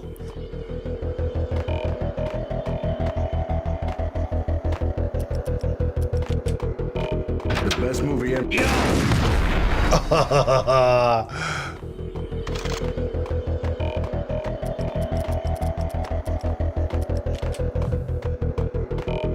The best movie ending ever? Hey,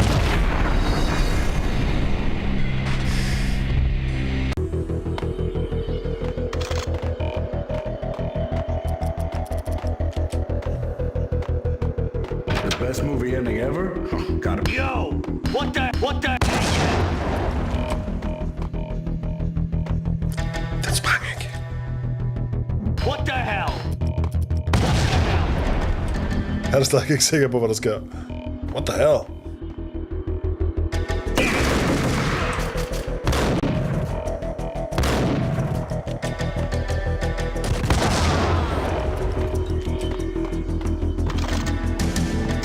Very nice.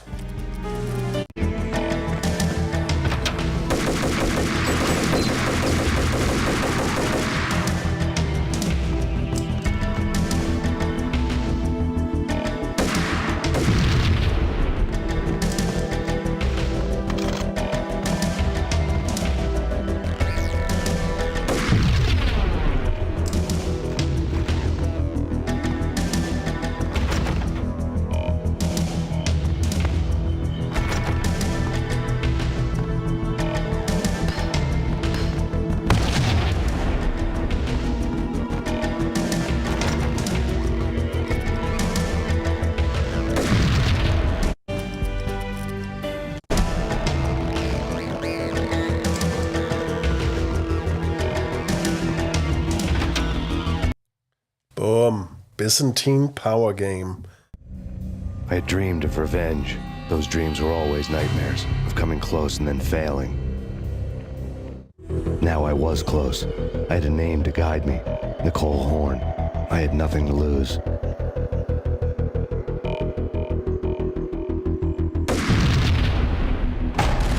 Oh, hello.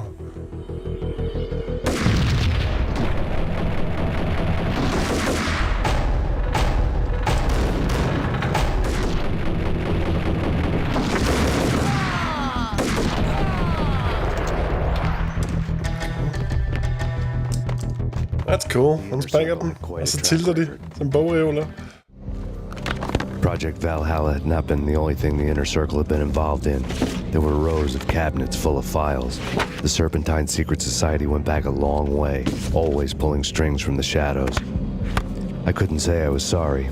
Woden's move in some Byzantine power game had cut the Circle's membership roster to 1. The old man wanted me on cleanup duty. It was my mess, too.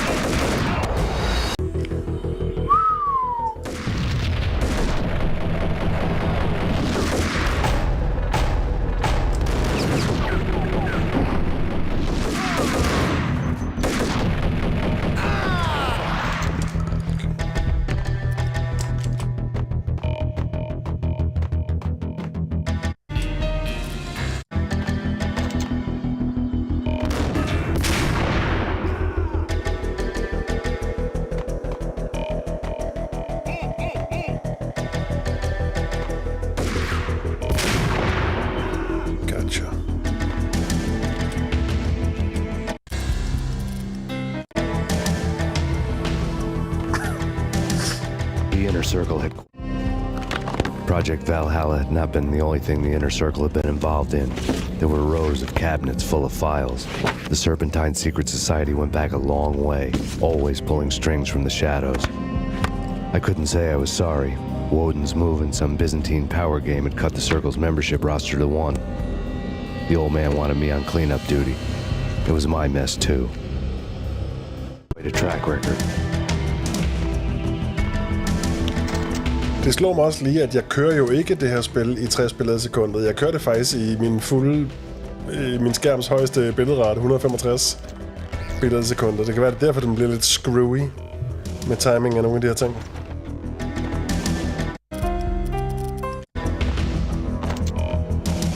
Hvorfor de bare laser mig med de der Ingrams.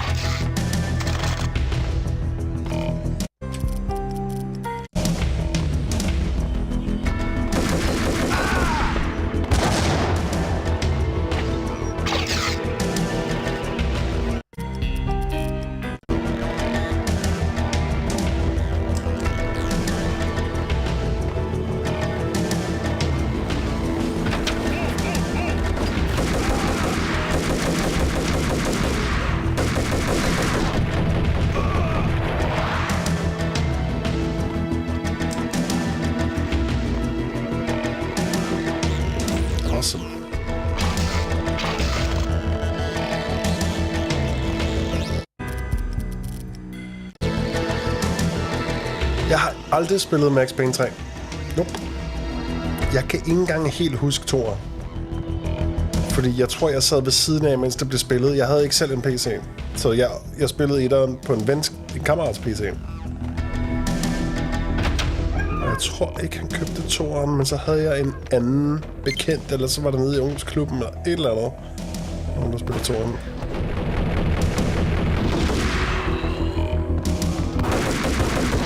Men jeg har aldrig prøvet træerne. Jeg har bare set lidt grafik fra det. Rockstar-spil, så vidt ved jeg. Så du heller aldrig prøvet spillet? Ja, okay. Egentlig nysgerrig. Spændende med et spil fra Rockstar, der ikke er open world. Men næsten ønsker, de prøver igen. Ja.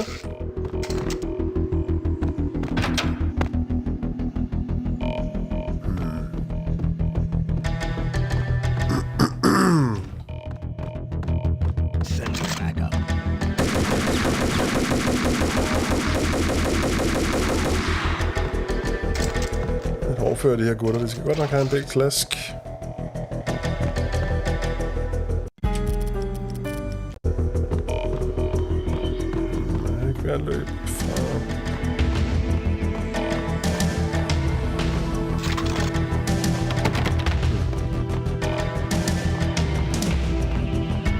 Det var bare en world-building-gang.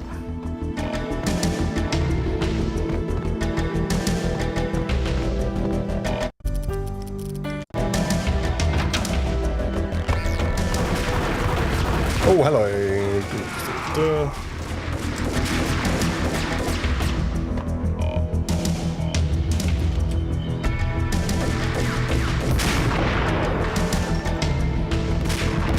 Hahaha.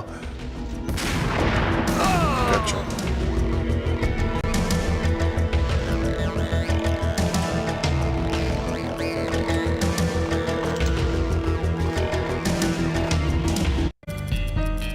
Easy go. Også et sjovt spil, der jeg ville lige have hørt begge ender af skalaen i forhold til holdninger. Nogle siger det undervurderet mesterværk, alle bør spille. Andre mener det er kæmpe mis fra Rockstar.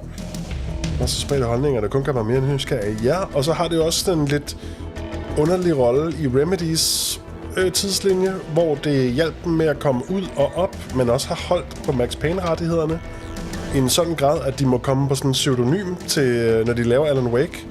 Så er det ikke Max Payne, som Alan Wake skriver på. Det var Alex Casey, jo. Så det virker lidt bittersødt.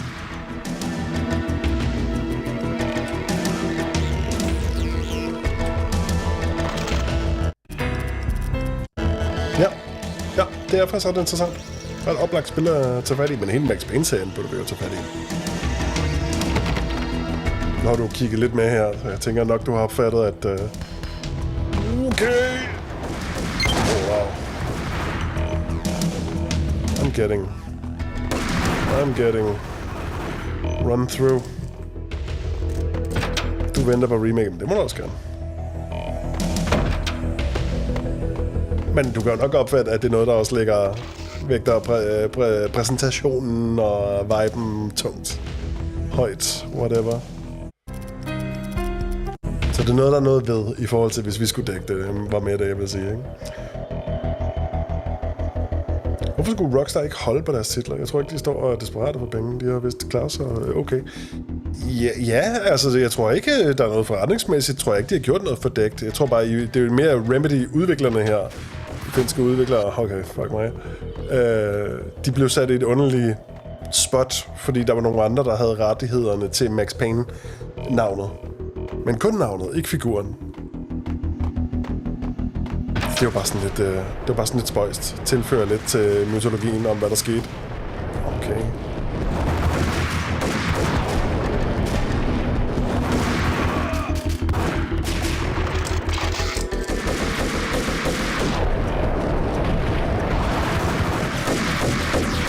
Okay.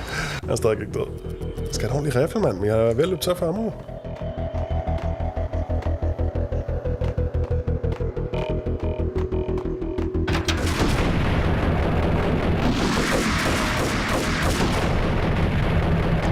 Hvad er det, jeg bliver ramt af? Jeg bliver bare wiped, jo. Holy moly.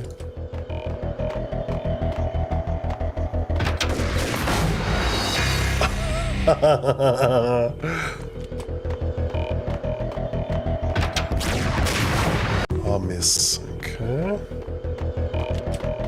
Men du skal heller ikke, der er ikke nogen måde, du kan spille det her spil på, Palace Player, så det skal du slet ikke bekymre dig om, at jeg begynder at bede om. Wow. Fordi det her, det er... Altså, hvad mindre du har en PlayStation 1, eller 2 måske, så kan du ikke... Og den originale, altså, så kommer du ikke til at kunne spille det her. Okay, wow.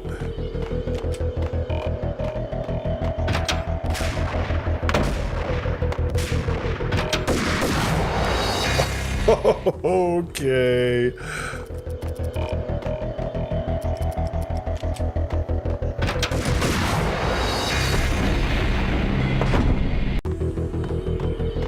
Der er noget screwy. Der er noget screwy med noget af det her interne timing.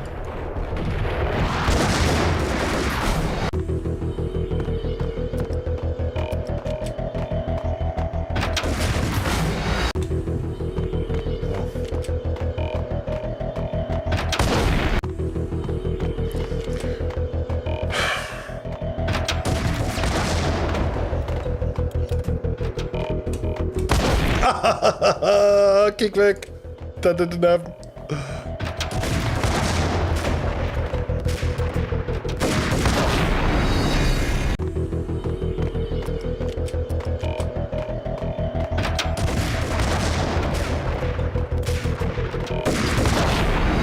Utroligt. Okay, så... Nej, det kan jeg ikke engang. Så skal jeg sige hurtigt skift. Okay.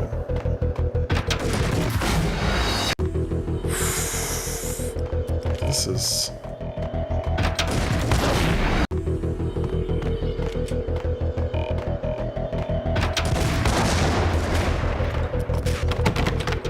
God, der er for mange dammer.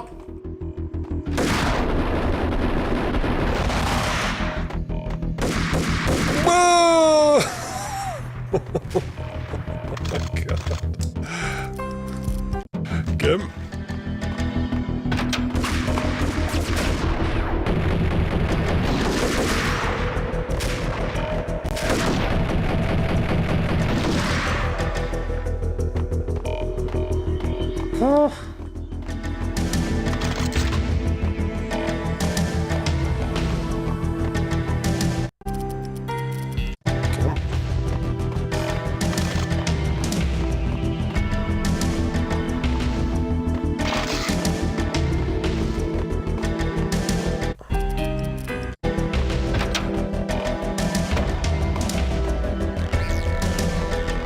CIA, FBI, you've seen what I have.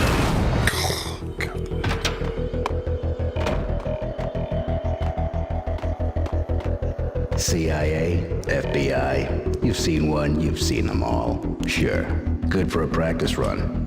But this, working for her, oh, this is the real thing. The money's astronomical. And best of all, you get to kill any scumbag who gets in your way. Licensed to send me back up. Bye-bye.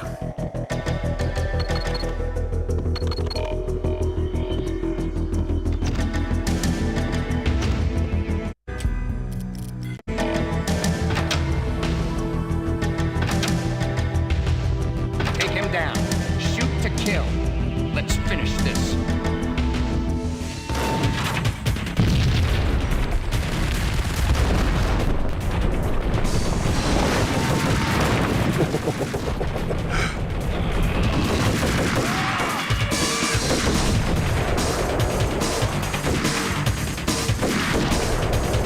Keep open, Max, please.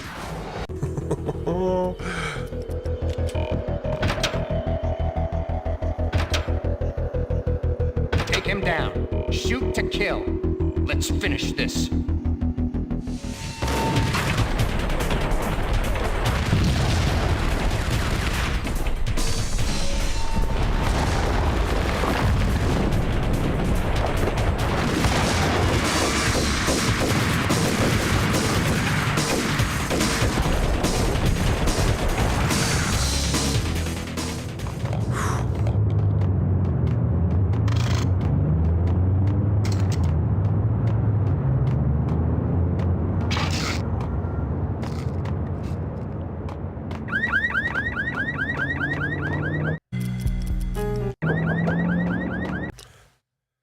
Absolute cinema.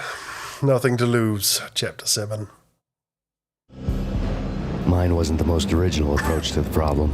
It wasn't as if it hadn't all been done before. An eye for an eye, the first principle of revenge. Old as dirt, still going strong. The cardinal rule in going after someone with an intention to kill was not to make it personal, which it almost always ended up being anyway. It did with me. I took my time, cruising around the city in the snow. There was no hurry. I knew what I had to do now. I took my time, thinking about it, building up the rage. When I was ready, I parked the stolen wheels at the front entrance of the Acer Corporation headquarters. Got out, got in, got cracking. I had a bullet with Nicole Horn's name on it. I had 10,000 bullets with the hag's name on them. She had ultra-high-tech security systems, enough mercenaries and weaponry to start World War III. There was no fear. New York disappeared behind a veil of snow. I had crossed the threshold. This was her domain, sleek and sexy and soulless, all glass and steel. A place of color-coded security key cards, metal detectors, and surveillance systems.